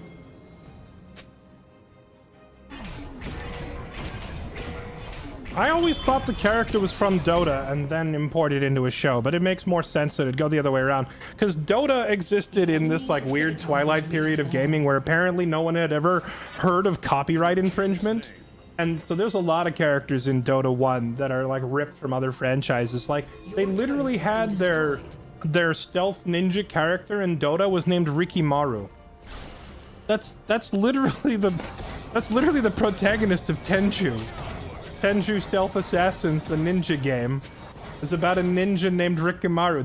They were just like, yeah, let's just put him in Dota. Why not? Sir, isn't that illegal? Nah, who cares? But what about copyright? Copy what now? Like, they just never heard of it. An ally has been slain.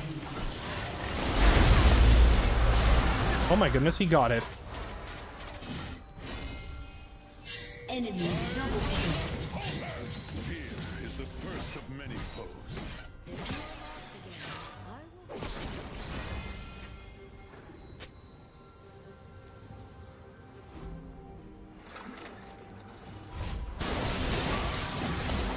you are lost again, I will. We fight for those who cannot.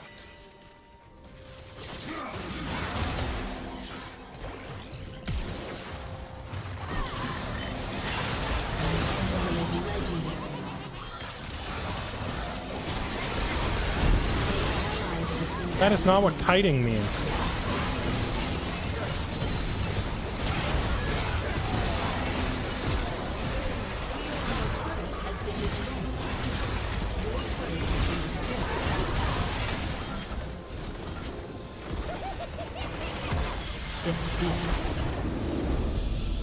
I don't know why, like, we had that. Tryndamere even stole Dragon's Soul and everything. And freaking Aphelios was like, it's my moment, and he ran into all four of them by himself. What are you doing? Good try, jungler. In Dota 2, a lot of heroes don't have names for that reason. Are you talking like the same characters? Did they like remove the names, or you just mean like new ones that have been added? Like, is Rikimaru still Rikimaru? And is Lina still Lina in Dota 2?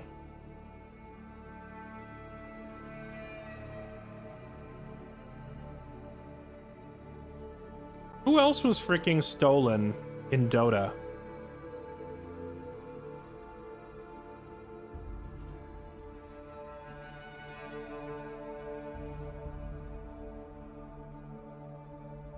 They shortened it to Riki. Okay. How many of you knew that? How many of you played Dota, but you didn't know that Rikimaru was the ninja from the game Tenchu? Out of curiosity.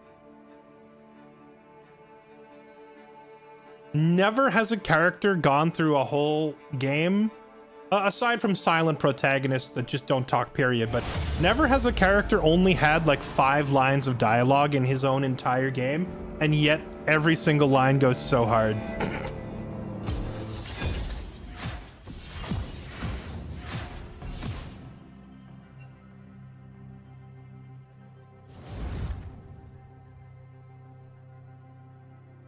Rikimaru with the classics, like, we thought that, like, what did they say? They said, we thought it was Rikimaru, but then Rikimaru is like, I sent my shadow.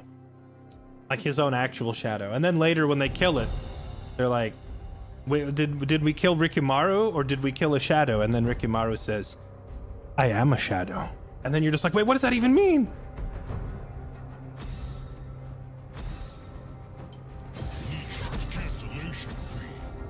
Me? I don't even know what Tenchu is. Let's see if I can find the classic. Rikimaru. I am a shadow. Let's see if I can find it.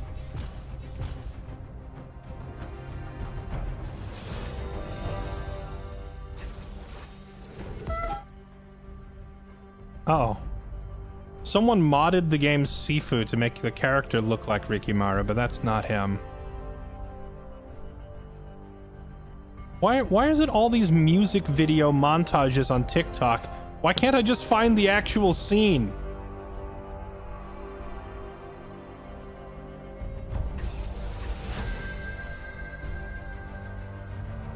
It's so annoying.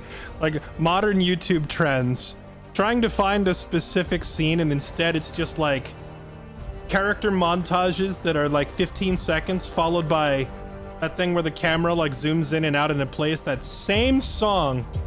Chat, do you know, you all know the song I'm talking about, right?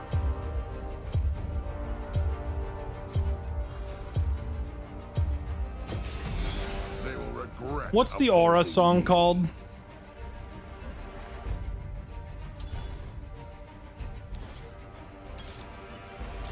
Oh, here we go. I think I found it. This is the scene. This is Tenchu. Let's see.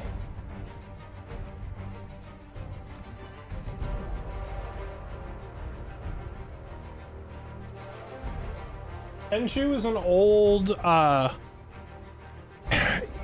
Metal Gear Solid-ish game, except it's set in Japan.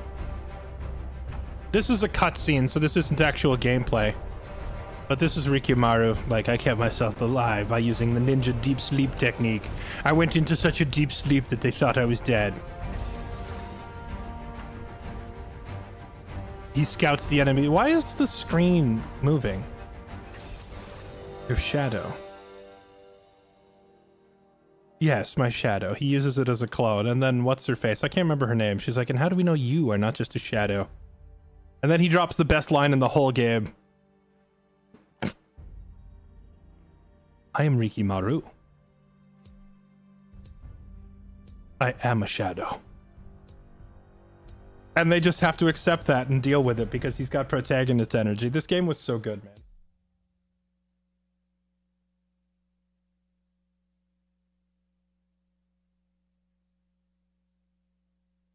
My god, these graphics. I know it's old, but what's wrong with his face? Have you, like, never seen a video game from the 2000s before? This is just what they all look like. Although I don't know why the captions at the bottom of the screen are shaking. That's a little weird.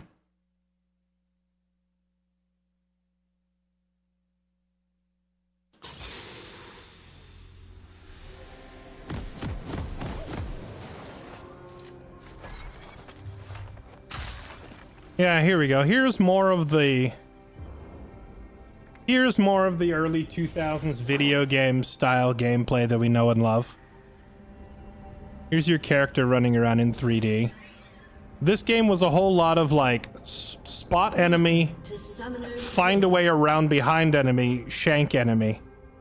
But then when you try to find a way around him, you know, you'll find out there's like another enemy back here watching him. So then you have to get behind that enemy, and when you try to get behind him, there'll be an archer up in a tower watching you from up there. So now it's like, all right, well, I gotta find a way to distract the archer so that I can kill this guy and then hide the body while I kill the other guy, and that's kind of how the game plays. My destination is clear.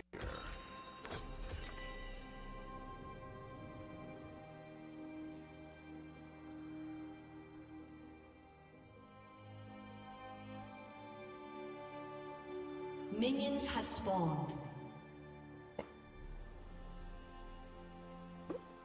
I will not rest. If I remember right, Metal Gear Solid gives you like a bunch of different gadgets and stuff. Like you had the cardboard box, and you had Snake's cigarettes, and you had other like gadgets and such to make your life easier. But Tenchu had more like specialized gadgets, if that makes any sense.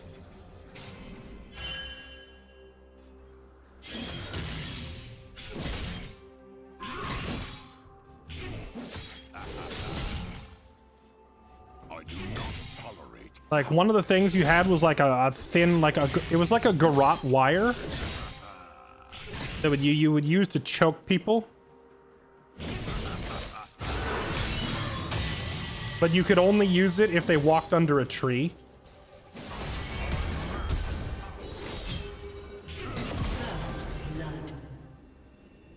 It was like, if the enemy walks under a tree, you could throw this like wire up and it would like go over the tree branch, and then you could like wrap it around their neck or something like that.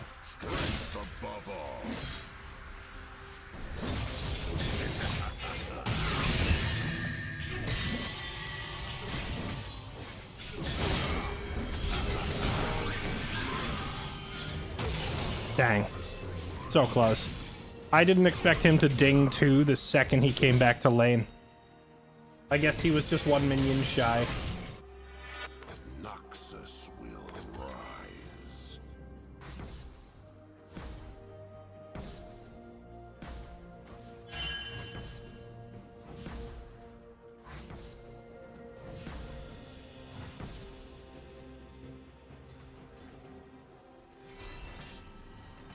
Carve a path.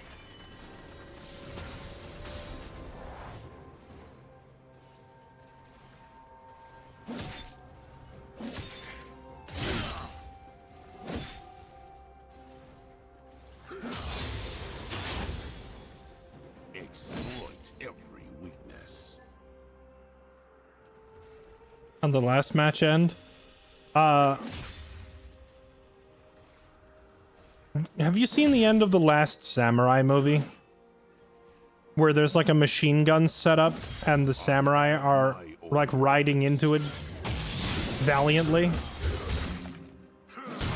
It was like that, except instead of like 500 samurai riding into one machine gun, it was one samurai running into 500 machine guns. Namely, our Aphelios decided to run into the entire enemy team for no definable reason.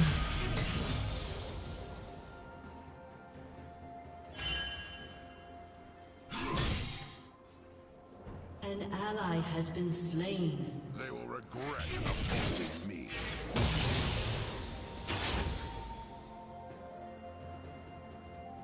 And then the white guy taught the Japanese about honor? No, quite the opposite. They spent the whole movie teaching him everything about their culture. Stay alert. I'll never understand, like, I understand the white savior trope and why people don't like it, but I don't understand why people apply that to Last Samurai. Tom Cruise is not the last samurai in that movie. The movie is not about him. Scratch that. The movie is about him. But, like, it's about him observing the samurai. I don't know. He's like the survivor that tells their legacy and spreads the word to the rest of the world. He teaches them nothing. Except maybe English.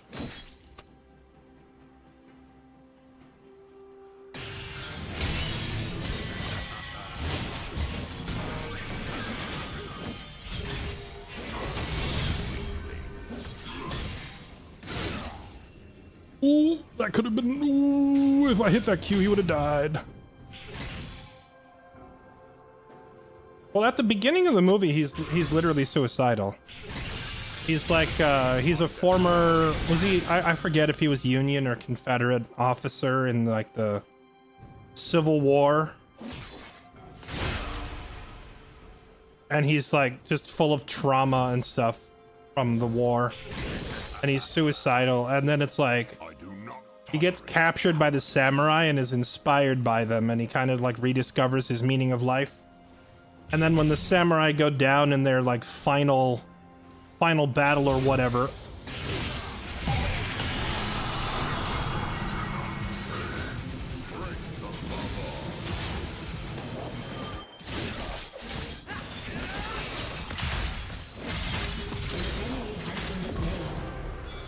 You have slain an enemy. then he is like one of the surviving witnesses and basically spreads the word of the last samurai after they all die. So he doesn't save them. I don't know. It's weird. I guess I love the movie, so I am always quick to jump in and defend it. But it's not one of those, like, white guy shows up and saves the primitive natives kind of movies. If anything, they save him. They give him his meaning of life back, and he kind of learns honor and tradition from them, and then goes on to spread the word to the rest of the world.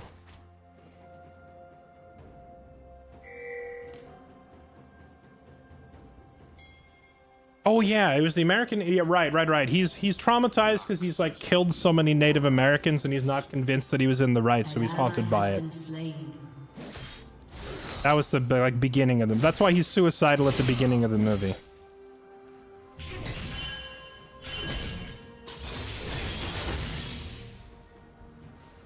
Death by my hand. An enemy has been slain. In before the chatter who just triggered my rant is gonna be like, oh, I was just kidding, bro. I love the movie.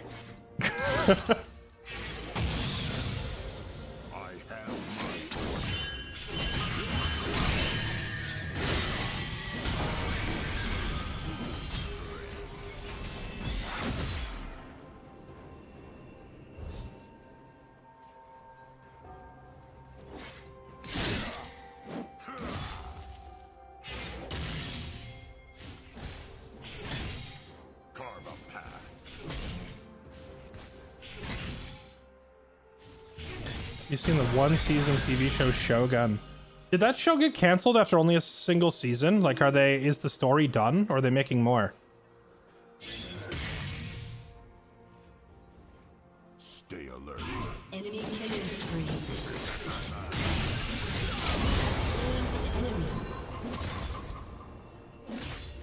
An ally has been slain. It was only meant to be one season. Did they like conclude the story though? Does it wrap up, or does it just kind of end in the middle of it?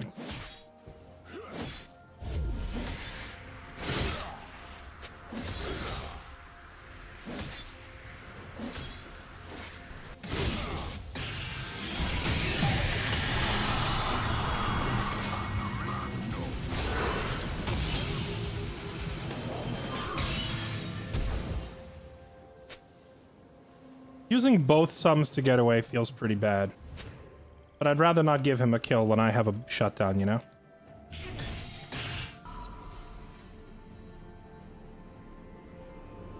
Yeah, he wraps up. Oh.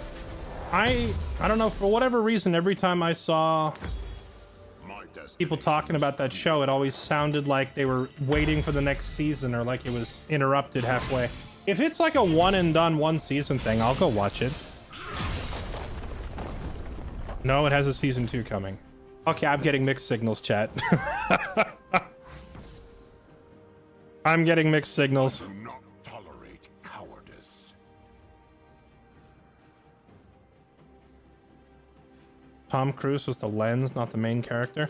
I feel like, I don't know, the concept of who is the main character in The Last Samurai movie is a little gray. I mean, I guess at the end of the day, you have to say that Nathan Algren is the main character, but like, the movie is called The Last Samurai, so people kind of like would expect The Last Samurai to be the main character, but the Last Samurai is Ken Watanabe's character.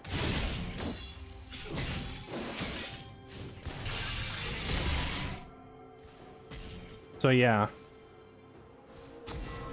He is the main character, but he's not. Okay, here's where the confusion is.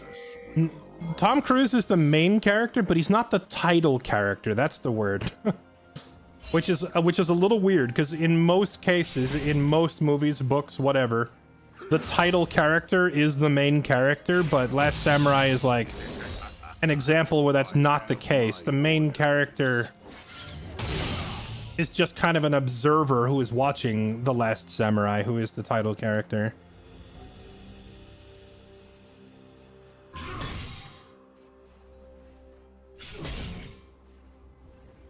Carve a path.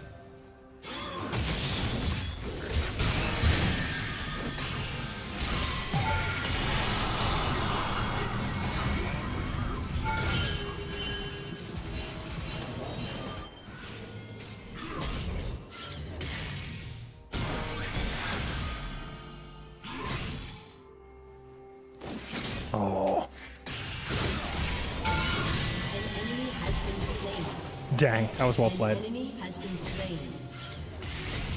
So it's like The Great Gatsby? Yeah, Great Gatsby is another good example, because Gatsby's not the main character in that movie, right? I forget the main character's name, but Gatsby's like the rich next-door neighbor, and in the movie it was played by Leonardo DiCaprio. Who was the main character? It was Tobey Maguire. I haven't seen that movie in forever, but it's the exact same scenario. The movie follows somebody else, but it's named after and like centrally themed about a different character.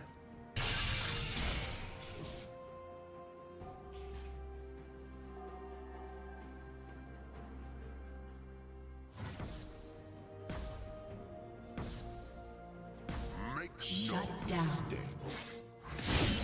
Just booted it up, gonna watch it again, never realized it was from 2003. Last Samurai? Enjoy, man. It's a classic. My destination is here. And if you're one of those people who never watched it because you were like somehow under the impression that it's like a white dude saves Japan, that's very much not the case. And you should go watch it because it's a great movie. Turret plating will soon fall. I do not tolerate cowardice.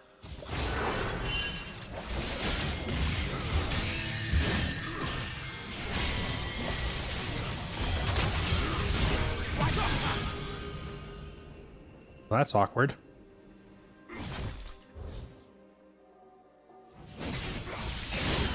Ally has been slain.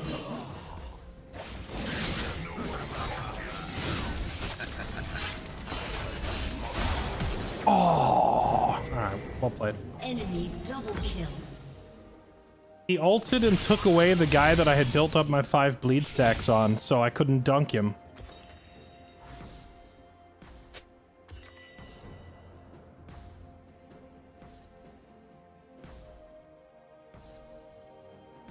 Maybe, but you ulted the guy that had my bleed stacks. Oh, I lost all my buff. Noxus will rise.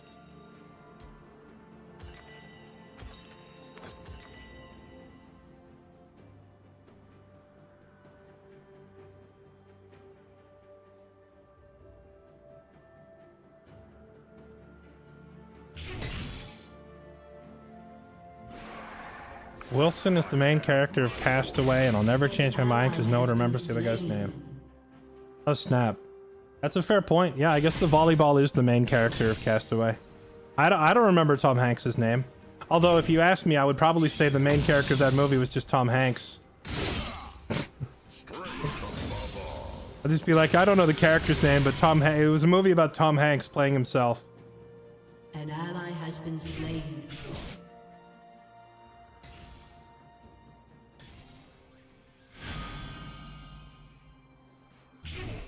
Stay alert.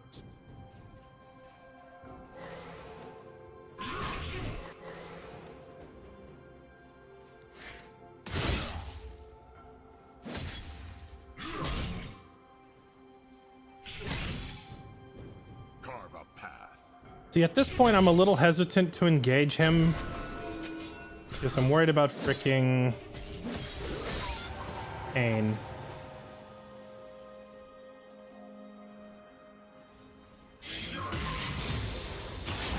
Make no mistakes.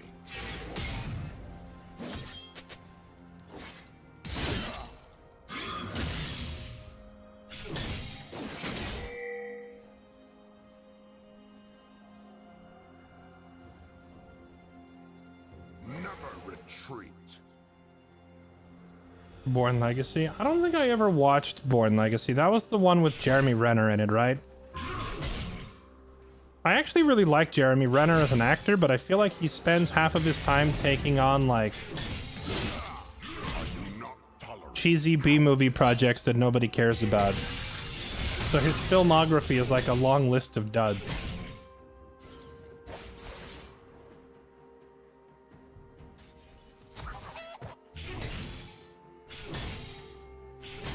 They will regret. An ally has been slain.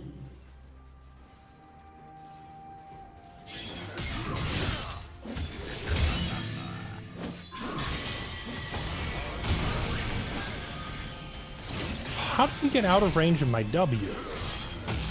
Should have been dead right there. I guess I can't, like, auto W cancel because his Rylays is slowing me down so much that he just gets out of reach. I will not. Runner was the stage actor? I'm not sure, but, like, virtually every Hollywood actor had some sort of stage acting experience before they went to Hollywood. My destination. No one, well, I shouldn't say no one because there's always exceptions to every rule, but very few people just, like, show up in Hollywood and then are randomly selected into, like, some big motion picture. They had to get their start somewhere, and so a lot of them come from theater. I have my orders.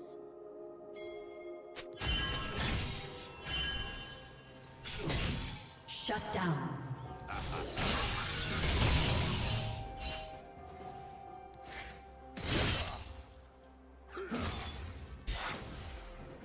Strength above all.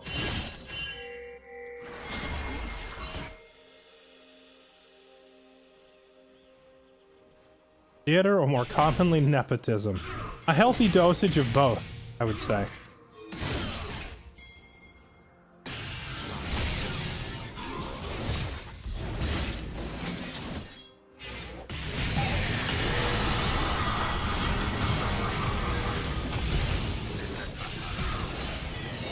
Bleed!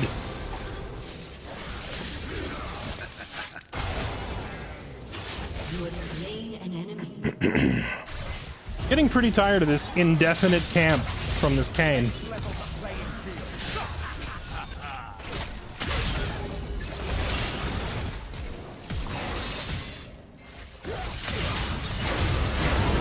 been slain.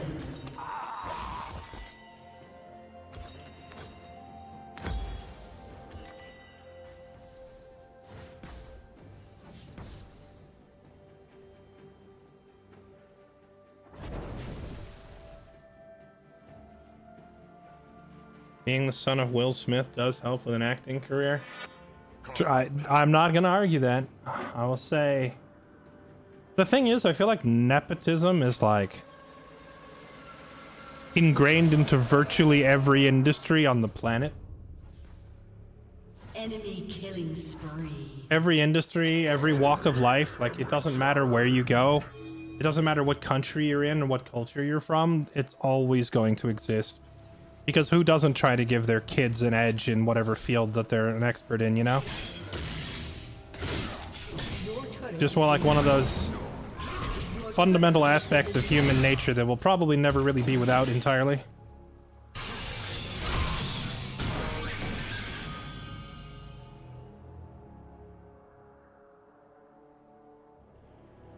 Is it nepotism or just money? I mean, the two are often intrinsically linked, right?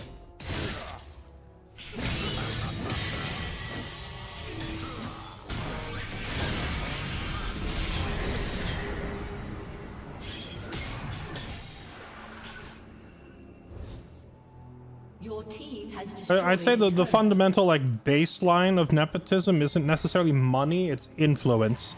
But with that said, I will not rest. money and influence very often go hand in hand. Because if you have a ton of influence, you can often use it to make money, and most people do. Right? So they're like not necessarily the same thing, but they are frequently together. Smoke and fire. An ally has been slain. Enemy rampage. Yeah, it depends on the industry. Like, any given industry that is more about... Like, think of it this way. Any industry where the primary means of getting ahead is a referral. That is prime breeding grounds for nepotism.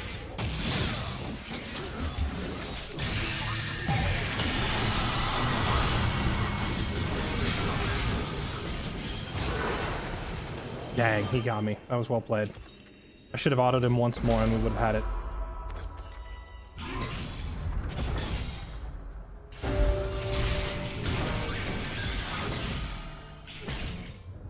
Your turret has been destroyed.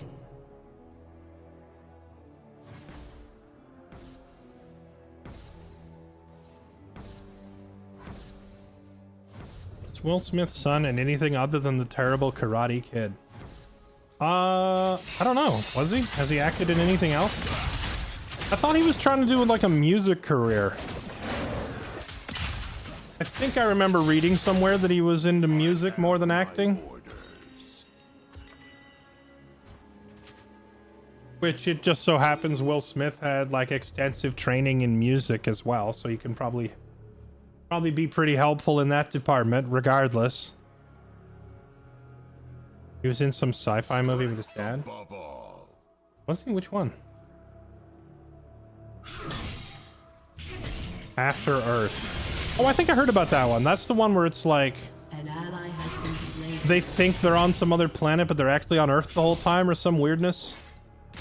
I remember hearing it and thinking the plot sounded kind of wonky.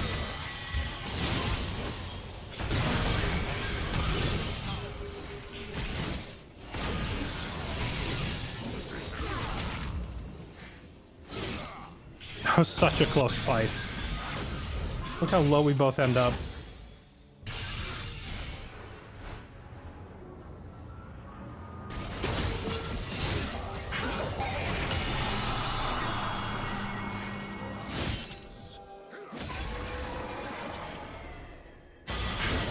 No!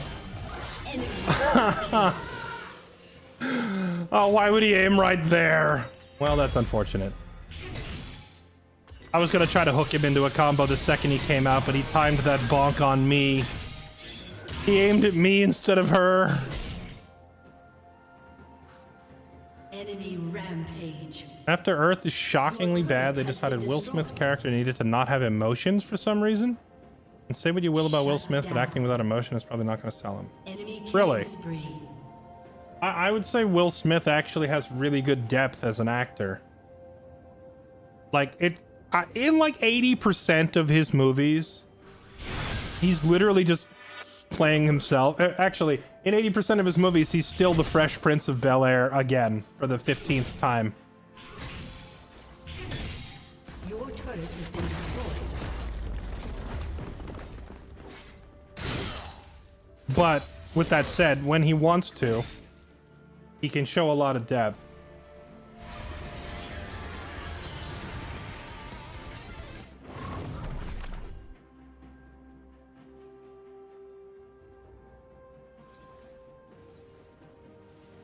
Make no mistakes. So I don't know why an actor would pick a movie, or sorry, I don't know why a director would like have a talent on their hands like Will Smith and decide to make him like a soulless robot, you know? Doesn't play to his strengths. Well, I thought you were recalling, buddy.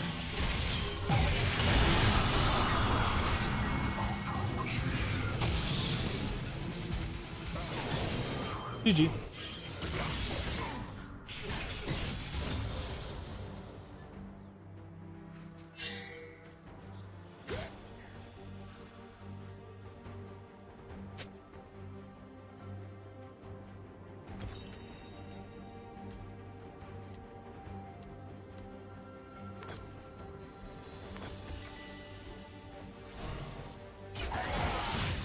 The 2v1 top has just been too much. I don't think I'm going to be able to catch up.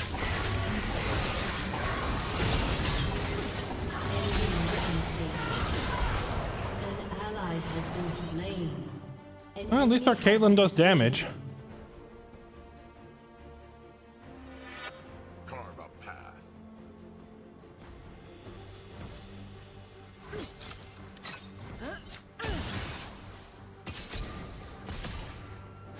Did you forget a large part of the plot is the monster can sense certain emotions, hence Will Smith has to...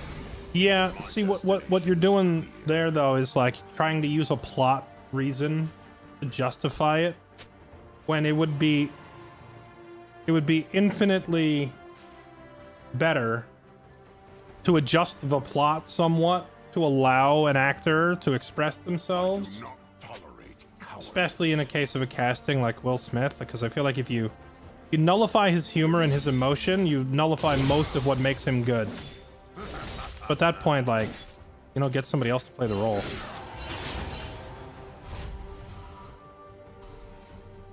An enemy is unstoppable.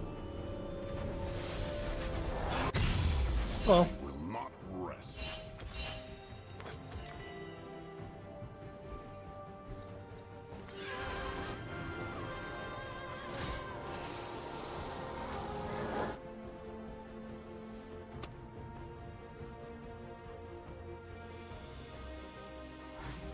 I have my orders.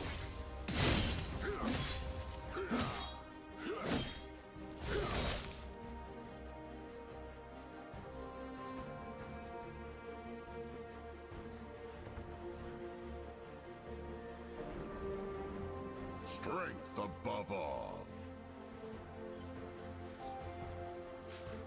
wait, are you asking me if I forgot the plot of After Earth? I've never seen it. I don't know the plot.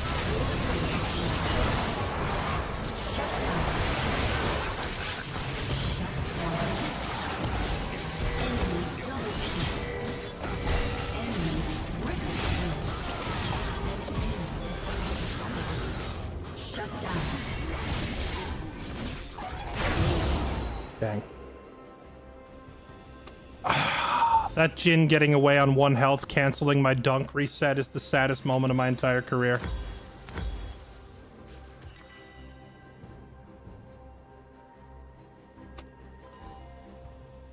Yeah, I mean, well, okay. So if you're playing, if you're making a movie where part of the central plot is that the protagonist can't really show emotions, you have two choices, right? Has been destroyed. Either edit that part of the plot and change it so that your actor can actually express like what makes them good as an actor, or B, keep that part of the plot intact, but then like probably don't use someone like Will Smith in the role. Go get Henry Cavill. He's good at like standing there and looking menacing and not having any emotion or any acting ability of any kind. He nails the role. But yeah, I feel like, oh well, they had to have this kind of poor acting because of the plot, and it's like, well, either the plot or the actor or like some other factor should have been changed before it got to that point in the first place. Shut down.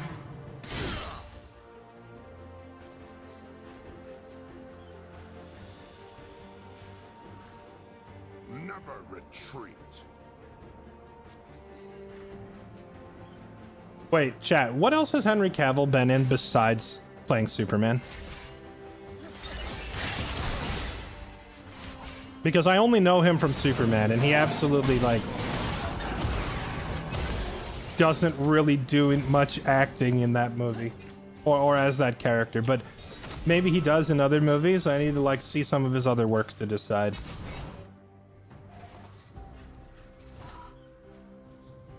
Man from Uncle. Wait, what the heck is Man from Uncle? I've never heard of it.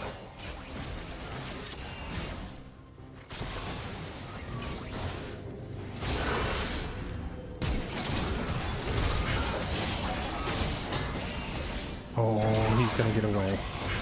Feels bad.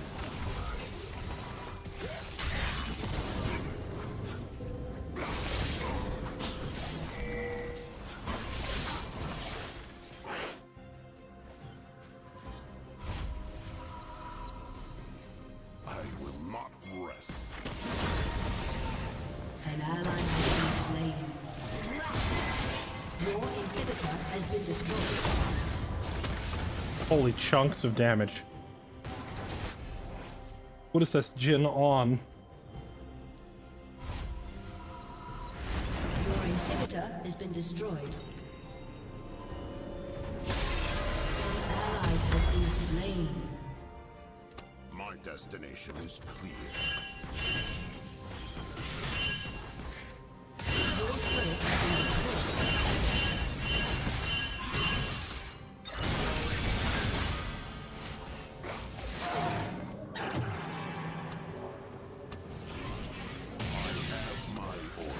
Your turret has been destroyed. Your turret has been destroyed.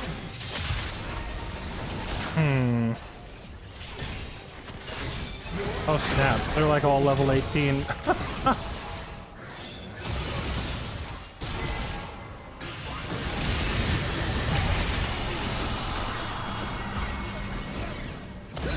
has been slain. RIP in pieces. Alright, GG. Was fun while it lasted. Your turret has been destroyed.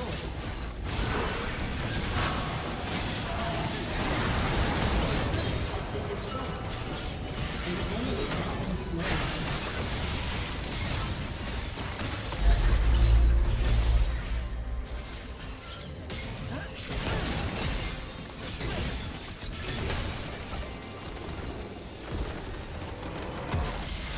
Man from Uncle. Wait. The arm reload thing was hilarious. Yeah, I. Now that you mentioned Mission Impossible, yeah, I've seen that. I forgot he was in it. I feel like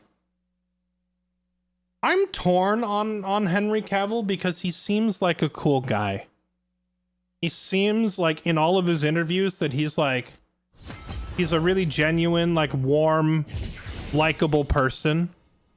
And it's also hard to hate somebody who has nerd hobbies. The man plays Warhammer and Dungeons and Dragons and PC games and stuff like that. So obviously it means we have nerd representation on the big screen. So, you know, that's great.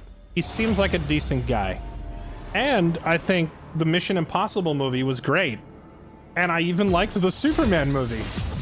However, even with all of that, he doesn't like actually show any emotion or do any acting in any of those movies. I'm sorry. I can't be the only person who's just like not impressed with him as an actor. Like, and not that I think he's bad, but if you're playing movies where the script just calls for you to just kind of stand there and look muscular, any big dude can do that.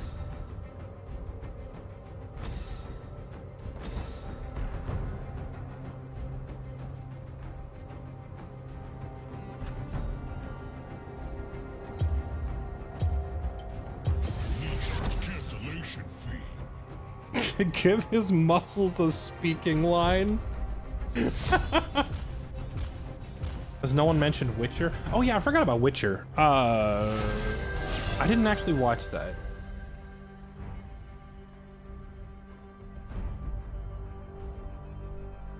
Supposedly he's super positive and professional and great to work with. Yeah, I have nothing bad to say about the man's personality. He seems like a great person. It's just that in the only roles that I have seen him in, which is mainly Superman and Mission Impossible, he just kind of he like stands there muscularly. That's it. Look at him. He's just standing there muscly, and that's all he does. He's like hardly any facial expression. Like there's not really a whole lot of emotional depth. Like there's just nothing. He just stands there. So when someone's like, "Oh, you know who should play this part? Henry Cavill," I'm just like, he.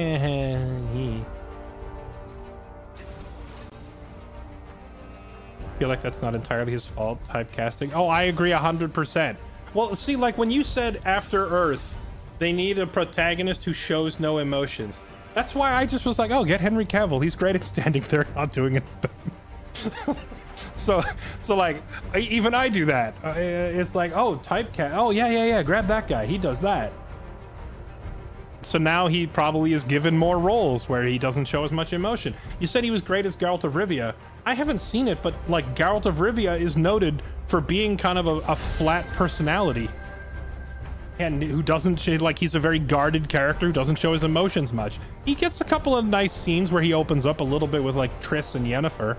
At least in the games and in the books. I haven't seen the series.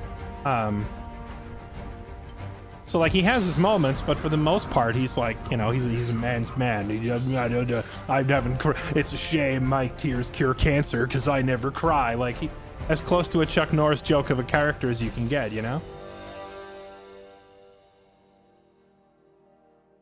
Yeah, the Witcher, the process of becoming a Witcher and going through all the emotion or going through all the mutations mutes their emotions and makes it hard for them to relate to other people anyway, because they're not human anymore. He was in Stardust and Immortals. Is Stardust and Immortals a movie, or is that two different movies? Because I think I remember the movie called Stardust. Is that the... Stardust. Is that the one that had... oh gosh, what was his name? They had some big name actor in Stardust, didn't they? Was Stardust the movie that had like the voodoo doll scene towards the end of the movie, where like the swordsman tries to fight the witches and then he just like gets completely destroyed because they have a voodoo doll?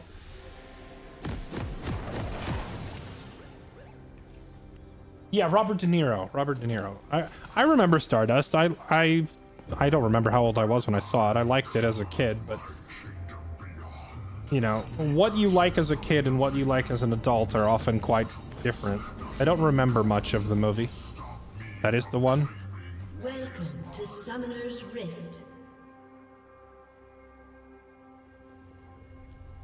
Immortals is the Greek god one. He plays Theseus. 30 seconds until minions. Oh, I think I saw that. Are these like, when you say he's in Stardust and Immortals, are these like tiny side roles? Because I don't remember him in either of those movies. Was Immortals the one where at the end they have like the giants running in and fighting the gods? And the gods, including Zeus, are like just getting clapped. they take a few of the giants out, but in the end they get completely overrun.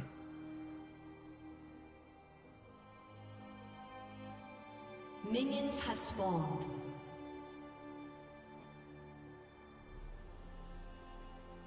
he was Zeus. Then we're not thinking of the same movie, because I think the movie that I'm thinking of that had the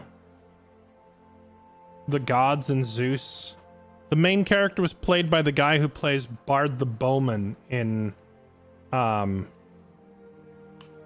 Hobbit. The Hobbit movies. Who plays Bard the Bowman? What was his name? Luke? It's Luke something, right? Oh, let me catch up on resubs before I forget. Dino Punk, King Wrathful, Crimson Culling, Ariel J, and Jake Winnie. Thank you all for the resubs. Welcome back, everyone.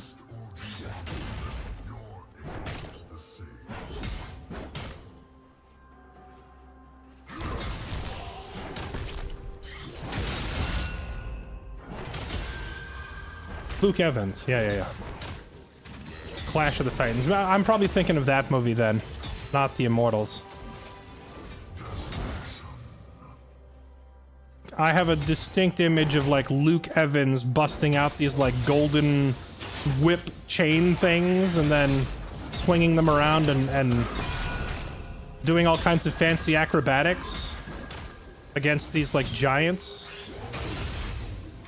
And then getting absolutely wrecked anyway, like it didn't matter.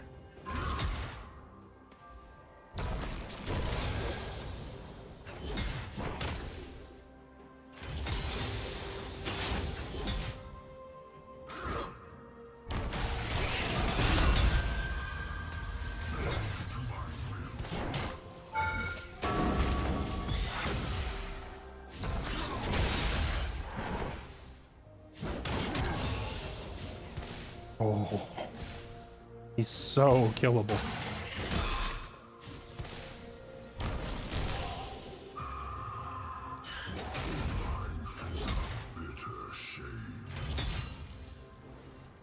His jungler must be nearby if he's staying, right?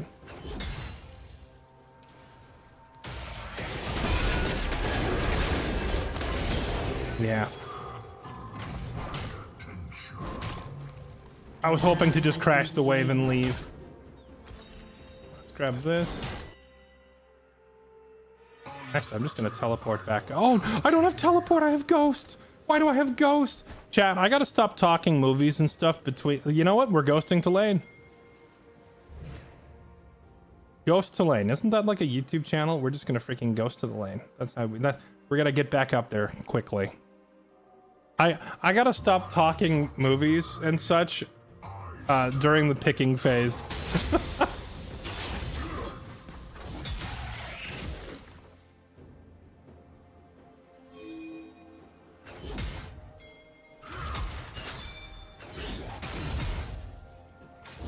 During the filming of Jumanji, Robin Williams took Kirsten Dunst to a games workshop. Was Kirsten Dunst in Jumanji?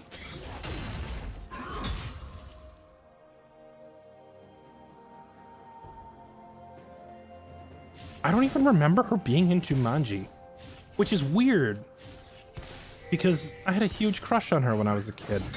I think the movie I saw that I was like, holy heck, she's super hot was Small Soldiers. That's the movie.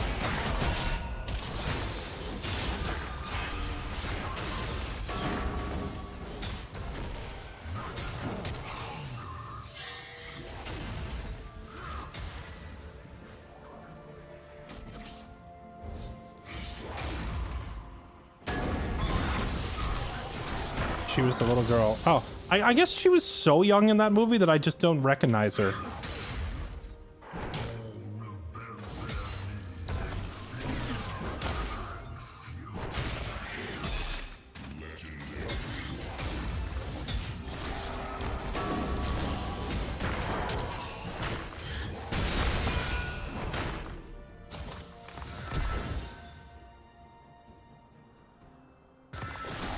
No, it just came off cooldown. I'm so upset.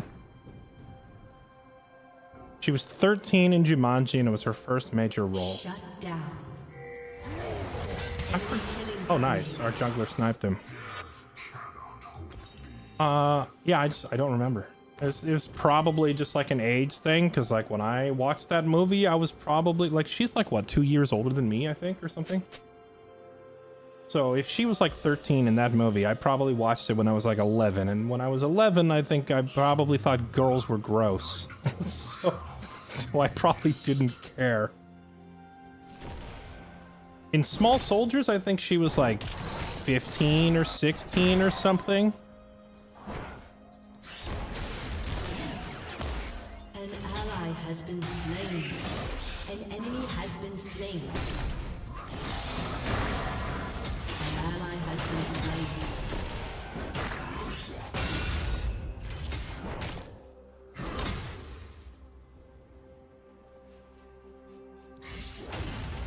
To be fair, do you remember much else when Robin Williams is the other person on the screen? I mean, I feel like when you're like 11, you don't really care who most of the actors are, right? I feel like getting a feel for which actors you like and in which works is probably not a sense that you start to develop until you're a little older, right?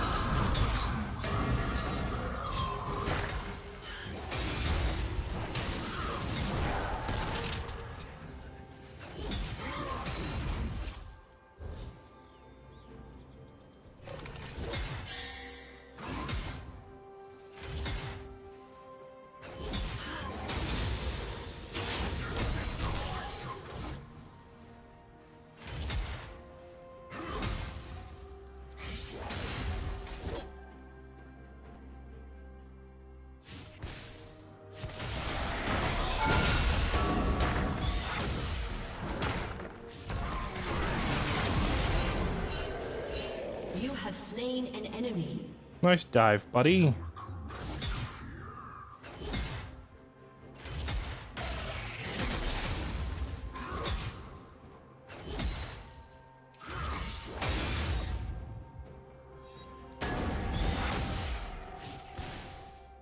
She was born in 82.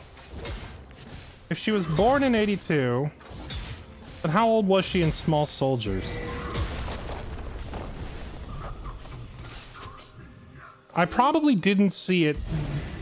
Yeah, I probably didn't see it the same year that it came out, because my family rarely would ever like go to the movie theater or anything like that. You know, we were definitely a rent it from Blockbuster 3 years later kind of a family. Small Soldiers came out in 1998. So that means... So she was 15 in that movie. If it came out in 1998, then... And I probably wouldn't have watched it until like 3 years later, so I would have been... yeah, I would have been like 14. So we were about the same age when I saw the movie, but it had already been out, so she was actually like 5 years older than me. An ally has been slain.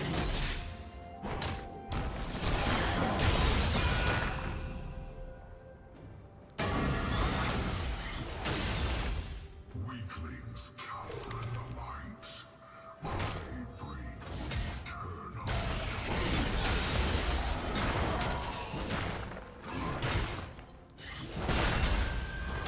How am I getting mauled by a Malphite?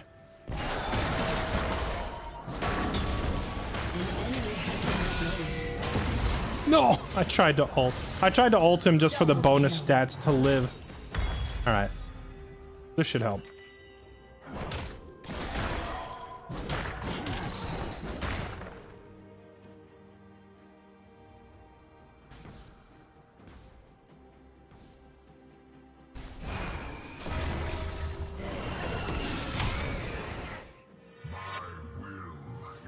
Once again down to iron.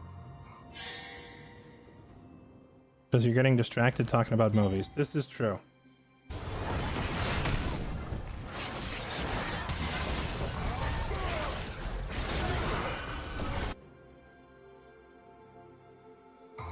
Enemy double kill.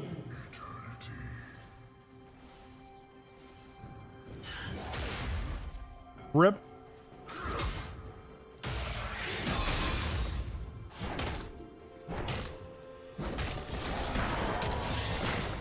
Yeah, I remember. I remember watching Small Soldiers with my dad, and he was getting an absolute kick out of An ally has been slain.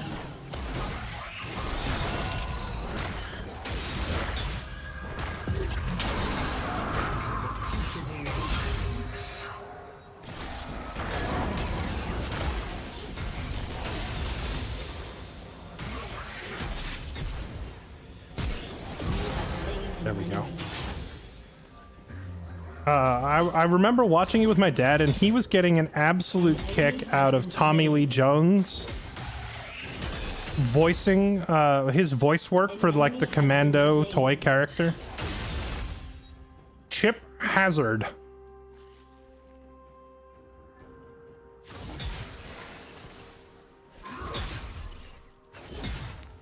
Wow, Lux? Wait, what do you mean? Is Shelby in chat?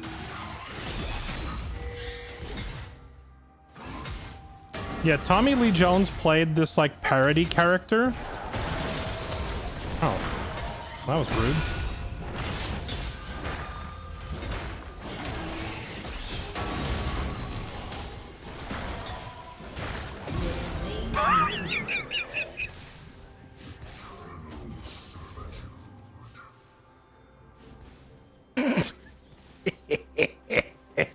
I'm so glad he teleported back to lane to flank me to use his ulti to die. Small Soldiers was the one where the archer toy was the hero. Yeah, that was the one. I remember that my dad loved the movie because he was getting a kick out of Tommy Lee Jones playing this like parody like character who was like a toy. So Tommy Lee Jones like didn't appear physically in the movie. It was just his voice work, but he was like hamming it up. It was one of those things where you could tell that the voice actor is just having fun with it because he's just going completely off the rails, you know? Like he's just spouting every military cliche and he's doing it all completely straight-faced. And my dad thought it was freaking hilarious. And I love the movie too, but I mainly love the movie because Kirsten Dunst was freaking hot. I was 14 at the time, I'm allowed to say that. So I was like, yeah, I'll totally watch the Soldier movie again. I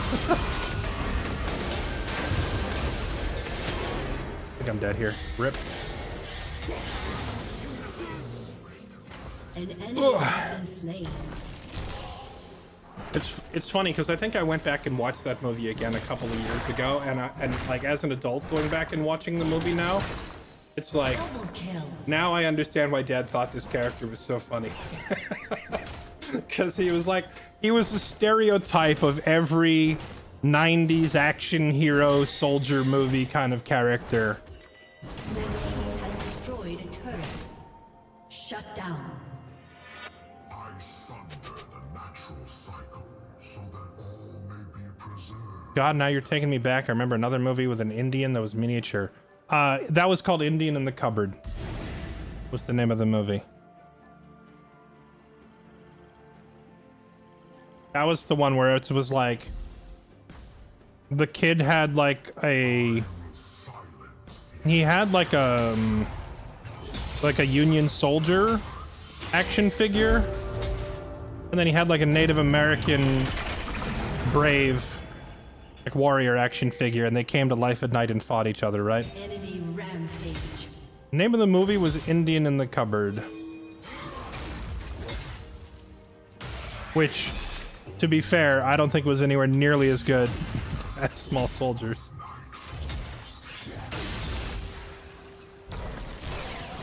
It's also a good movie, don't get me wrong. Using the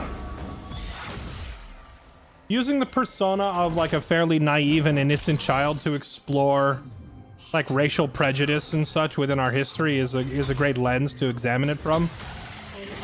But freaking the movie just did not have like the kind of both good humor and good action scenes that Small Soldier had. Oh, hello. Why? Why do I just have junglers hard camping my lane every match? Can you guys go away?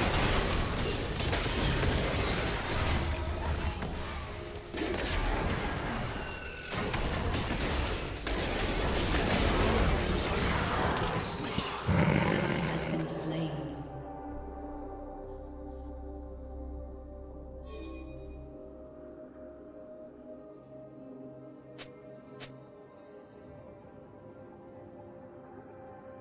Unfettered by mortality.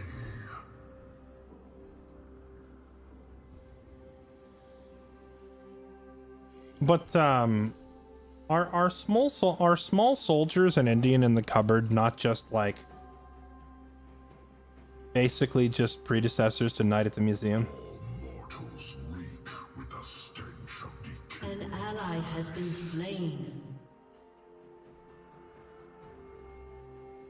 No, I refuse to surrender to yet another top jungle duo. We will fight this out to the bitter end. The ungrateful call me An ally has been slain.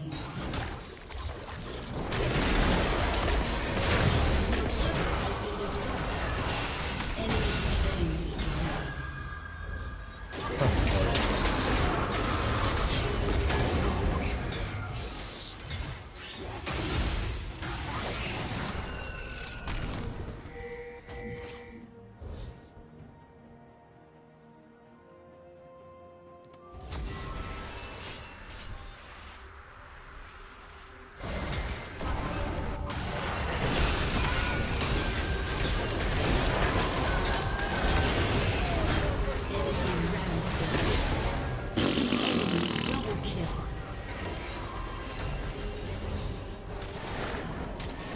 I was gonna build a hex plate, but now I don't think I can. I feel like I have to build like Rift Maker for these extended fights. Your turret has been destroyed.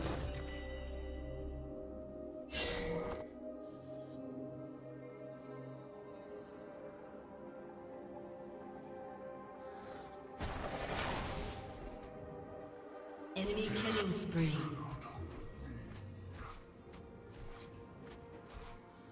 Last Action Hero was it was before its time. I think Last Action Hero is a fantastically written parody, like satire of action movies.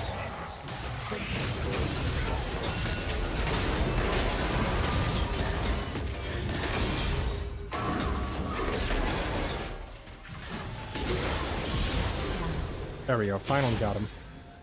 But I feel like it's kind of like meta humor was like too on the nose. The only modern movie equivalent that I could think of is like Deadpool. Not exactly like Deadpool, because Deadpool more known for like fourth wall breaking, which Last Action Hero didn't really do. But Last Action Hero was definitely like a parody of the entire genre, and I think it was too on the nose. Destroyed a turret.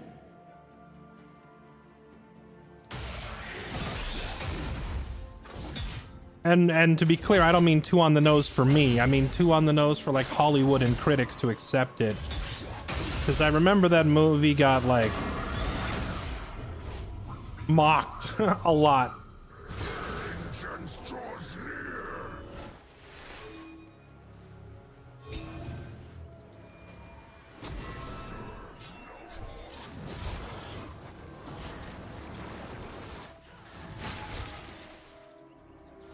A good old movie.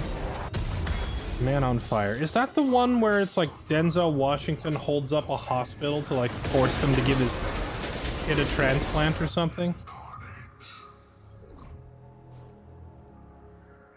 Or was that... No, that was John Q. Those are both Denzel Washington movies, right? I think I'm getting them backwards. Enemy rampage.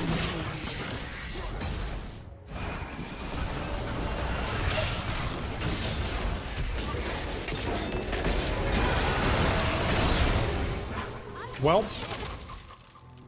now we are in officially getting face rolled mode.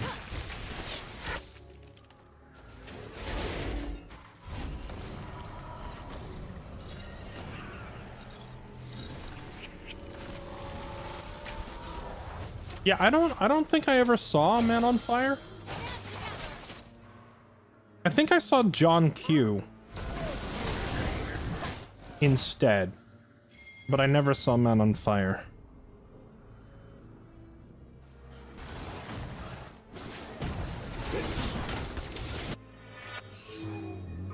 I remember watching John Q and immediately having the question of like, the premise of John Q is that like a hardworking American man is trying to get a surgery for his kid, but he can't afford it and the insurance companies won't cover it.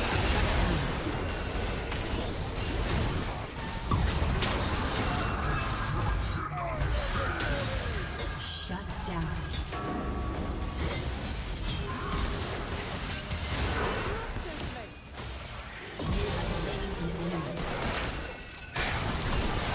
Holy shit, that's so much damage. Alright, well.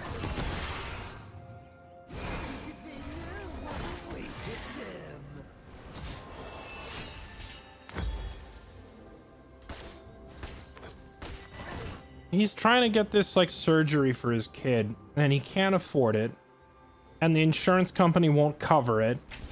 And so the premise of the movie is basically that he exhausts all of his legal options and then comes to the conclusion that like the system is rigged and there's no way to get help. And so he does the only thing he can think of, which is he gets a gun and he goes to the hospital and he holds it up and he's like, he's not releasing hostages until they operate on his kid.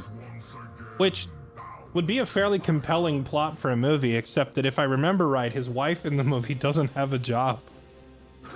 She's like trying to get a second job. Correct me if I'm remembering this wrong, but didn't she like not have a job?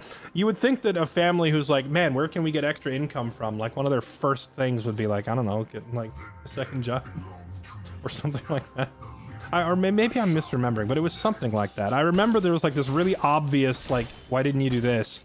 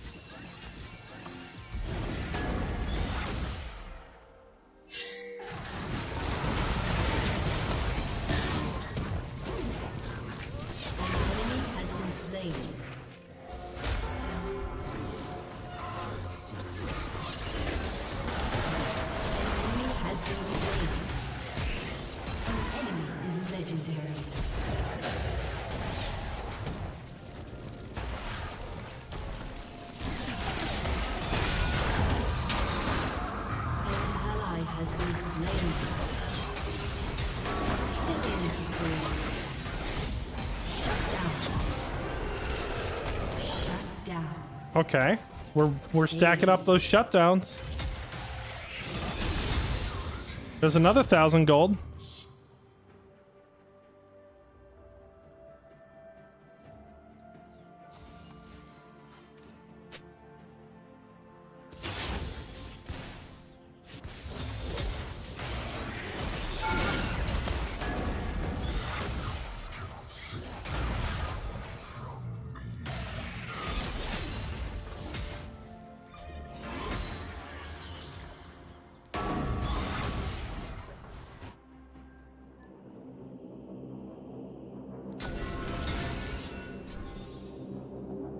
Go spend that moolah.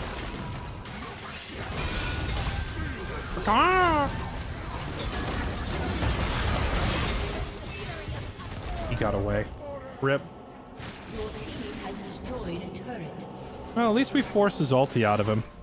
You know what I need to do? I need to start saving my E when we engage the Galio so that he can't superhero jump away. An ally has been slain.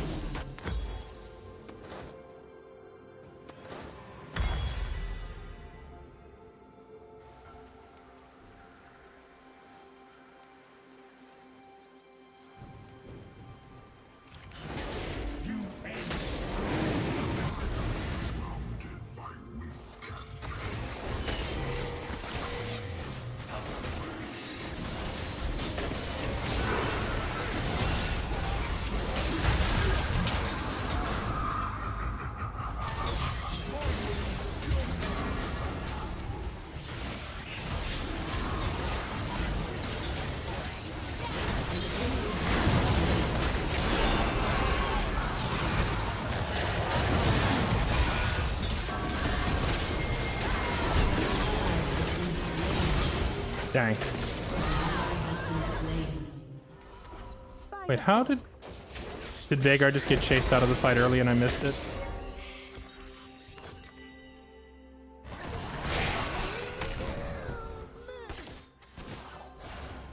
He's so tanky.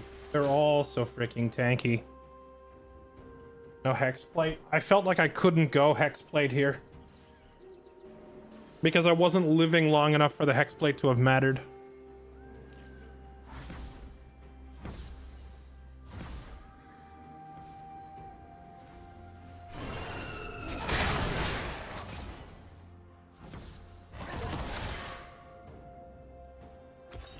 Unfettered by mortality.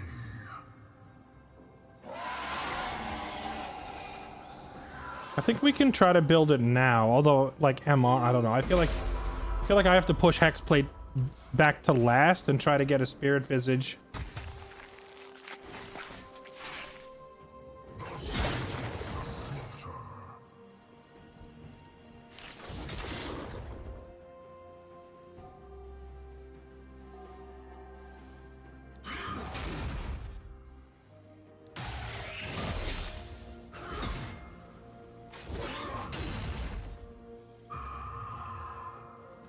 Pause it?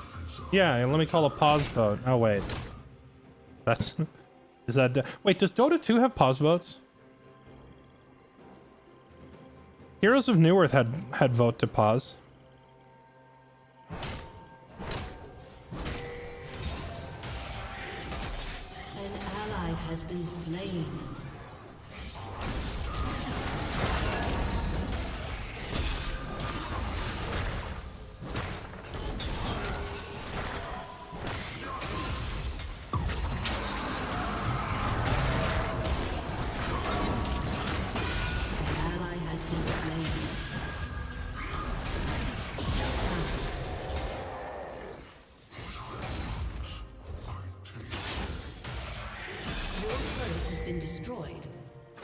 Your turret has been destroyed.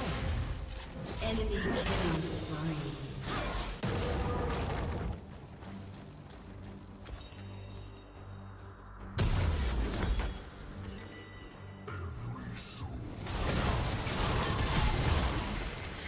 Your turret has been destroyed.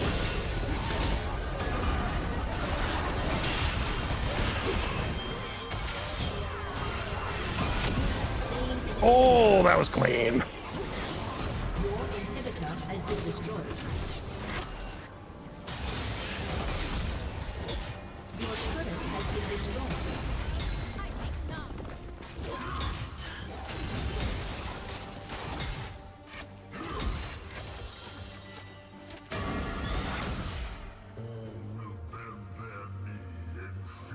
When I was a kid, I liked the Beastmaster movies. Were those Arnold Schwarzenegger? Is that the one?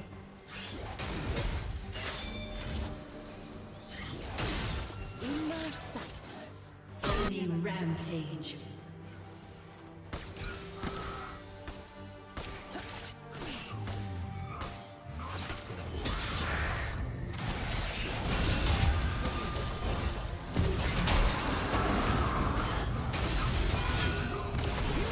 Dang. She just does too much damage. I thought with Thornmail I'd be able to tank some hits from her, but nah.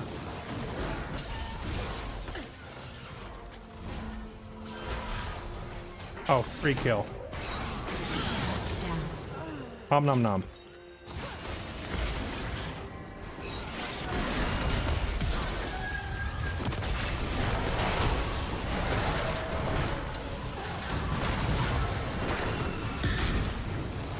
No, they were Mark Singer. I don't remember Beastmaster. I'd have to look those up.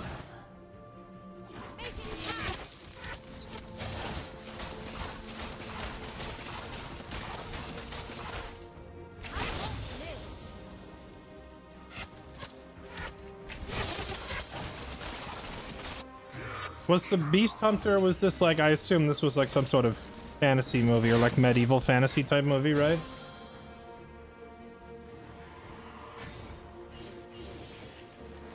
Because I absolutely love bringing up freaking the deer hunter.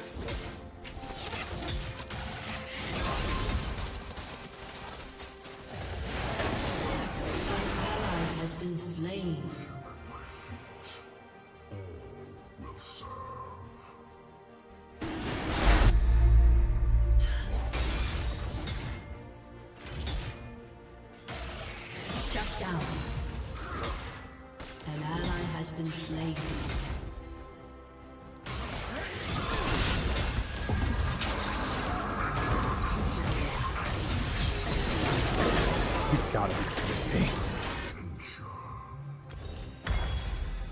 Well, if it didn't work the first 3 times, surely it'll work the 4th time, right? Sword and sorcery, like early Conan movie. Yeah, there was a movie that I watched, and it's 29 to 50. I think we can let this one go. There was one. It was called. It was like a 2 or a 3-part series, and I think part 2 was called The Deer Hunter, and I forget what part 1 was called, but it was the one that had the special effects were so atrociously bad that it would have been better if they had just filmed the whole movie without any special effects at all.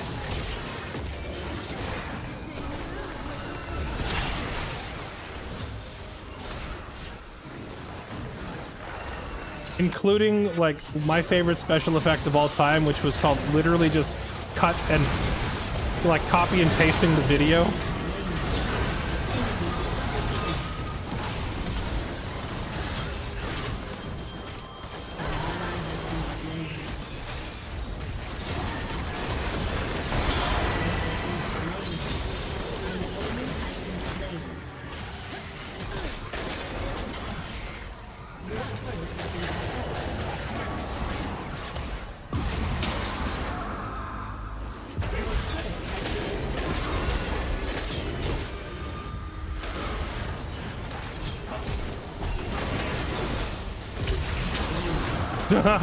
She still lived. I hate her.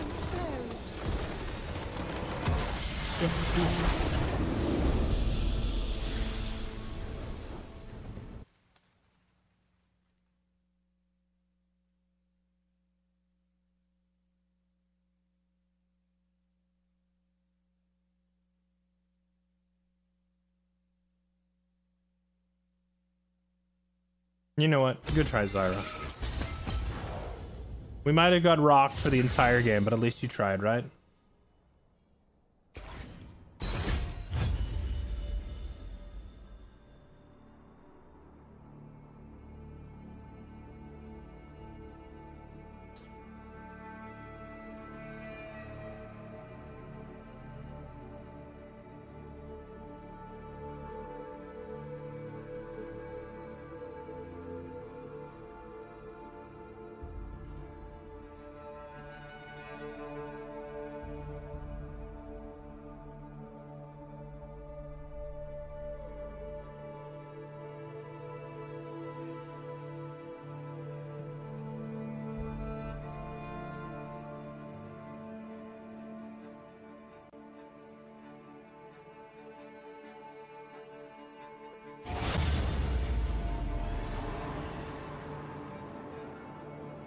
Was it not called The Deer Hunter? What the heck was this movie called? No, not Deathstalker. That's a totally different movie. What was this movie called? We finally found the Eidolons. We did finally get through a run yesterday. We managed to beat it. We got to the end of it and defeated the Eidolon at the end of it. So yeah, I guess in a way we did find the Eidolon, because we found her at the end of it.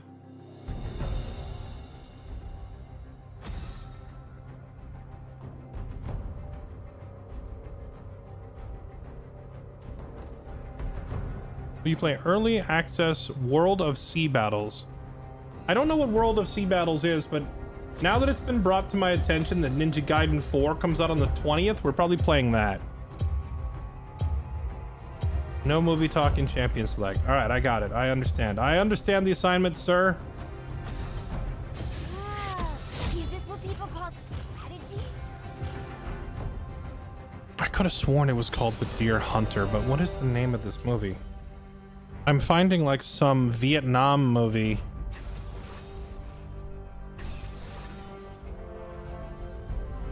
I'm finding like a Robert De Niro Vietnam movie. But I'm looking for like a sword and sorcery fantasy movie.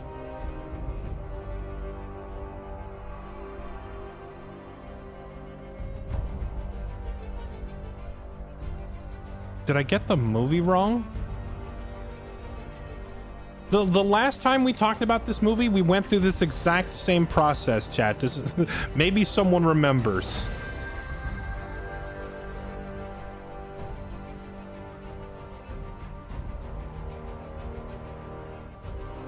The last time I tried to talk about this movie, I went through this exact same procedure of realizing we didn't have the title exactly right. What's a jungler who bumps people out of position? I could do Sejuani. Yeah, let's do Sejuani. Trust nothing but your strength.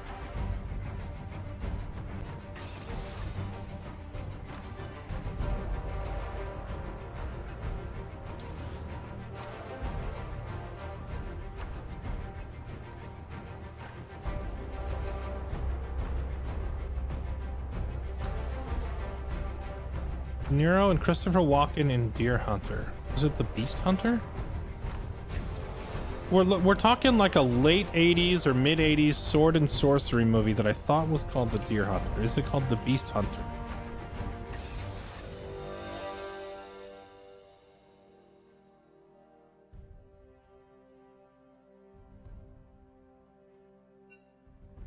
No.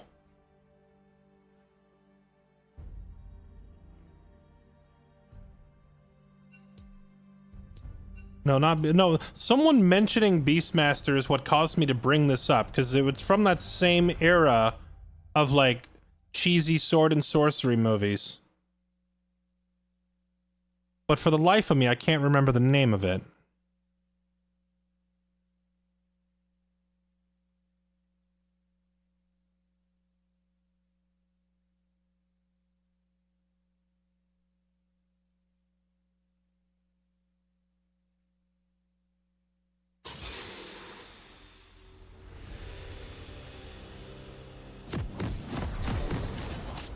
Oh, Warlock, Willow, Red Sign. I don't think it's any of those. The movie has, like, the protagonist is able to telepathically call his sword back to his hand, and I think the villain of the movie is his brother.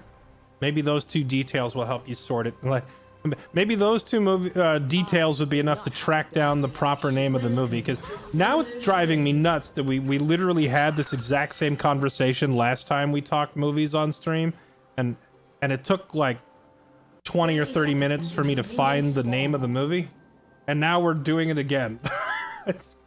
And no one remembers. No, not Deathstalker. Deathstalker was almost like a parody, right? Deathstalker was like a very self-aware sword and sorcery parody movie.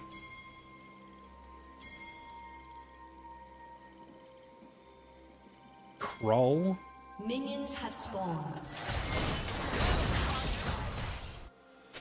Is Krull the name of a movie?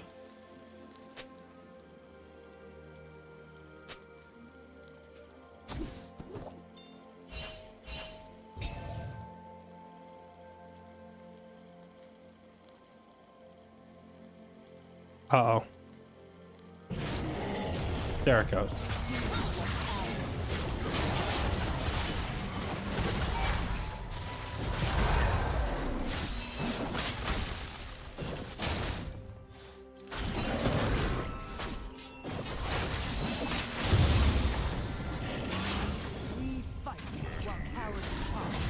The Sword and the Sorcerer has a magic recallable sword. Maybe that was it? Oh, why is it doing that? Go away. I'm playing the game. Stop that. The movie literally called The Sword and the Sorcerer. I don't think that was it either. I distinctly recall that the name of the movie was like The Hunter or The Stalker or something like that. But if it had, if the Sword and the Sorcerer had a magic recallable sword, maybe that is it? What other plot synopsis can you offer? Because I can no longer tab out to look it up myself, Chad. You're gonna have to be the ones who find this. I can... Hawk the Slayer. Oh, that might be it. What is Hawk the Slayer about? Give me the plot synopsis. Because, like, I'll be honest, it's very much like a cheesy Dungeons and Dragons movie, except it doesn't actually have the name Dungeons and Dragons anywhere. But that's basically what it is. It's like the hero goes around, he builds up a party, he has an elf and he has a strongman, and the villain is like his brother, and he has to chase him down and confront him, and they're arguing over a telekinetic sword, or like a sword that like flies back to the hand of the wielder, and then they argue over it, and the sword chooses the other guy. An enemy has been slain. Follows Hawk and Volta. Yes, that's it. Voltan is the villain. An ally has been slain. That's the one. That movie was so atrociously terrible. but it's like, it's one of those movies that's so bad that it's kind of good.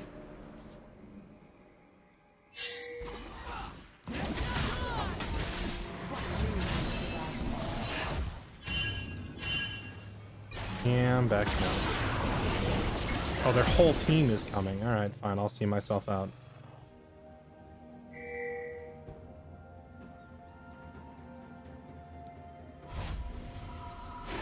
Yeah, Hawk the Slayer. That's the one. This time I will commit the name to memory, so next time this conversation comes up, I don't have to sit here spitballing ideas. Hawk the Slayer. That movie had a sequence. Shut down. So like, there's an elf in the movie, right? The Hawk the Slayer, he hires these heroes to help him. One of the people that he hires is an elf. And one of the things that they wanted to do with the movies and like special effects is they wanted to portray the elf as being extremely fast with archery. Like superhumanly fast, right? And like you might say, well, doesn't Legolas do that in Lord of the Rings?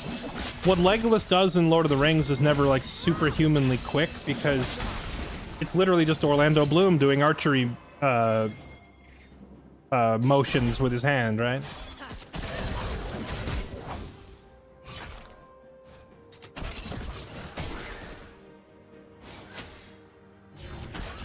You own what you take.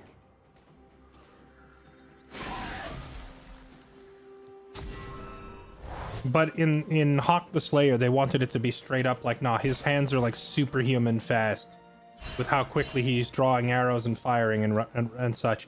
So to do this, to accomplish this special effect, they literally just cut and paste the video of him firing the bow. I'll look for it when this game is over and see if I can find the scene. He draws back the arrow and he fires, and then it like just rewinds immediately to the frame of him firing again, so that it's just him going plink, plink, plink, plink, plink, and the arrows are coming out super quickly.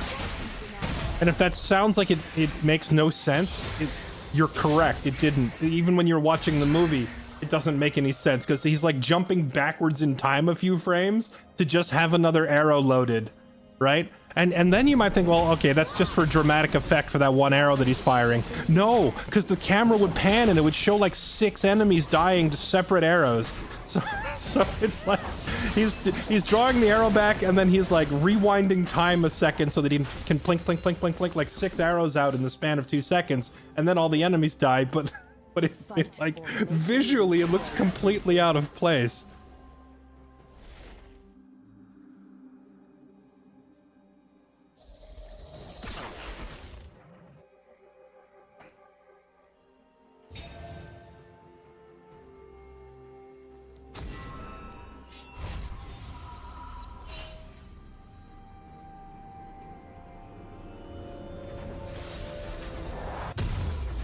I will not tolerate weakness. I think I need a path towards bottom here, because Rek'Sai and LeBlanc are both super safe laners who can disappear when they want to. The bow is magic, not the sword. True. I don't think it was the bow. I think it was just the archer himself. Like the elf has... The elf was supposedly like superhuman, you know? With crazy speed. But then the sword itself was explicitly magical. It like had the hilt of the sword was like a hand, and the hand was like gripping this gemstone. And I think searching for the gemstone was a part of the plot. They had to like find this gemstone and put it in the sword hilt, and when they do, the sword hilt closes down on it. And then the sword is like sentient and can choose its wielder. An enemy has been slain.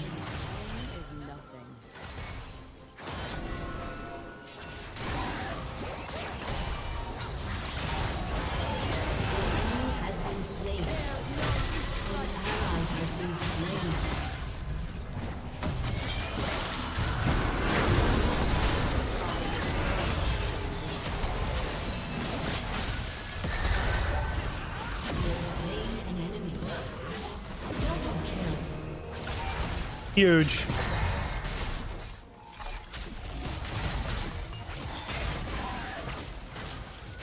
We fight while cowards talk. Can we go for Drake right now? We don't know where LeBlanc is. And she just alerted them by running in there and shooting that ward, so maybe not.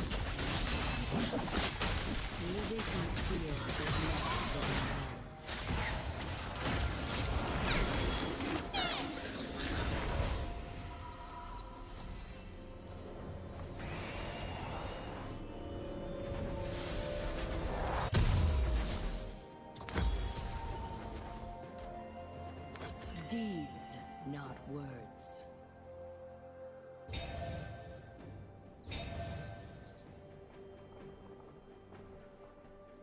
I played Sejuani? I have. It's been a long time since I've played this champion, but she's kind of brain dead. Like, there's nothing, like, you dive at the enemy, you tackle them, and then you smack them around with her whip. It's, pretty straightforward. The only part that has, like, a little bit of complexity to it, I think, is understanding her passive.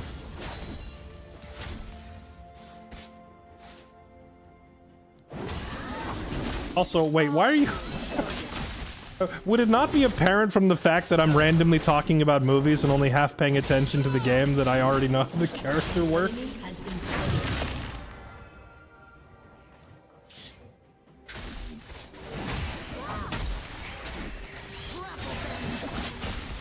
Don't answer that.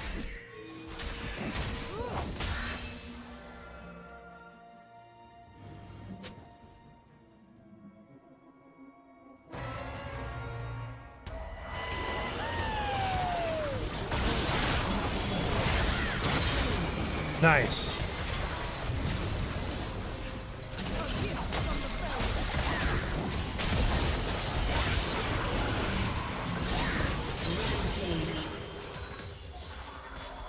An ally has been slain.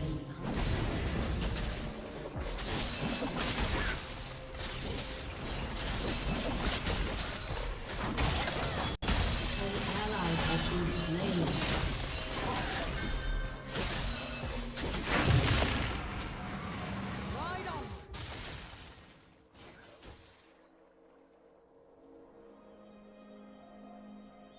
Shut down.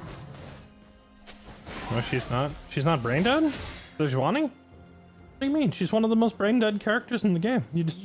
You're a massive pile of health and armor and you run at the enemy. She's like Leona levels of pretty straightforward shenanigans.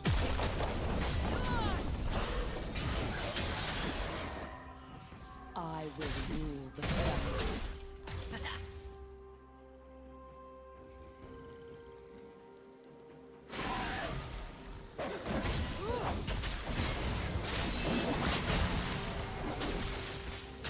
Is she not an OG? Sejuani's been in the game for a long freaking time. I don't know if she was one of the original characters, like at the first release, but she was added pretty darn early. She's been in since, like, what, season 3, if not earlier. An ally has been slain.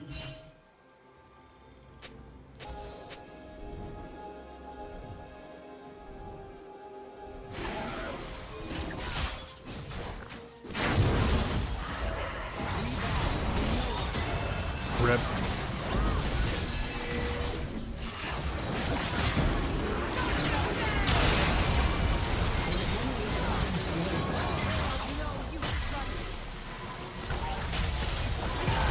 Ally has been slain.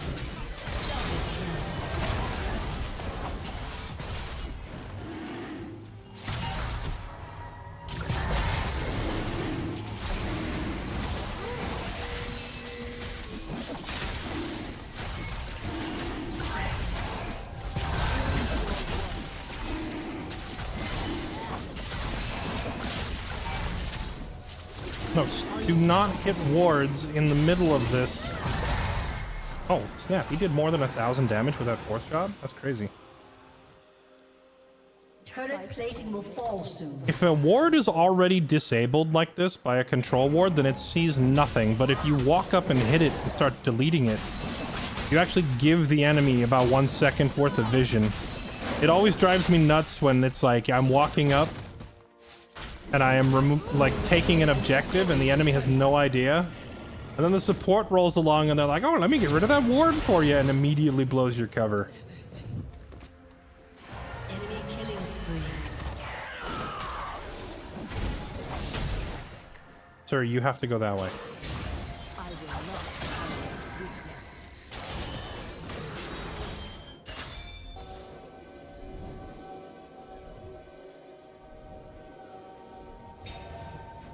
Your turret has been destroyed.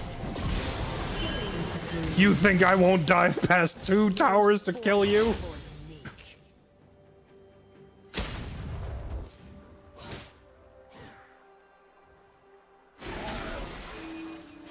We're going deep.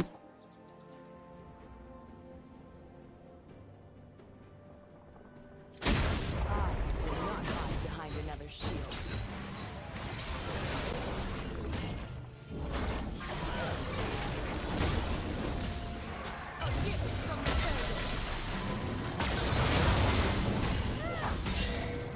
Alright, fair enough.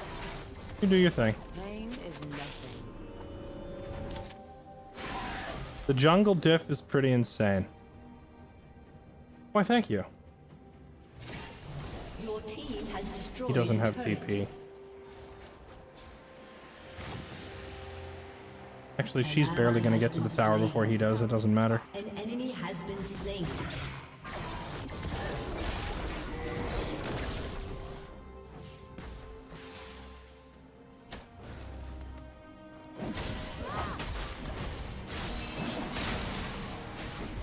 I was born for conquest.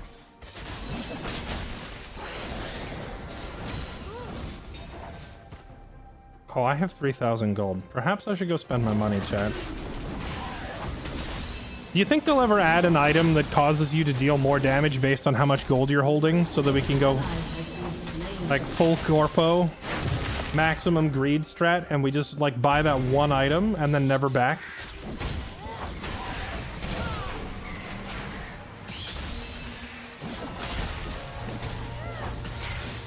An enemy has been slain.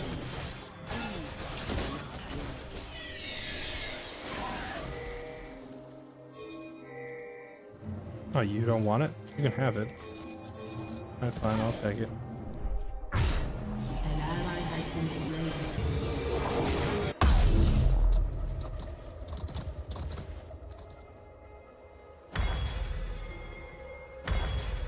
There is no strength in servitude.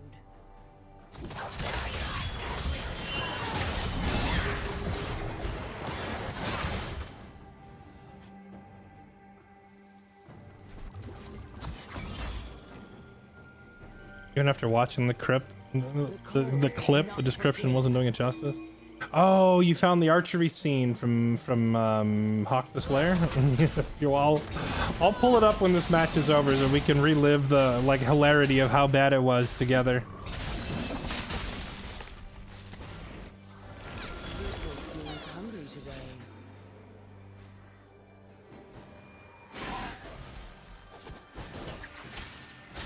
Your turret has been destroyed.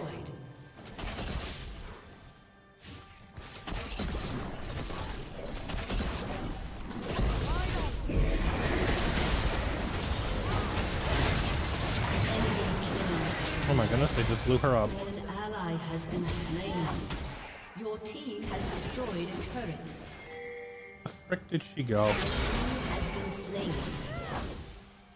You own what you take.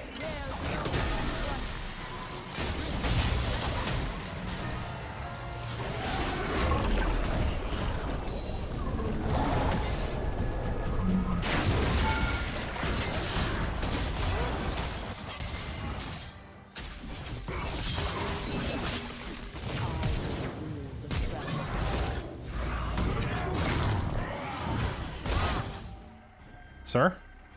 Did you go the wrong way?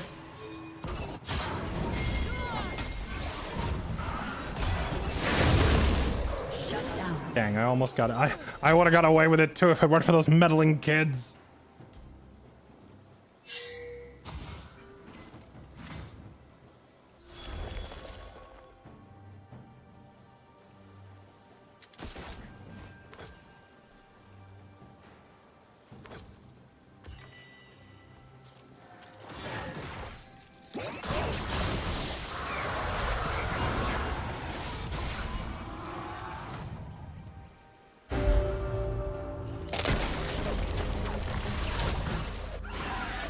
We bow to no one. 40 minutes till Worlds. Blame Worlds for the fact that I'm playing League again. It's the same pattern every year. I get distracted playing other games. I'm doing other stuff, but then Worlds rolls around and I'm like, oh my goodness, look at Faker. Look at him go.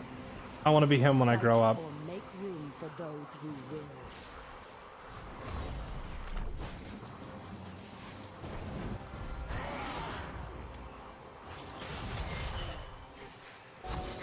Your turret has been destroyed. Get out of my jungle. Not tolerate weakness.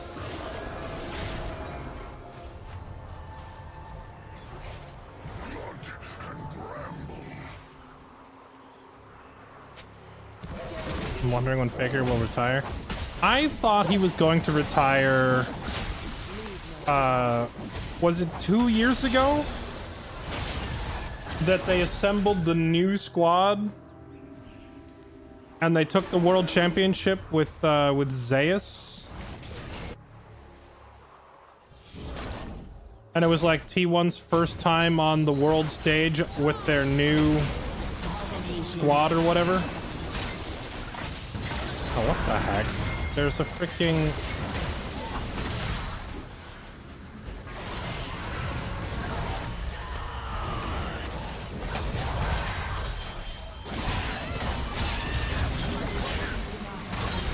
Has been slain. I thought we were going to see the retirement right there. I thought he was going to retire. It was like his 10th... It was like his 10th year and his 4th world championship. And it was like such a perfect... It would have been such a perfect moment to go out on top, you know? That's why I was surprised that he kept playing. Because if he had wrapped it there as like securing a 4th world championship or a 5th or something, Die with weapon in hand. to come back An enemy after an has been absence and win a world championship and basically say I started as the best in the game and I ended as the best in the game, like you can't top that. He would have had like the best arc ever, you know? It would have been the best story arc that no one would ever top. And I'm like, if ever there was a moment to retire, that was it. Like that was the premium moment to have just gone out on top of the world, retired, and then any org in the world would hire you as a coach and you could basically name your own salary at that point. He could have moved on to like... He wouldn't have to like step away from League entirely because he probably doesn't want to. The game has been like his sole defining trait for like 15 years, right? So it would probably feel weird to step away from the game and do anything else. But like to move from the player capacity to like owning an org or being a coach or whatever the heck else he wants to do, that would have been the time to do it. We kind of touched on this a little yesterday when I said I was surprised he was still playing, but I never really elaborated on what I meant. What I meant was like he had that golden opportunity to like step back and move to a different role. And I don't know that there will ever be a better time for him to do it.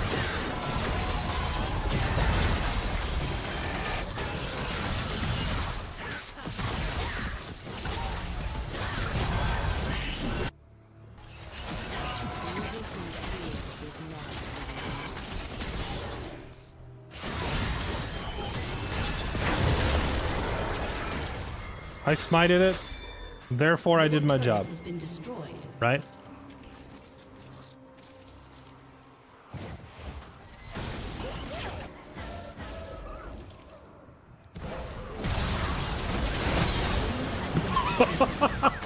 That is the fastest I have ever seen a LeBlanc deleted from the earth.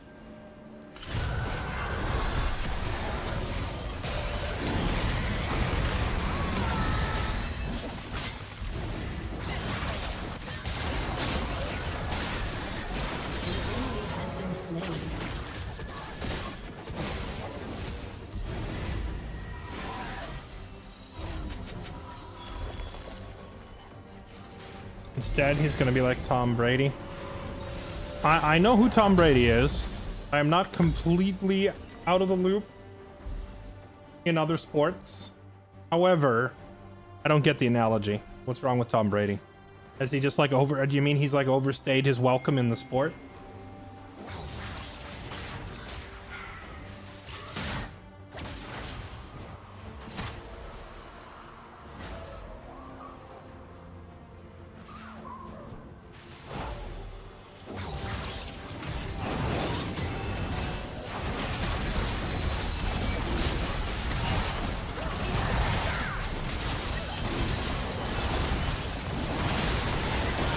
Of course.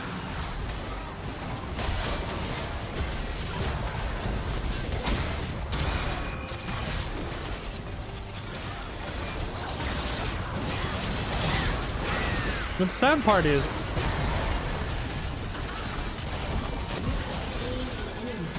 I had my own control ward. Oh, their jungler's down. We can just force Baron.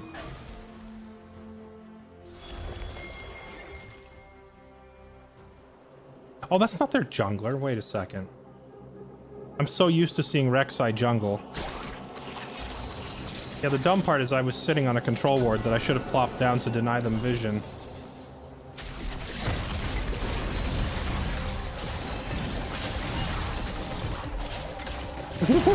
They're all chasing a Senna on the other end of the map. What are they doing with their lives?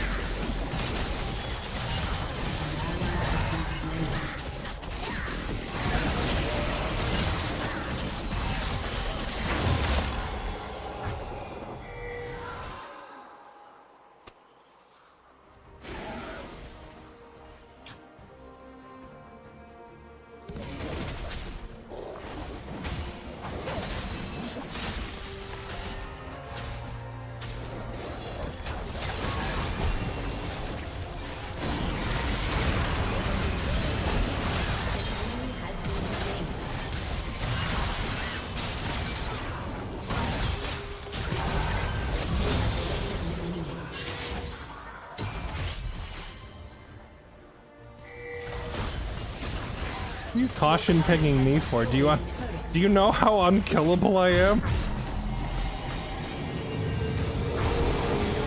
Has destroyed a turret. An ally has been slain. We have reached the pinnacle of unkillability. Turret has been destroyed. 360 armor, 293 magic resist. Now I just need to stack HP. I should probably make my last item a Warmogs.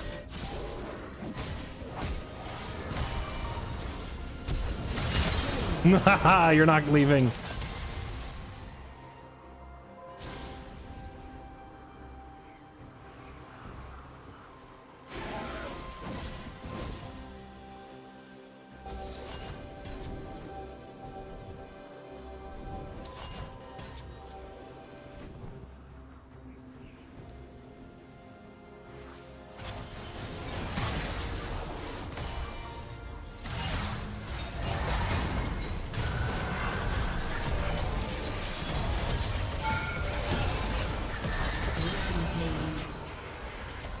Your team has destroyed a turret.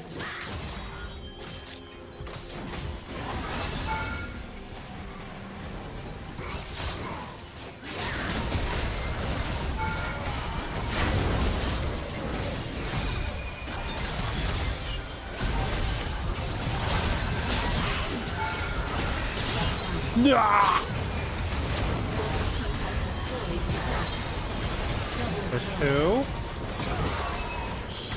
3. Triple kill. Dang. You know, for a 3v5, we got 4 of them. Not bad.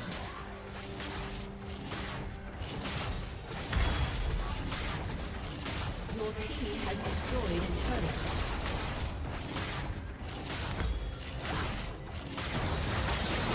Your team has destroyed an inhibitor.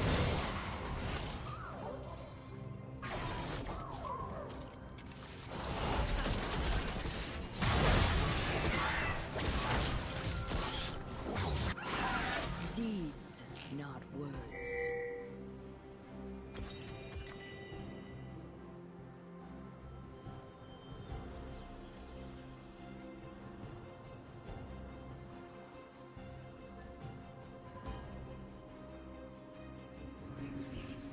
is no strength in servitude.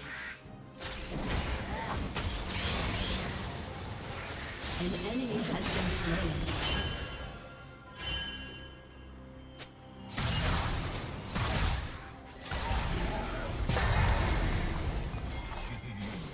The cold is not clear.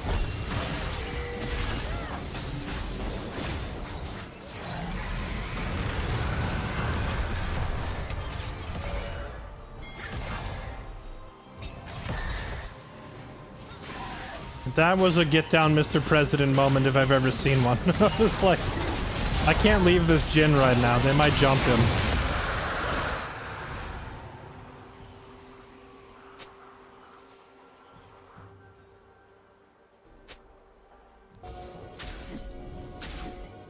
Ride onward.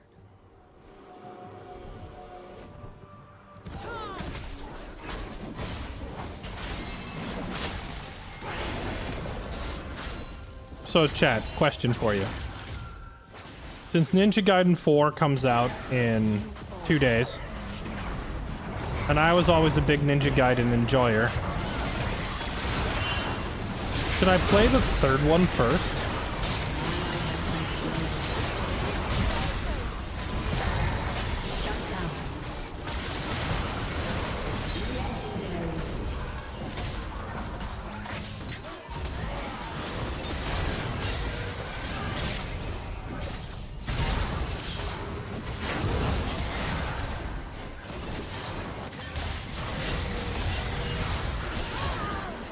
I'm trying to tell him to just leave, man.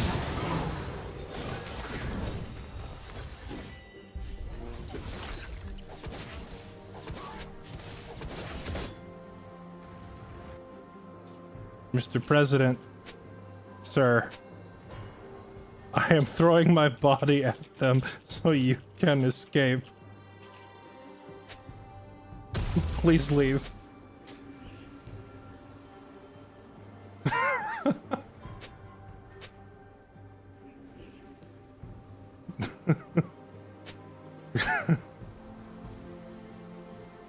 Enemy rampage.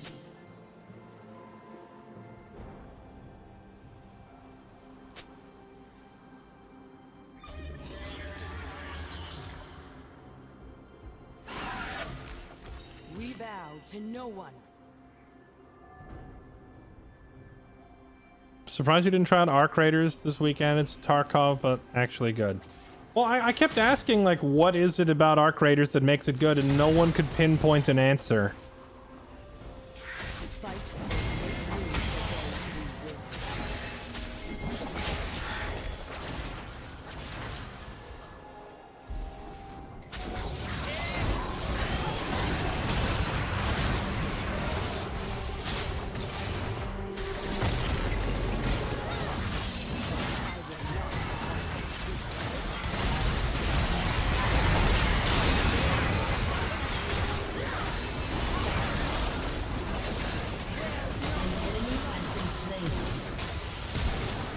Holy moly.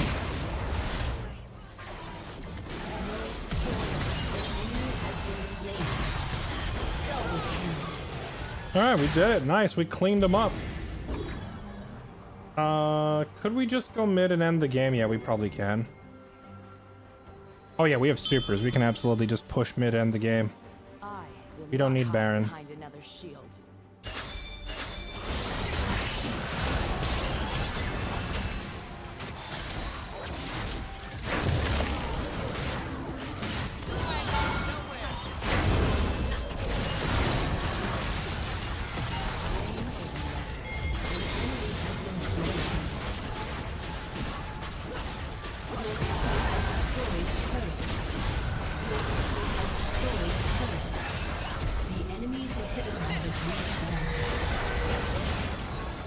Oh my goodness, it respawned behind us.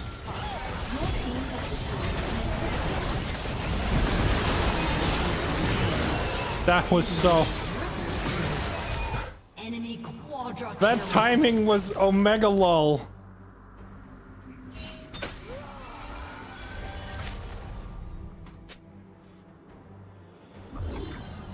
I can't believe this thing respawned and kept them in the game.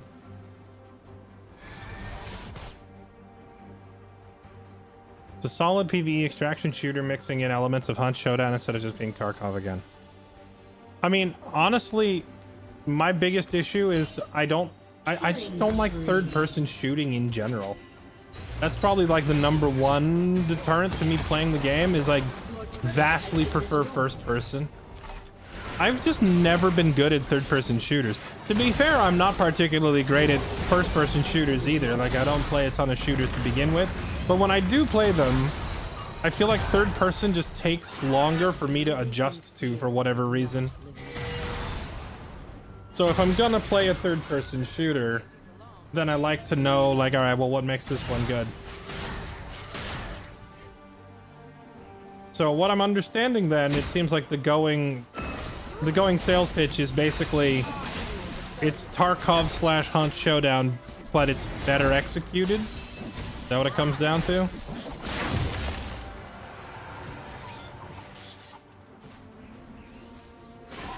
Rampage. Deeds, not words.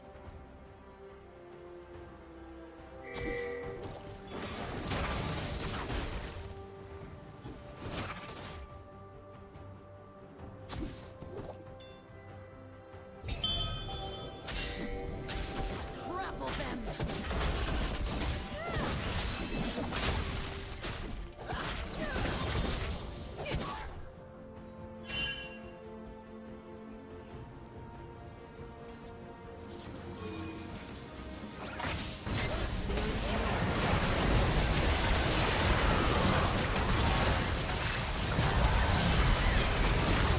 Oh, I whiffed.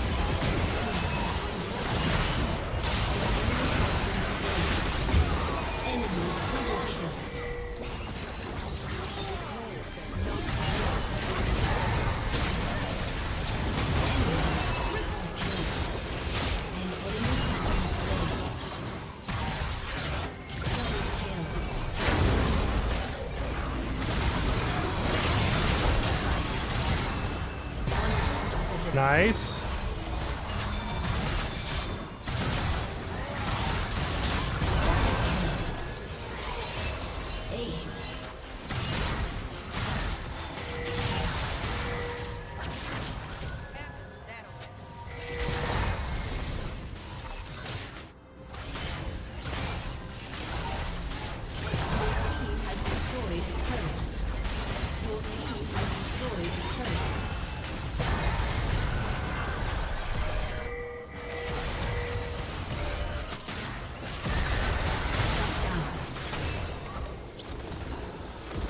All right, there we go.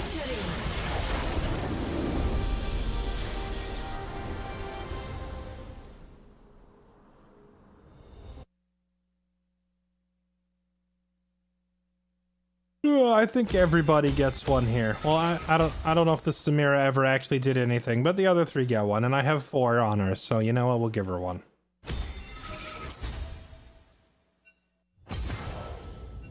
Good job, team.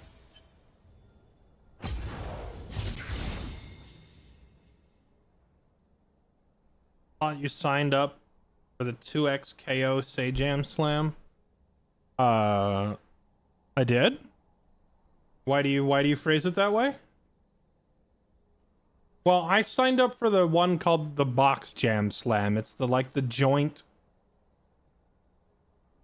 It's like the joint slam that is run by both Box and Sajam is the one that I signed up for.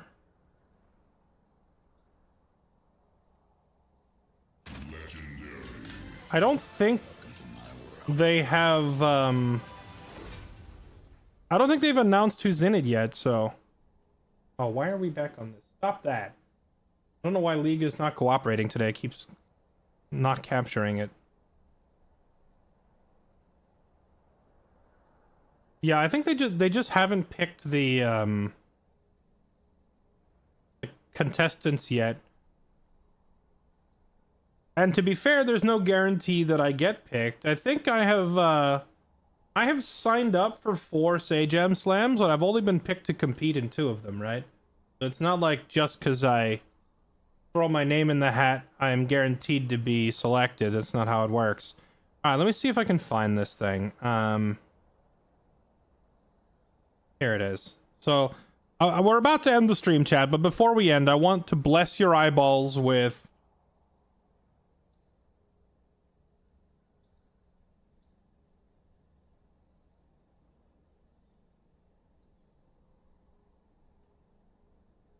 I want to bless your eyeballs with some of the worst special effects in fantasy movie history.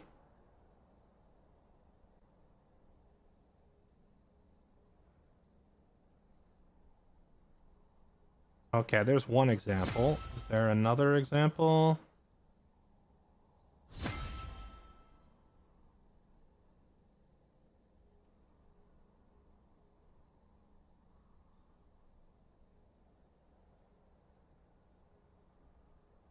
Okay, here we go. This is perfect. Let me grab this.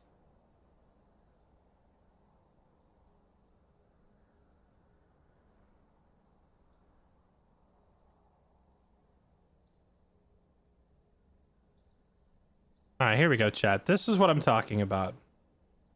Allow me to introduce you to Hawk the Slayer. This was like a fantasy sword and sorcery movie that was made back in the 80s to kind of capitalize off of the success of like Conan the Barbarian and similar fantasy movies about buff men with swords fighting evil wizards, all right? It's also like very stereotypically like a D&D party, except it's not, you know, affiliated with Dungeons and Dragons, so they can't use that term. It doesn't have the D&D name or logo anywhere, but it kind of looks a lot like it. But hold on, I have to show you something. Oh no, it's not an animated thing. It's live action. You thought you were getting off with easy with a cartoon? No. No, here we go. Let me show you this. Here you go. There is no sign of the abyss. This premium line delivery, by the way. Of the abyss.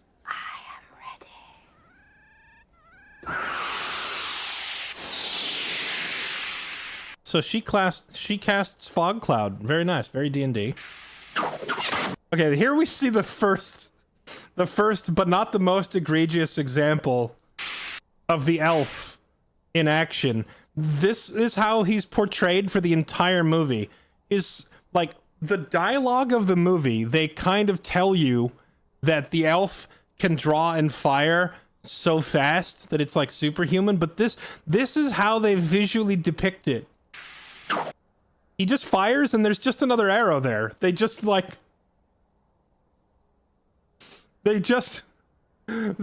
copy paste the video.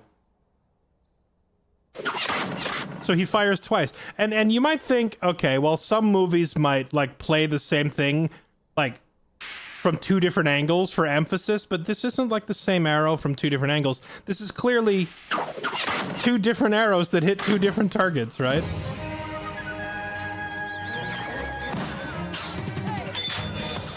Now, I'm not a movie director, and far be it from me to tell a director how to do their job. Just kidding. I'm gonna tell this director how to do his job. Well, why would you smoke the whole battlefield so we can't see anything? They've literally hid all the context, all the spatial awareness, all of the contrast of the scene and where the characters are in relation to each other. You can't see any of it because they intentionally smoke the whole battlefield right at the start. Some dude just swung at some dude, but I couldn't tell you if that's the protagonist or a bad guy that just died. Oh yeah, the dwarf. I forgot about this guy. The dwarf has an automatic bow in this movie.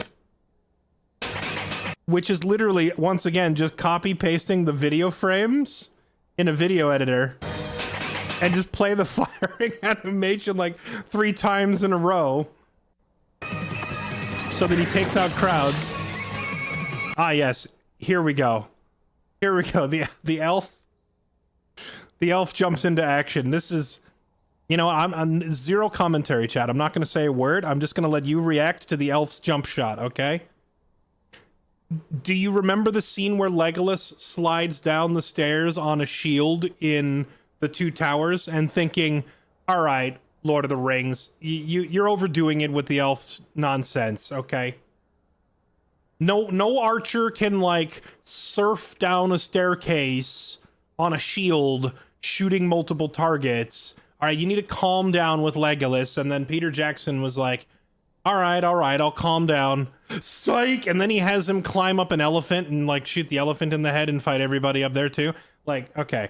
Think of that and how, like, people, even though Lord of the Rings is a well-loved series, those particular moments, a lot of people are like, it's a bit much, okay? The elf is a bit much, right?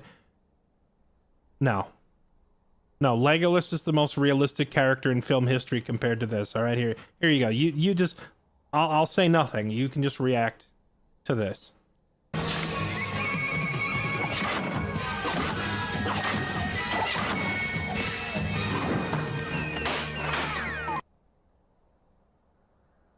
He just killed 3 targets by rewinding time.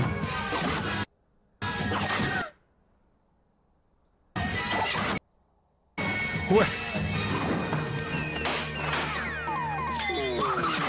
There's another part where I swear he fires 6 arrows. I don't know if it's in this same scene. Just let it keep going. Pew pew. I like how when the dwarf is firing his automatic crossbow, they don't even show the dwarf. They just show his crossbow. They, like, they don't even put him on screen. Are they saving on, like, makeup and costume time by not even having him there for the filming? They're like, yeah, we need to film some archery scenes. Oh, okay. Do I need to come in? Nah, don't come in. Oh, should I send my stunt double in? Nah, don't send him either. We're just gonna zoom in on the crossbow. We're not even gonna let the audience see you as a character.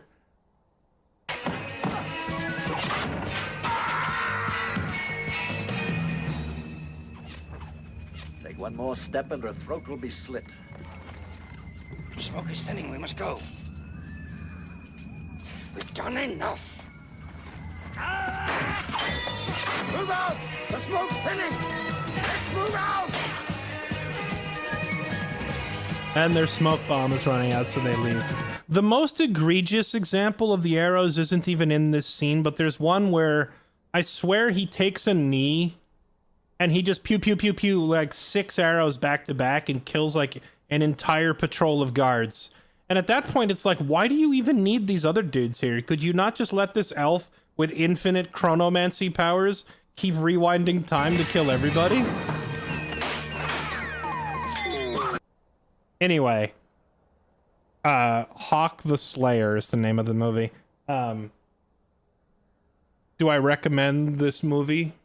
Or, like, do I think this is a good movie? No. No, I don't think it's a good movie. Do I recommend it? Absolutely. Unequivocally, you need to go watch it. Because it's definitely one of those movies that it goes into the so bad that it's good territory, where when you watch it, you will be laughing hysterically and you will remember it as a great movie because of how bad it was. It 100% falls into the so bad it's good category. All right, chat, that's it for me. I'm going to peace out. I'm going to go make dinner, and then I'm probably going to watch the League of Legends World Championship, which is currently going on. Kitski, thank you for the 95 months. Just doing League today. Don't want to try out Arc Raiders. Is Arc Raiders... Okay, chat, I'm going to give you all a choice. Give me your feedback here. Should I try out the Arc Raiders playtest for, like, one day before we go play Ninja Gaiden 4? Or should I go find Ninja Gaiden 3? Wait, is Ninja Gaiden 3 even playable on PC, or do I have to go, like, hook up my Ninja Gaiden 3? Is it on PC? Ninja Gaiden 3, the Razor's Edge Master Collection? Is this Ninja Gaiden 3 on PC? It is, yeah, it's on Steam. So, we could either play Ninja Gaiden 3 in preparation for Ninja Gaiden 4 coming out in 2 days, Or we could skip Ninja Gaiden 3 and I could just play Arc Raiders and try that out, chat. What do you think? I will read your comments in chat and in Discord, and I'll make a decision by tomorrow, okay? Tomorrow will be either Ninja Gaiden 3 or it's going to be Arc Raiders, one of the two. Thank you for watching, chat. I'll see you tomorrow. Have a good night. If you're new to the stream, make sure you hit the follow button. Come back, hang out with me again. I'm live on Twitch, Kick, and YouTube all at the same time. And frankly, the way Twitch is going lately, I freaking don't know if this platform is going to exist in a year, so forgive me if I start plugging the other two more frequently. Yeah, that's about it. Make sure you join my Discord for updates, get connected, join the community, and catch announcements and stuff there. And thank you for being here. Thank you for being a beautiful audience. Love your faces. I'll see you tomorrow. Bye-bye.